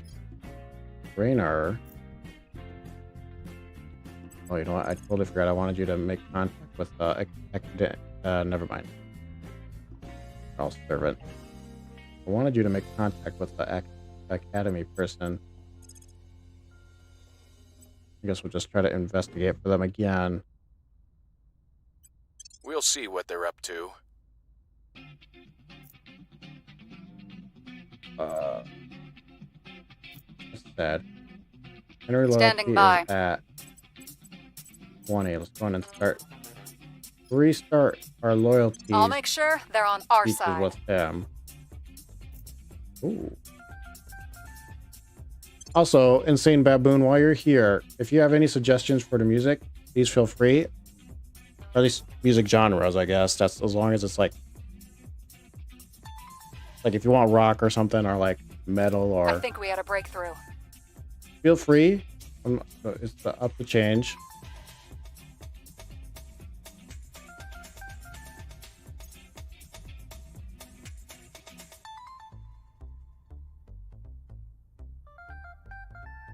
Person of interest surveilled. Get down. Alright, got somebody from Academy. Building mines. Order is returning.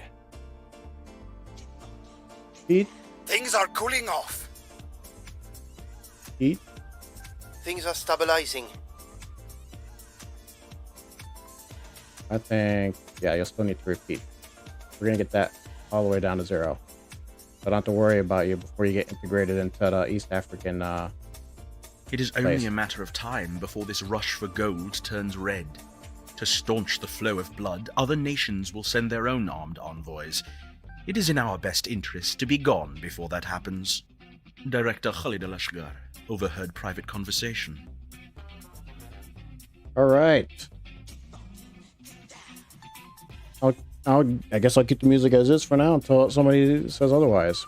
But that said, the threat of force is the threat of force is often more powerful than the force itself. Absent clear borders, humans' expansion into space will bring with it a host of dangers.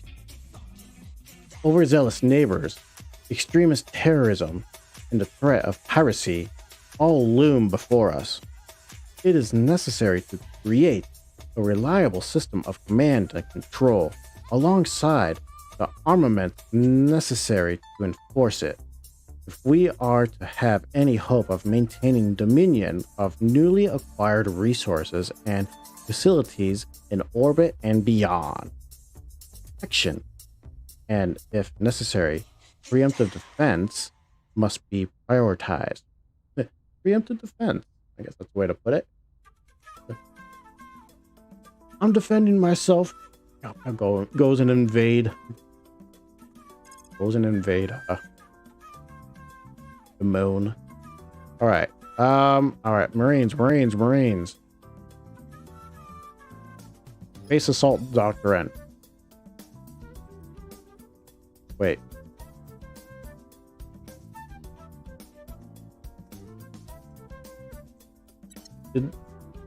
Did I gotta see. Did militarization of space give us Marines? All right. Requirements for following faction projects. Marine assault unit. Oh, I can no.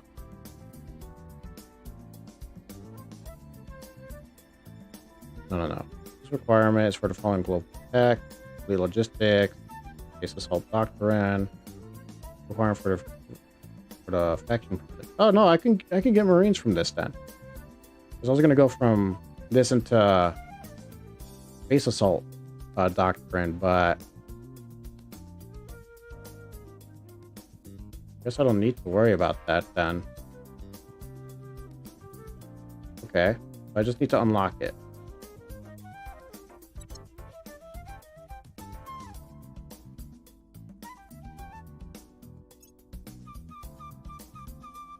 When you say insane USA, how insane? Like, did you break it up?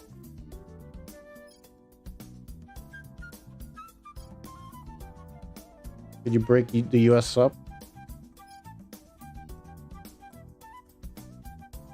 I guess we do particle cannons.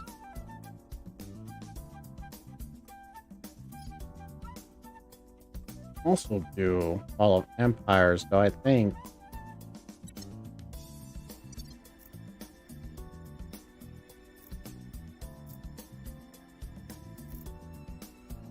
I don't think the servants or the protectorate. I mean, the academy have India. I'm not too worried about that. I am going to get rid of Russia. And I can push that agenda with Fall of Empires. That said, though, I think it's too early, and I think I would rather try to work on something else. Something more useful.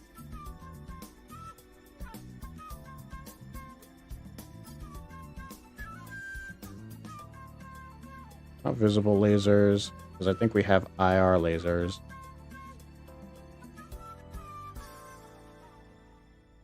I could do railguns.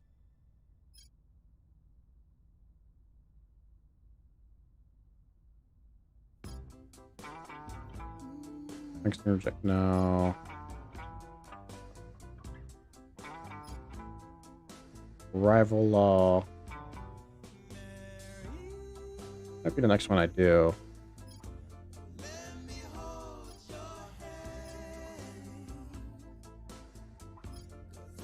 I was so concerned with getting the military barracks. I don't remember what. I wasn't thinking of what to do next after I get it. I mean, I guess rival law, I feel like it's something that needs to get done sooner or later. Oh no, wait. Might as well work on trying to get the over ops. What do I need to get that?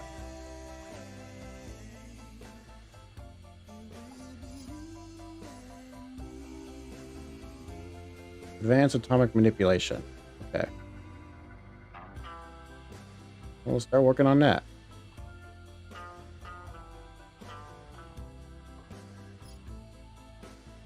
Might as well get our other agent up and running. Then we can get the quantum batteries going too. Alright. Now I just need to get my ship stuff building. Or get my ship stuff researched and building. Let me hold your hand. Alright, the 75 I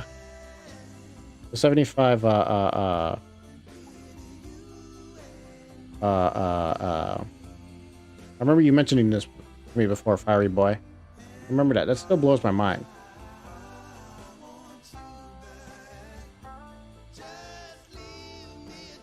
Like, I didn't even know you could get that good. Get good.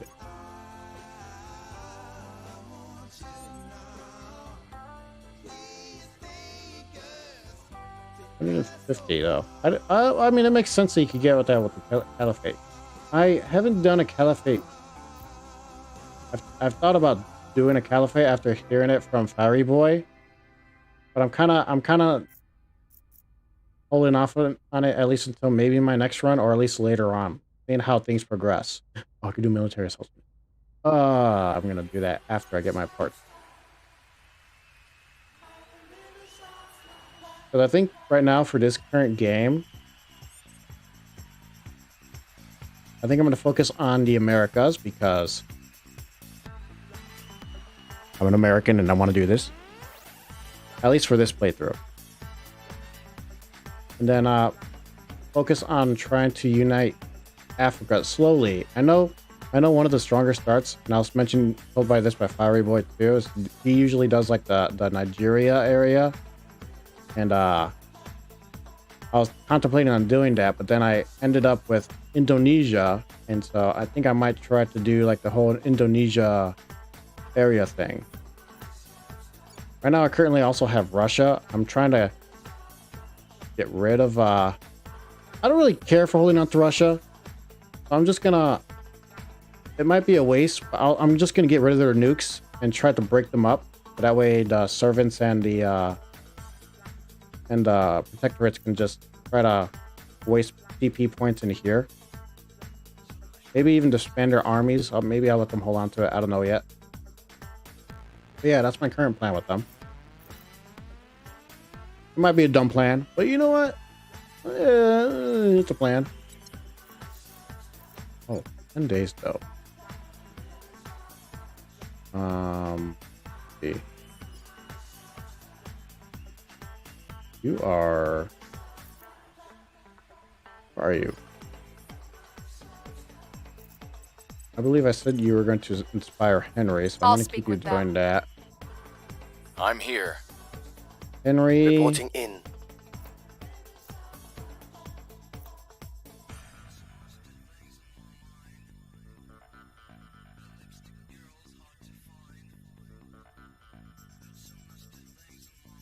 What kind of girls are hard to find? What did this song say? Elliptic girls?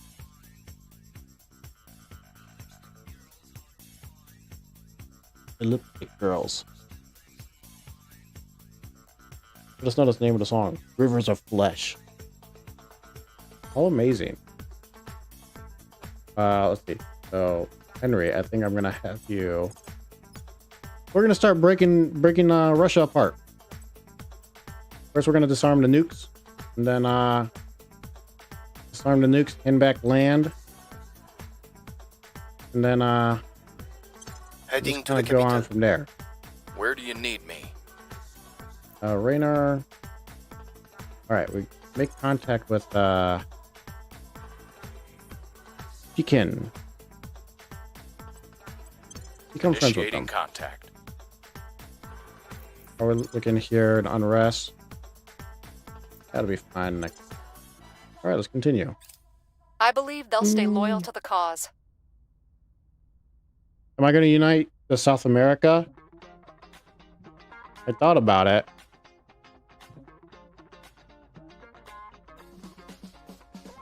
But ooh, critical. B. Establishing contact. Though our methods may differ, We both wish to safeguard humanity. I've seen from people doing a lot of playthroughs, like when doing the whole Asia thing, that just a lot of them, when they build off of India, you could just like, seems like you can do like I think it seems like you can do a good beginning to mid game run with it without running into big issues of research. Okay, so I want you to like me more. We're just gonna give you this org. Maybe you can give me some. Can you give me any? You don't have any resources. What about project? You ever look at all these solid cores that you have? Oh, what do you want for this? Okay. This isn't going to work. I need to give you more. I might give you more for this. Give me more mining output. Yeah, I'm friendly. I'm giving you stuff. I might actually give you some fissiles. Maybe all of my fissiles. Huh? Need more? Okay. What about some of these? All my rare earth. That's one. Gotta keep them in the bank.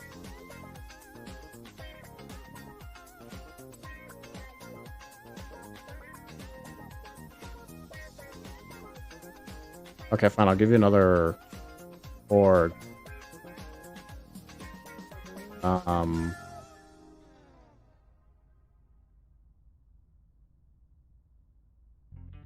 I had more orcs to give away.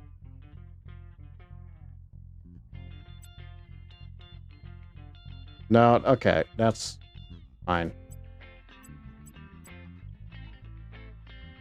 Fine, we'll just do this trade. Can't do a non-aggression pact, but this is fine. Be friendly. We're just being friendly. I know people like to do the whole, like, do the EU and then bring Russia into the EU. No, I'm sorry. I think it's the opposite, right? I think Russia absorbs the EU.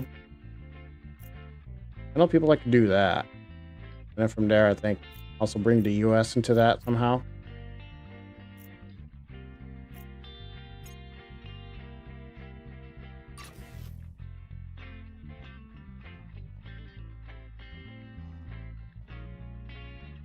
Forward to Russia. I'm gonna break Russia up. Just because I think it'll be breaking Russia up, I think would be just a good move to keep the. What the heck was that noise? Violence is abating.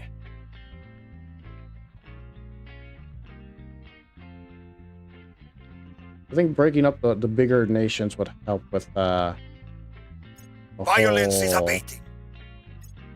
Keeping servants and protectorates busy.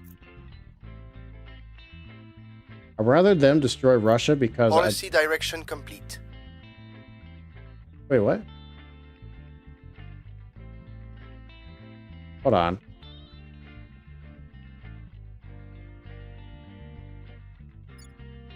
I thought I could oh, because he did it a day before, like minutes before I'm able to change stuff. Oh, that's lame. Alright, we'll cancel, I guess. Let's repeat the mission. We'll be ready for new orders soon.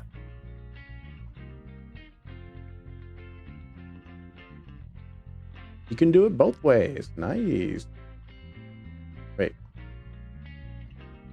Other? No. And Project Exodus, as violent as they have been in this playthrough, are continued to be as warmongering, hungry Europeans. I mean, I guess it makes sense. They're doing the Napoleon route. They're going to conquer Europe. Now they're going after the Balkan states. You know what? One way or the other, right?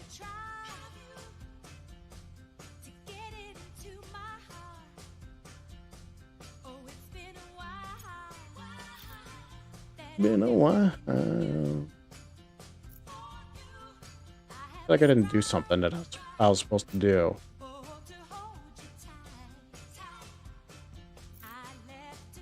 I don't care for Ireland. We're just gonna abandon Ireland right away. Henry's gonna... Can I now? Yeah, I should be able to now. Yeah. We're breaking Russia apart. Oh, wait. If I break up... Should I succeed their land first before getting rid of the nukes? If I... Let's see. We'll see. I'm assuming if I cede land to the EU, that it'll get rid of some of the nukes here in Russia, but we'll just see. That's sad. I'm gonna secede land away from to the EU first, or at least not granting them independence. Ready for my mission. That where we got some aliens to fight. Damn. What did I click on? No, I don't want to click on you. They're here in Sudan. Sudan is their rival to the U.S. So the U.S. can declare war. Let's say time though. I don't know.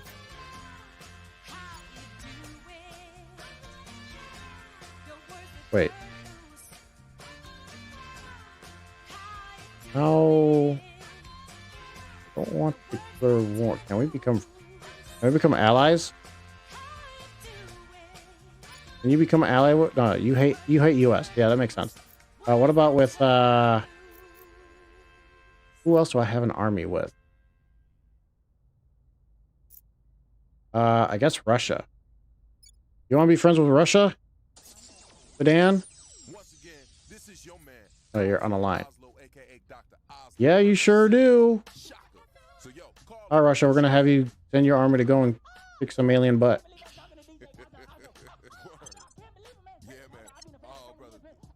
All right. Before I forget, we're gonna send this one navy down to kick some alien butt. It's gonna be there in February 23rd.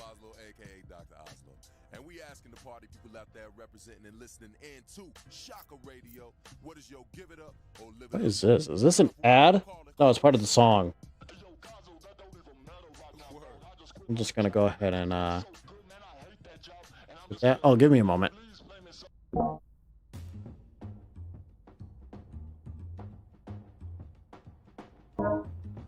Never mind, just a ghost knocking on my door thinking that I'm not gonna get frightened from it trying to say hello.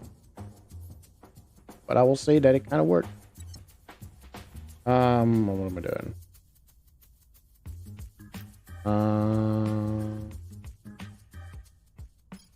Romulo, I'm not gonna have him waste coming over here attack the aliens if I can avoid that. I believe South Sudan. You can join the Federation on the on March 4th. No, excuse me. August 25th, or 25th of August. Let's go at the end of the year. So we're gonna keep you doing your thing. Romolo, do you have to do anything here in East African Federation? It doesn't look like it. We're slowly making progress with stuff here. What about here in Mexico? We're gonna have you start stabilizing here in Mexico. We'll It looks like peace to this nation. Where cohesion is getting good to the point where I don't have to worry as much. Yeah, I think once cohesion gets above, I guess 7.8 is max. Well, at least once the unrest gets below 2, that's when I'm gonna start to be more lax on raising my cohesion and start investing in other stuff in Mexico. What's the up? I guess unrest here as well. Restoring order. Ready to go. Rainer. What did you do, Raynar? I'm hesitant on killing aliens or going after the protectorate or servant because of the whole... Let's try to find some aliens. Maybe this will update if I try to find aliens again. I don't think it will, but... we'll see. I don't know... No alien activity there. Well, somebody's in the States. Let's go see who went to the States. Investigating target. And, yeah, come in. I think we had a breakthrough. Gotta go. We gotta break through.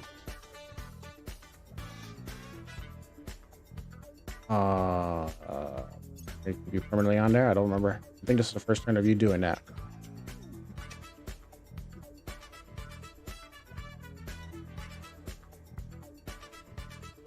Oh my gosh. Soft moaning coming from your speakers? Well, that's not creepy. Especially if it's classical. They had classical back in the day. Unless you had like a... Alright, this raises up some theories. You can either have a ghost that really likes classical music. You're being haunted by the CD of some... no, they didn't have CDs back then. Records of classical music. A classical record music is haunting your place. And it's doing a good job doing it through the speakers. Or you just... Your speakers were in the mood to listen to some...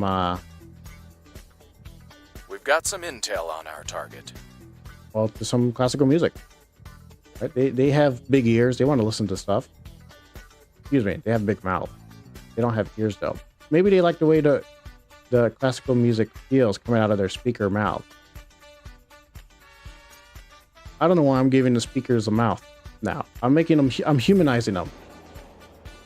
Oh, never mind.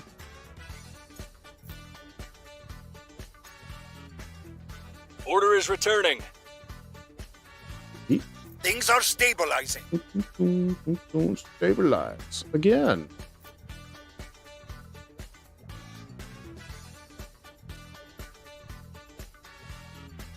Mission complete. Oh, well. I mean, your explanation makes a lot more sense than my we'll call it pseudoscience, because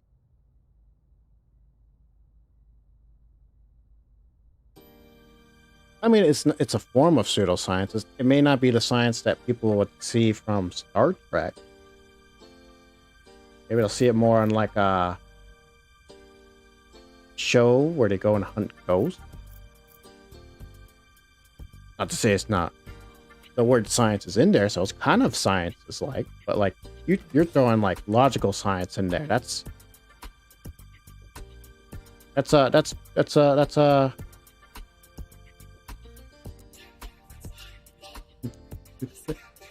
prove it.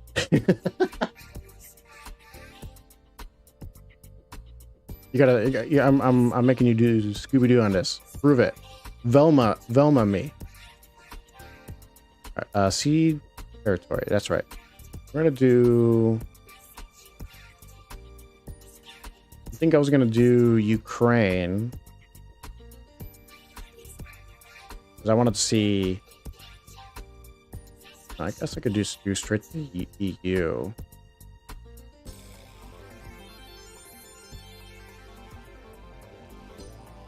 Yeah, I'll do EU. Wait, did I only get to choose one?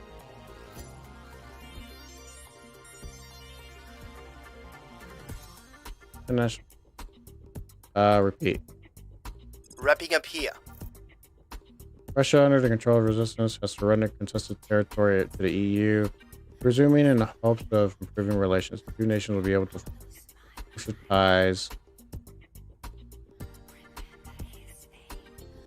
Oh, it's just the color threw me off. I was like, this color doesn't look like the EU when I'm looking at Ukraine. I was thinking of, I wasn't sure how was it gonna affect their. First off, fun. So first off, it didn't change my nuclear bombs. And second, I didn't want to throw off the whole EU's economy, although it looks pretty bad already. Jeez, what happened? If anything, I think it helped the EU.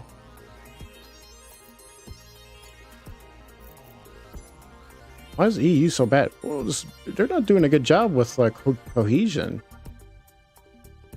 They must have just had some bad luck. If anything, they're doing a better job than what the Humanity First is doing over here in China. Over here, spoiling the heck out of it. Not really doing much else to improve upon it. Yeah, they're really messing it up. Ooh, such high inequality.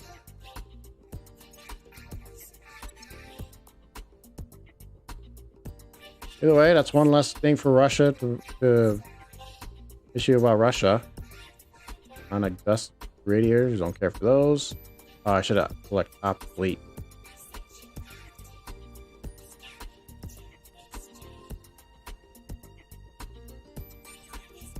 And Insane Bamboo, if you are gonna show the science for this, and if you're gonna do a link, I suggest doing it in the Discord, because I think I have the chat set up to not to block links. So just give me a heads up if you do. I'll be waiting.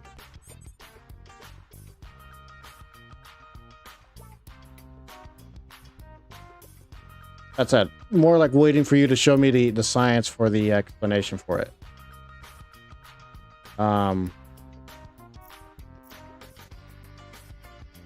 What's the Not that I don't believe you.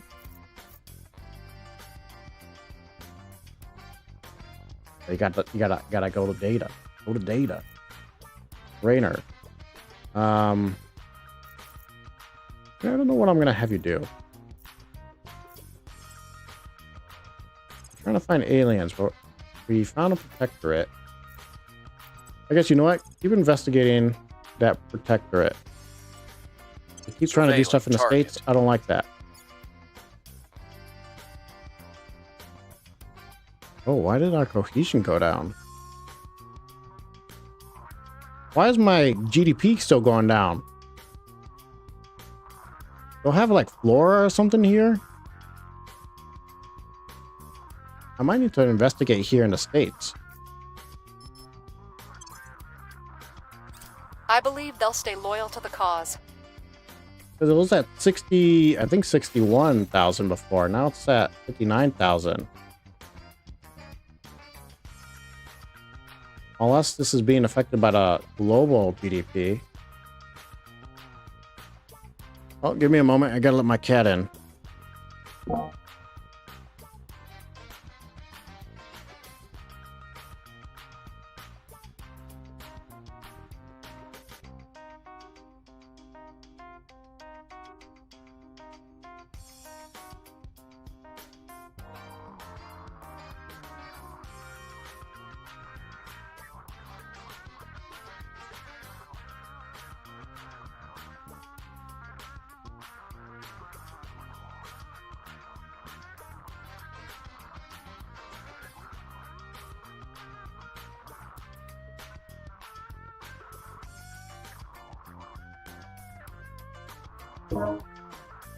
Alright.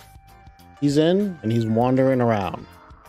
If he comes up here on the desktop or on the old in front of me, I'll show him on camera. Alright, let's see what Furball Station, you've completed all your stuff. Alright. Now you should be surveillance complete. You're giving me more than 10%.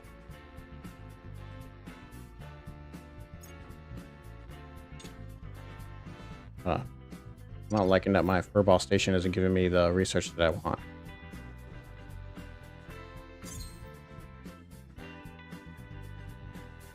I mean, it has the power for it. Maybe it's just a UI issue. Oh, unless it's just talking about the never mind. I was looking at the individual modules. I wasn't looking at the overall. 7%. Okay, yeah. Okay, all right. No,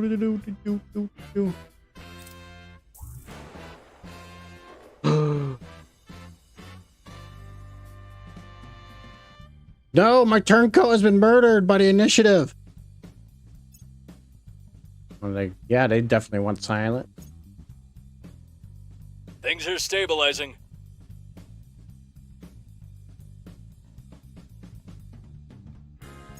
Things are cooling off.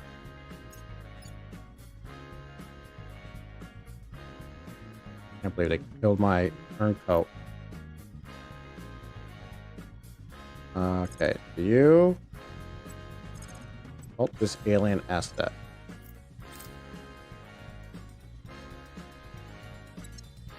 Policy direction complete. All right. Next on the agenda, we succeeded territory. Now we're going to disarm warhead, because I don't know if granting some nation some independency will take away from our barrage, and I don't want to grant those small nations those warheads. So let's go ahead and disarm. That's going to be a while. You didn't continue.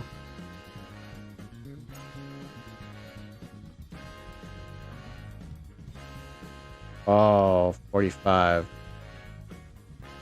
Why are you here? Are you a strike craft?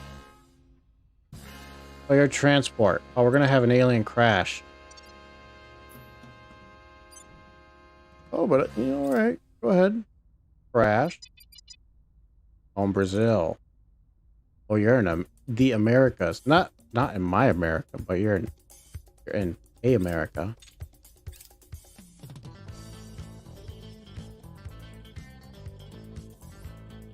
Alright.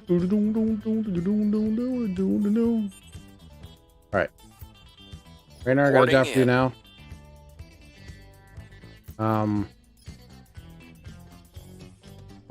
Oh, she has high loyalty. Standing by for orders. Can you even convert her? No, you can't even convert her, so never mind. Alright, Raynor. I'm here. Good job stalking her. Good job stalking Lopamudra. Come over here and survey this crash site. We're gonna find us an alien here. Ready to go. Kirk, I'm gonna have you. See, you are. What are you doing? Stabilizing Mexico. I think that's the most we're gonna need you to do. So I'm gonna have you next. Dan's been taken care of. Their alien asset.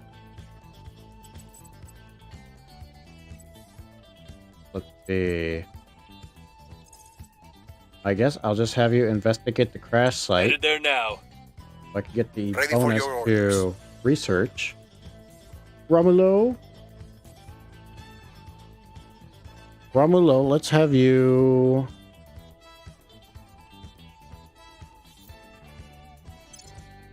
Jeez, South Sudan, we're still good. East Africa Federation, we're good. Stabilize strife here in Indonesia, though, if I'm going to keep them. We'll turn down the heat. Yeah, your rest is at 2.8. We're getting the cohesion up there. We're getting there. We're making places better. We're making the world a better place. I don't know why I said that like that. And proceed.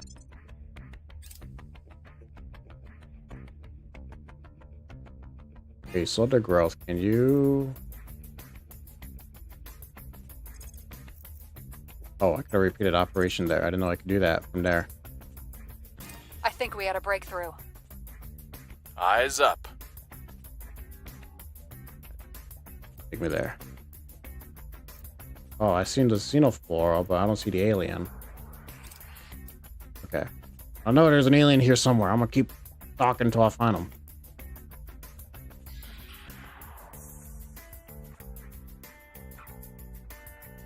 Order is returning.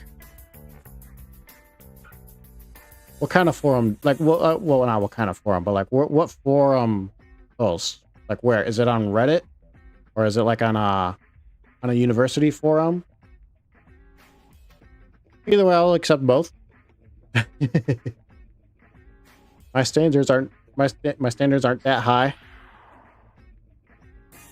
Yeah, you gotta do the Discord, because I keep having bots come in and like posting links like, oh, if you want to improve your career as a streamer, come here. And I just kind of got tired of it, so I just blocked links.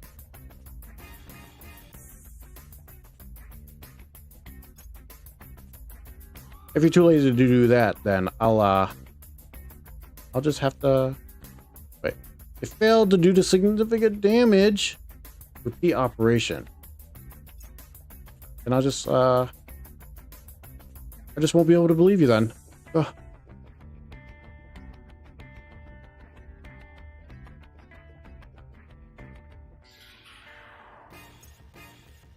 Okay. No rush. No rush.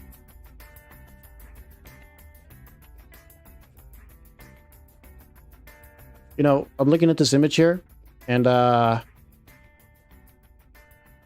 just because it looks like it's on a phone, I thought that this was like some person with a weird head that had like their hair braids like blowing in the wind.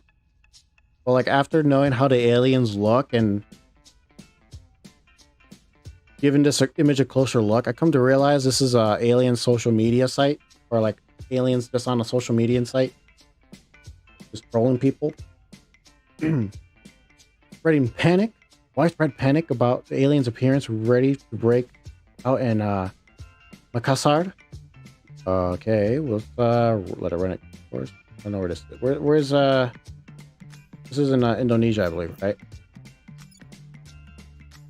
We got aliens in Indonesia. Yeah. If we let it run its course, it's going to change. The cohesion is going to change 2 towards the extreme, which is I think I want, right? Unrest is going to go up, but I can deal with that. Cohesion goes down, but unrest only increases by 1. Okay, did I understand this correct for this option, this operations sections report? That if I select the first option, let it run its course, that the effect from this choice is going to be the cohesion is going to go, when it says towards the extreme values, that means that this 6.8 is going to go up to, it's going to try to go to 10, right? That's the other extreme value. So this is going to be 8.8. Unrest is going to go up by 3, but I can deal with that. That's how I'm assuming it's going to be. And I am, we're going to find out. It sure Mission did. complete. All right. I'll set Indonesia up in a sec. Russia, we're not going to federate. We're going to keep the disarming warheads. You only got to do this 4 more times, I believe, right? Yeah. Repeat. Cleaning things up. Oh, let's pause. Let me go to Indonesia. We're going to change Indonesia's... we're going to change some of their priority hips. I don't know exactly what to call these. Dots. Boops. I'm going to change Unity. I still want Unity up. We'll leave it at... Try to leave Unity at 10. Knowledge. Sure, because you're already at flawed democracy. Might as well go full. Welfare. Still can work on welfare, but not as much. The economy, we got to get this up. This goes up low.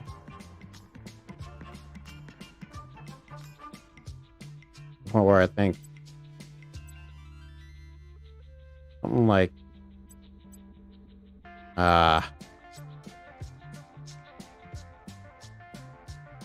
maybe this? I hate having this many three pips all over for economy, welfare, and knowledge. But I feel like I don't mind the spread. That said, let's just lower Unity then. Unity doesn't need to be as high. 9% I'm fine with. I think I can't wait to get rid of Russia so I can start getting Indonesia under control and Canada, because I hate the fact that I have to put 19% of spoils into or 19% into spoils, all because of the initiative.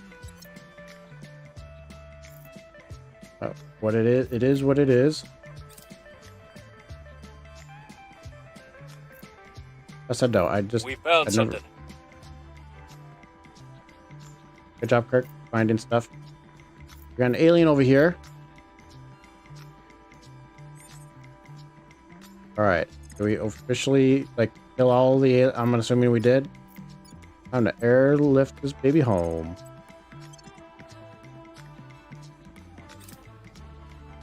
Then I gotta kill this alien thing quick before they start spreading over there in Brazil. China has proposed an alliance with Russia. If we accept, the two nations will defend each other. I can if it wasn't with Russia, I'd say yes, but I'm gonna say no. Fine. Let's see. All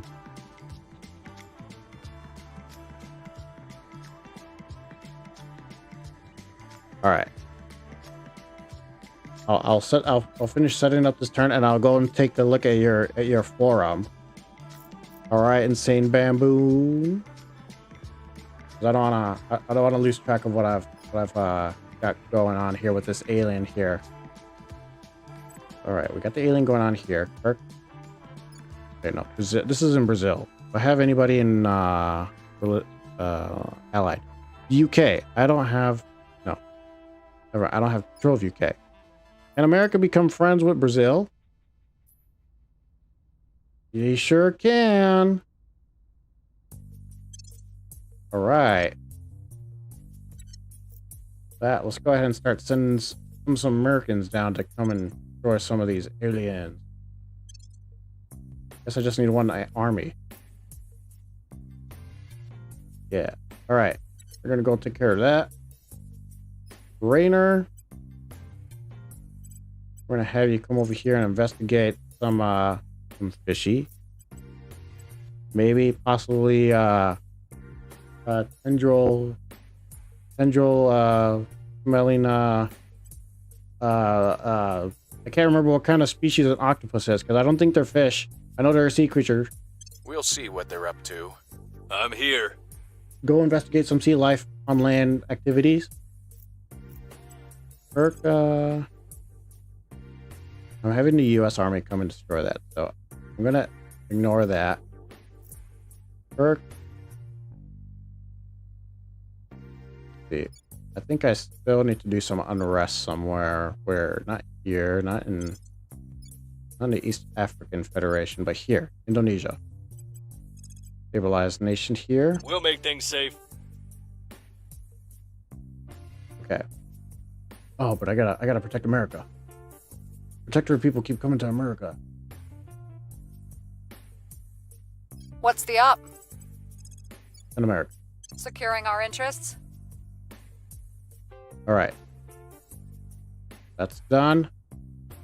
All right, give me a moment. I'm gonna start pulling this up.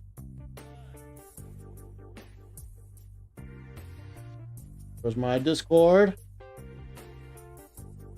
Click.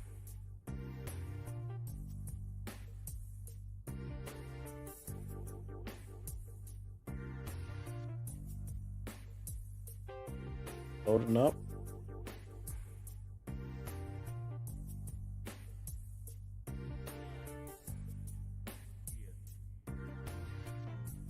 Oh, you had another experience.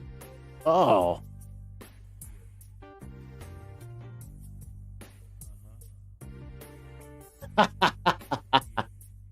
Oh, those seagulls. People don't realize it, but birds love to troll too. I've learned, I never knew this. I never knew this until like I've learned from my girlfriend's friend how birds have such I don't know how else to describe it besides birds having like being assholes for lack of a better term, because especially if they're males, because they want to act like all machismo like and all like, oh, I'm the one that's walking around here with like the big testosterones. It's just it's one of those where you're like, all right, but like I'm getting sidetracked because of all right, let's take a look at this. You want the link? I want the link. Why is the link taking long to open up?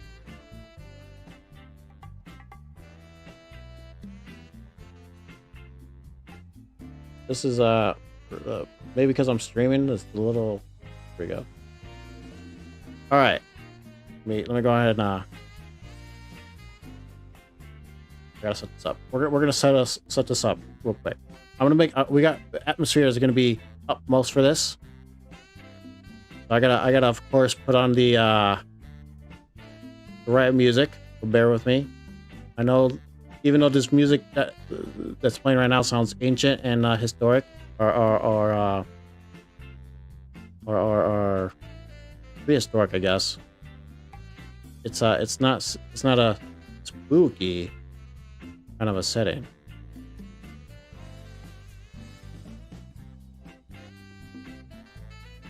Where does not have spooky here? Okay, maybe hold on. I thought I saw something that like a genre here that fits the atmosphere. Yeah, there. Load me up. Load me up. All right.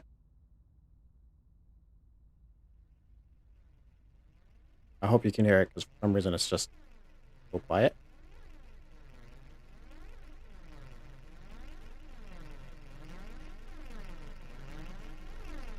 Okay, there we go. I'm gonna imagine this is what you heard on the speaker, so here we go. Hearing voices from computer speakers. Computer is turned off. I have a Dell that the kids use, and it's turned off at the moment. I heard a single static coming from the cheap Logitech speakers.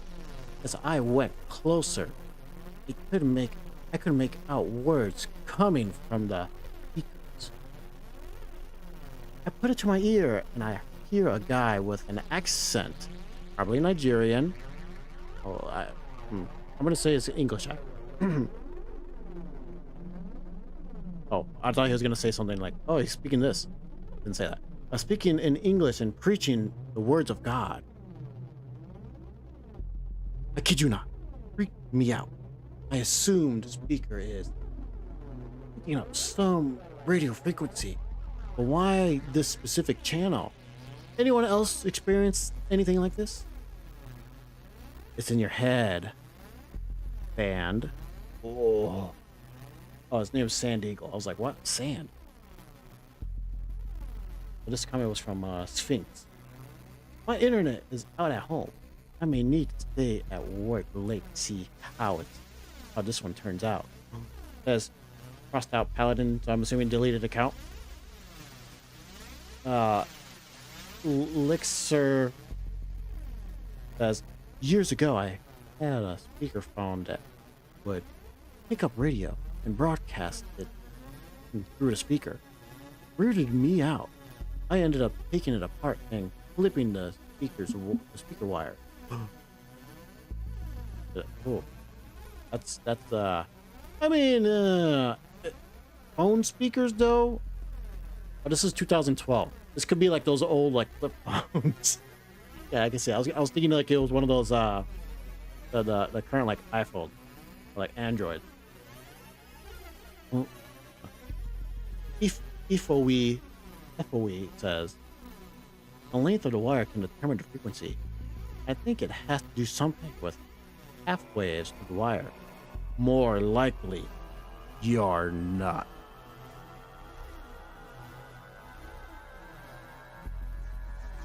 Oh, that's quite a bit, huh? Let's see. Years ago, a speaker on the phone picked up the radio. Okay, that's the one I just read. The length of the wire can determine the frequency. I think it has to do something with half waves. I just read that one. How funny. Maybe it's really God trying to tell you something. I'm sure most of you don't believe half of what I write, though it is all true, mostly. But this time, I kid you not, my kid also confirmed it, which means I'm not a schizo. I found this. Oh, more forums. Ooh, spooky. Ooh. So okay, so it was your cheap Logitech speakers. What it sounds like to me that then it's like what you have, possibly the ghost that's haunting cheap speakers, cheap equipment. And it's haunting you because it knows that you can afford a better speaker. It might not. It doesn't know that. It's a ghost. Ghosts, they don't distinguish between like rich and poor. They just see somebody to haunt. And right now they see a speaker that I can give you a good haunting. 90s past. 90s are ancient, man. Didn't you know that? It's prehistoric time. You got dino DNA walking around there too. Didn't you know that? Dino DNA appearing on film. What do the voices in your dental feelings say? Do they agree with the speakers? Oh wait, I feel like we missed a post somewhere. Happened to my speakers too. It's funny enough, I have heard of like dental fillings doing the same thing.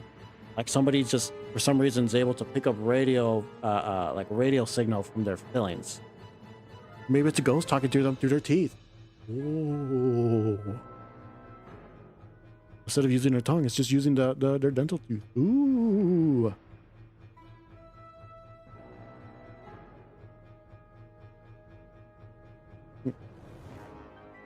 Schizophrenia is highly heritable. These people, they don't believe. They don't believe. You never know though, right?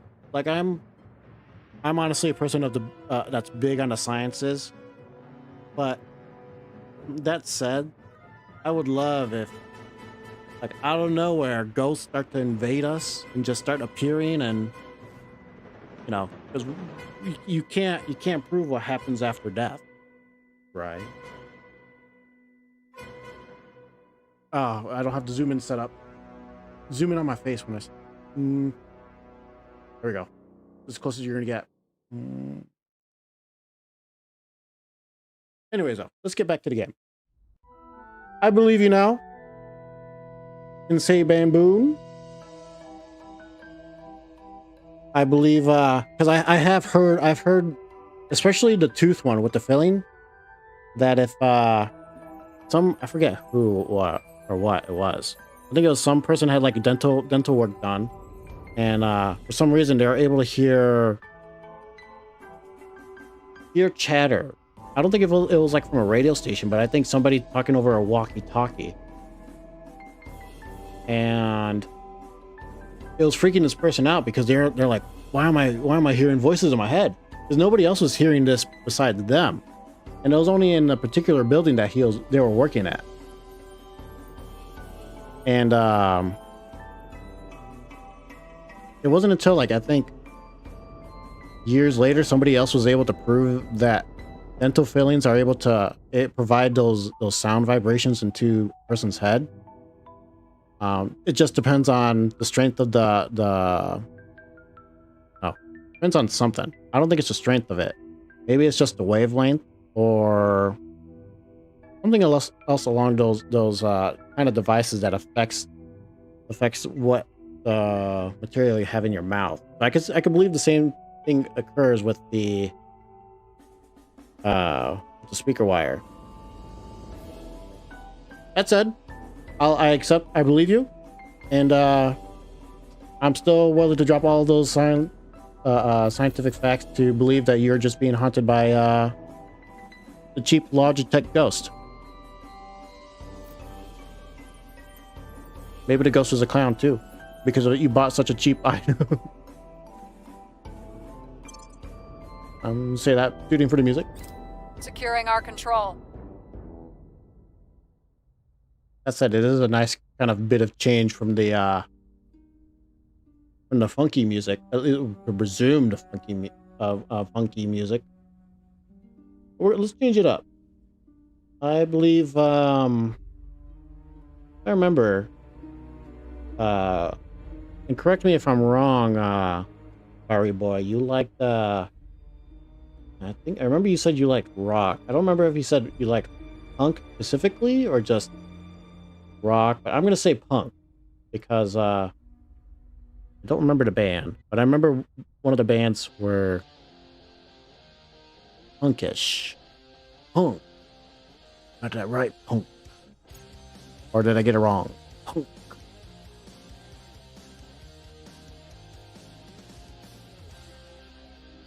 I have new information.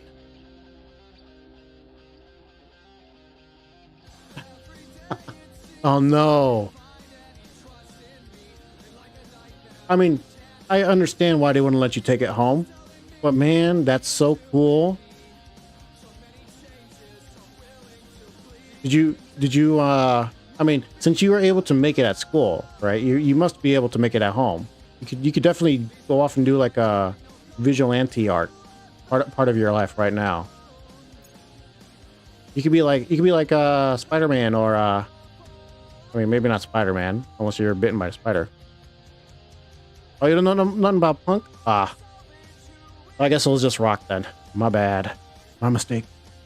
Oh, for shame. Oh, the guilt. The guilt. The guilt. Oh.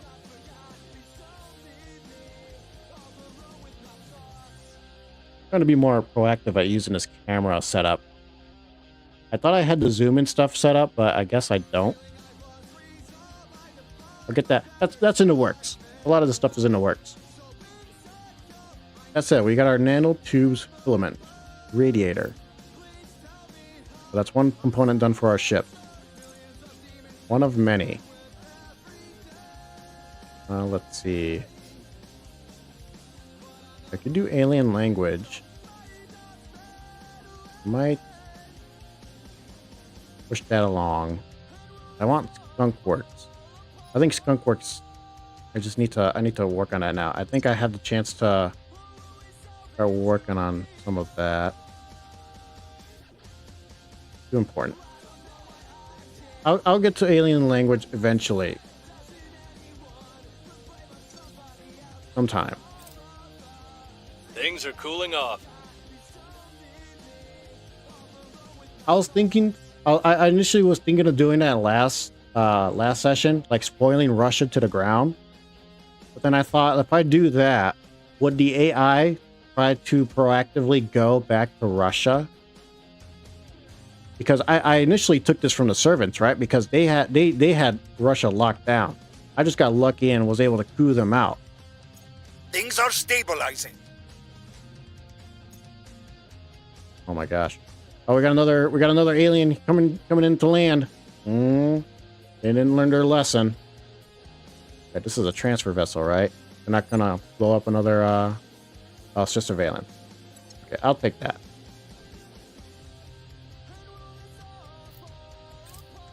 not gonna come blow me up. Yeah, I want the servants to come back to Russia. I think in order to do that, I need to break Russia apart when it's somewhat healthy, not too healthy, somewhat.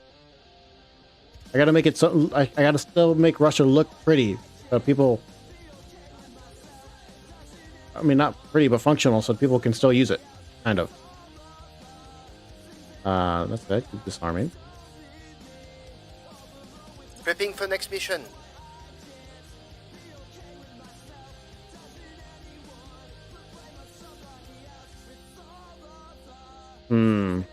That's true.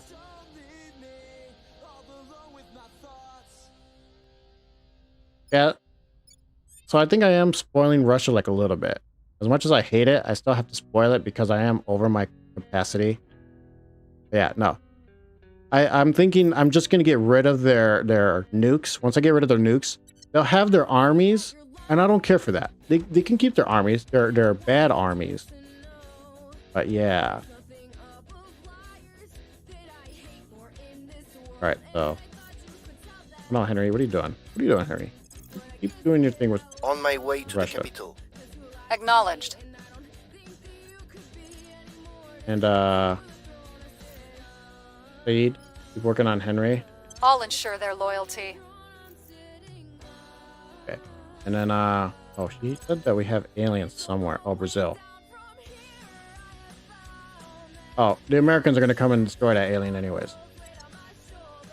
Nothing too worried about that there. All right, that said, continue. Now, hold on. I gotta go back to see what I gotta reread what I saw from Baboon because I believe they'll stay loyal to the cause.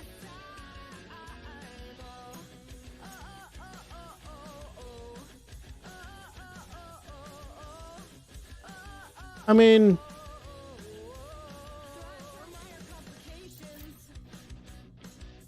oh wait.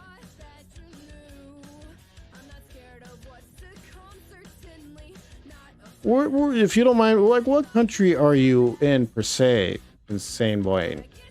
I don't know why I said Insane Boyne. Insane Baboon. Baboon?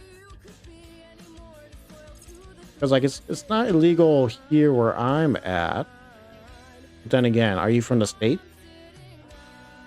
Ah, you're from Denmark. That makes a lot more sense.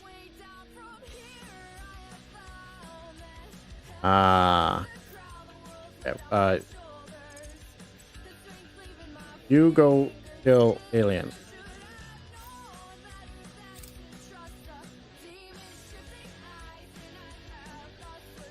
Person of interest surveilled. Wait, testing games for Pirate Bay. What does that even mean, though, too? I wanted to back up and ask you about that. Pirate Bay, I mean. Like, do you mean, like, downloading from Pirate Bay or, like, playing games in Pirate Bay?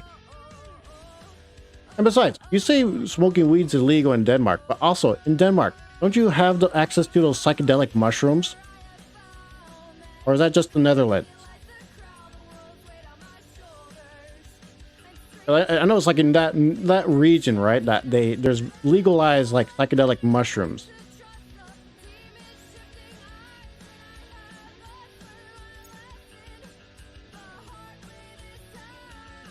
Things are stabilizing. Things are cooling off.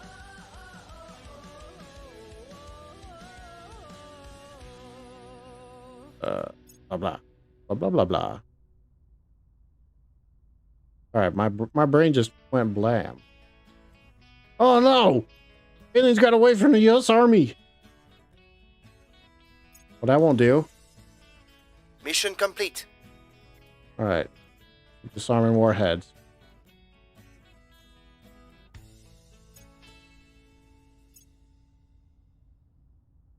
Wait.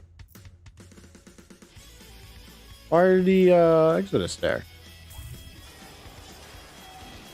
Alright, so Balkans were conquered by the EU. Good job, Exodus. Your warlike behavior. The word atom stems from the ancient Greek atomon, which means uncuttable. And yet here we are, creating energy by splitting the atom, cutting the uncuttable. Director Khalid Alashkar. Speech to the Space Society Conference. Well, what about cutting the uncuttable parts of the cuttable parts? Like the quartz or like the ion? Is there anything smaller than a quark or an electron? Which an electron is a quantum particle. Anyways, molten core fission systems still rely on heat conversion and turbines to generate electricity or thrust, which is not the most efficient way to harness power. Our new gas core fission systems use gaseous uranium hexafluoride as fuel contained within the reaction chamber using superconducting magnets. Thanks to this powerful yet precise containment field, the fission reactor never touches the chamber walls.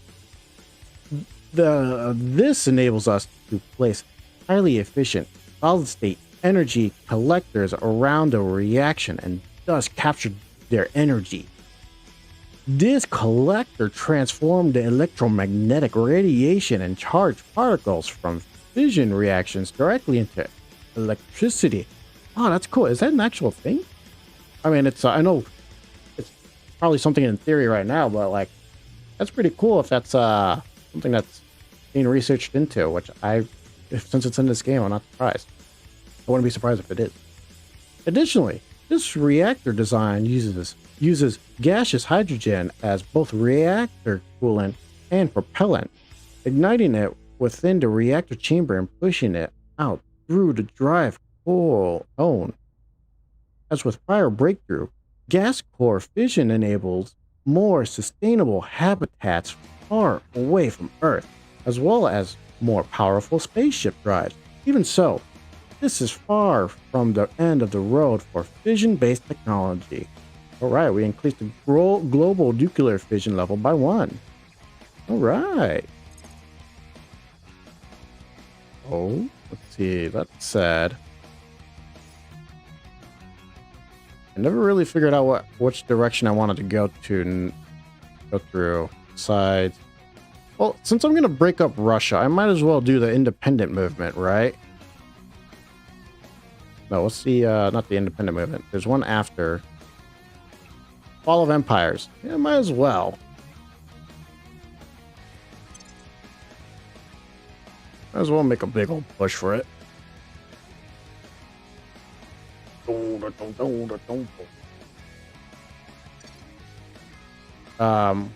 Yeah, but since you failed American Army, I'll have to send you back home.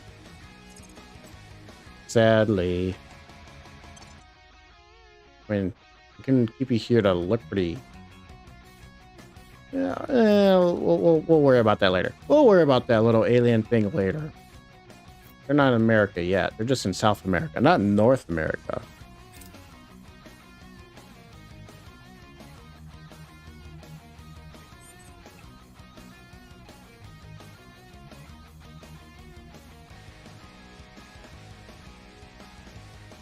Huh. So even they're not as I mean, it sounds like what the telecom companies here in the States are like when you torrent stuff. They're like, you shouldn't be doing that. That's illegal, but that's about it. Although that said, I haven't. When I make that statement was from the perspective of back in 2010, maybe even 2015. I don't know how it is now. Maybe they're a lot more strict with it now. But who knows? That said, though. Going back to your illegal mushrooms.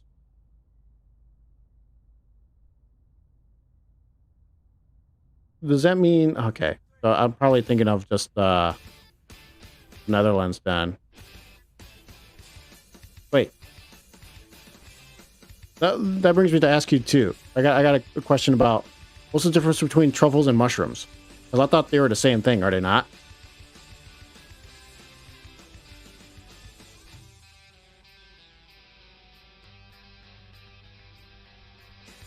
Oh, and I just saw your comments about picking the supercapacitor. Use for plasma weapons. I could do that. I haven't. I know I've been kind of pushing off researching on my ships just because I haven't really thought about going into war with the aliens until like maybe 32, the latest. So that's why I haven't really done too much more research into the weapons. That said, though, I probably should, because they still haven't calmed down from their aggression from me bothering them. That said, though, I might. Did I don't know if I decided on going to kill this guy. He's not in America, but he's still touching land that still is connected to America. I kind of feel like I convinced myself to go and beat this guy up. So we're gonna have Raynor surveil here because I think there's some flora here somewhere. Because I feel like it's affecting our GDP. He's gonna do that. Romulo, I got something for you to kill. Oh, that's bad. I mean, it's good, but it's like not as good as I want it. Might actually have you come over here and surveil here in Mexico. Setting a watch. And Raynor. At your service. Maybe to tame this good old alien buddy here. Maybe I'll do that. Maybe not.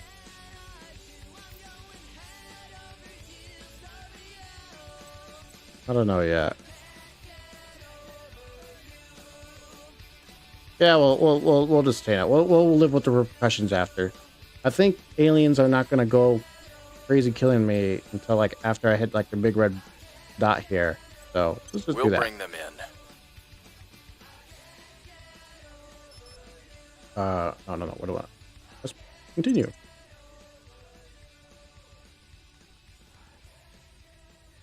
Initiating surveillance. And either way, like it's Wait, hold on. Going back to the truffle versus mushrooms, because I thought maybe I'm mixing my I guess fungi anatomy, but aren't I thought like if you're to think of like a fungi, right? Which I don't know if truffles are or not, but like for mushrooms, they're part of like the whole lower body below. Like the roots of the mushroom is like its main body, and like the part of the fungi, in this case the mushroom that's poking up, I thought that was like the sex organ of the fungi. I know people make a lot of jokes with it, with the mushroom looking like a certain object, but I know for a fact that it's actually the sex organ for that particular type of organism. Well, that's why I thought like mushrooms, like their main bodies were for like the under the ground. Unless that's really just truffles. I thought unless when you saying truffles are below, you mean like are inside? No, that wouldn't make sense. Like inside caves? No. Because pigs dig up truffles, right?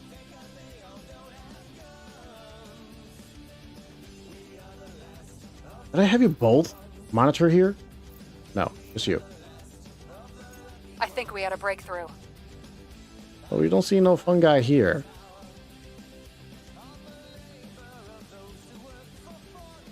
What happened?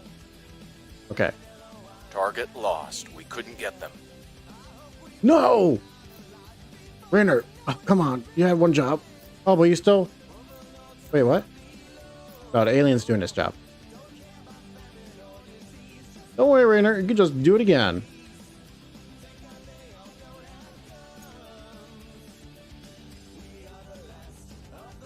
Violence is abating. But maybe that's... Maybe it's just a different of like how the I guess the part forms, because I know at least from like the chanterelles, the truffles that I've seen, they're more of like a wrinkled up piece of paper, kind of. You kind of have that kind of a look to it. That's a poor comparison, but I can't think of anything else because mushrooms have that mushroom look that you see from the Mario Brothers. Policy direction complete. Truffles look like as if the mushroom top has been punched in or like been lifted up or something weird like that.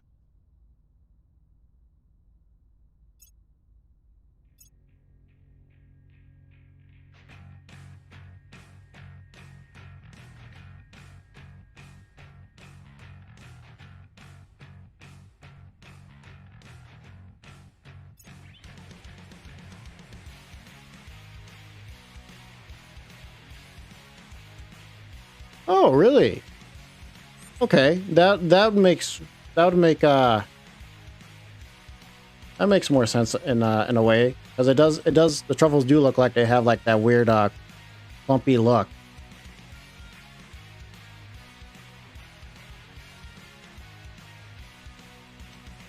Huh. Oh man, now I want some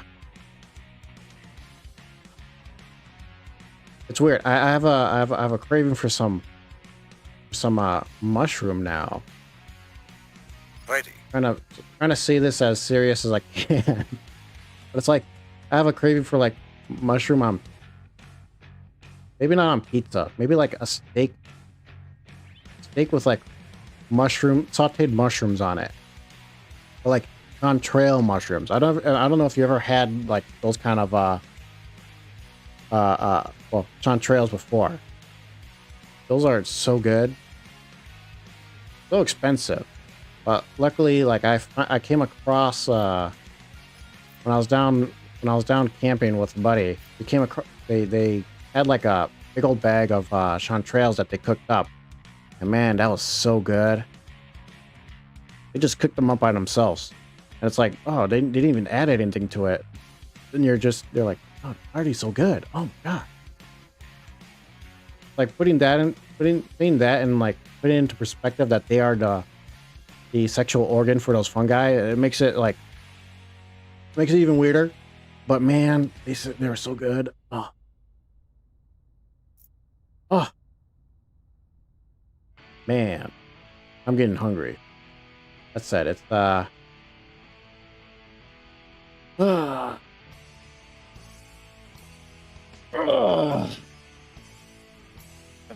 into that time where I am going to have to start calling it. That said, though, I'm going to take a quick glance at that comment that you just threw in there with the whole mushroom thing. But you must go harvesting more mushrooms then. And you know what? I respect that, because that sounds like a fun thing to do. I'm not a nature person, but I do appreciate the rewards you reap from that. I like to imagine too when you say magic mushroom hunting, like you're just it's like you're roaming around in like D&D armor, like you're going like walking around with like either your wizardry hat or like your bard outfit, and you're running around and like, oh, magical mushroom, go, and like, you know, that kind of like a setting. I know that's not right, but like that's what pops in my head. That said, thank you all for joining me today. We had progressed into 2028, and yeah, we had Furball Station blown up. I still want to. We're in the process of dismantling the Russian Empire. We are going to soon break it apart even further, but we are starting to get harassed by the aliens, and it doesn't help that we're trying to detain some of their agents. Yeah.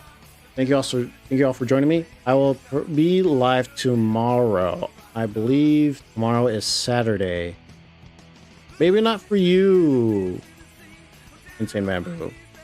Since you're in Denmark, it's probably Saturday now. Since you're in Europe. Over here, It's still Friday. Yeah, I'm gonna try to be live tomorrow, and all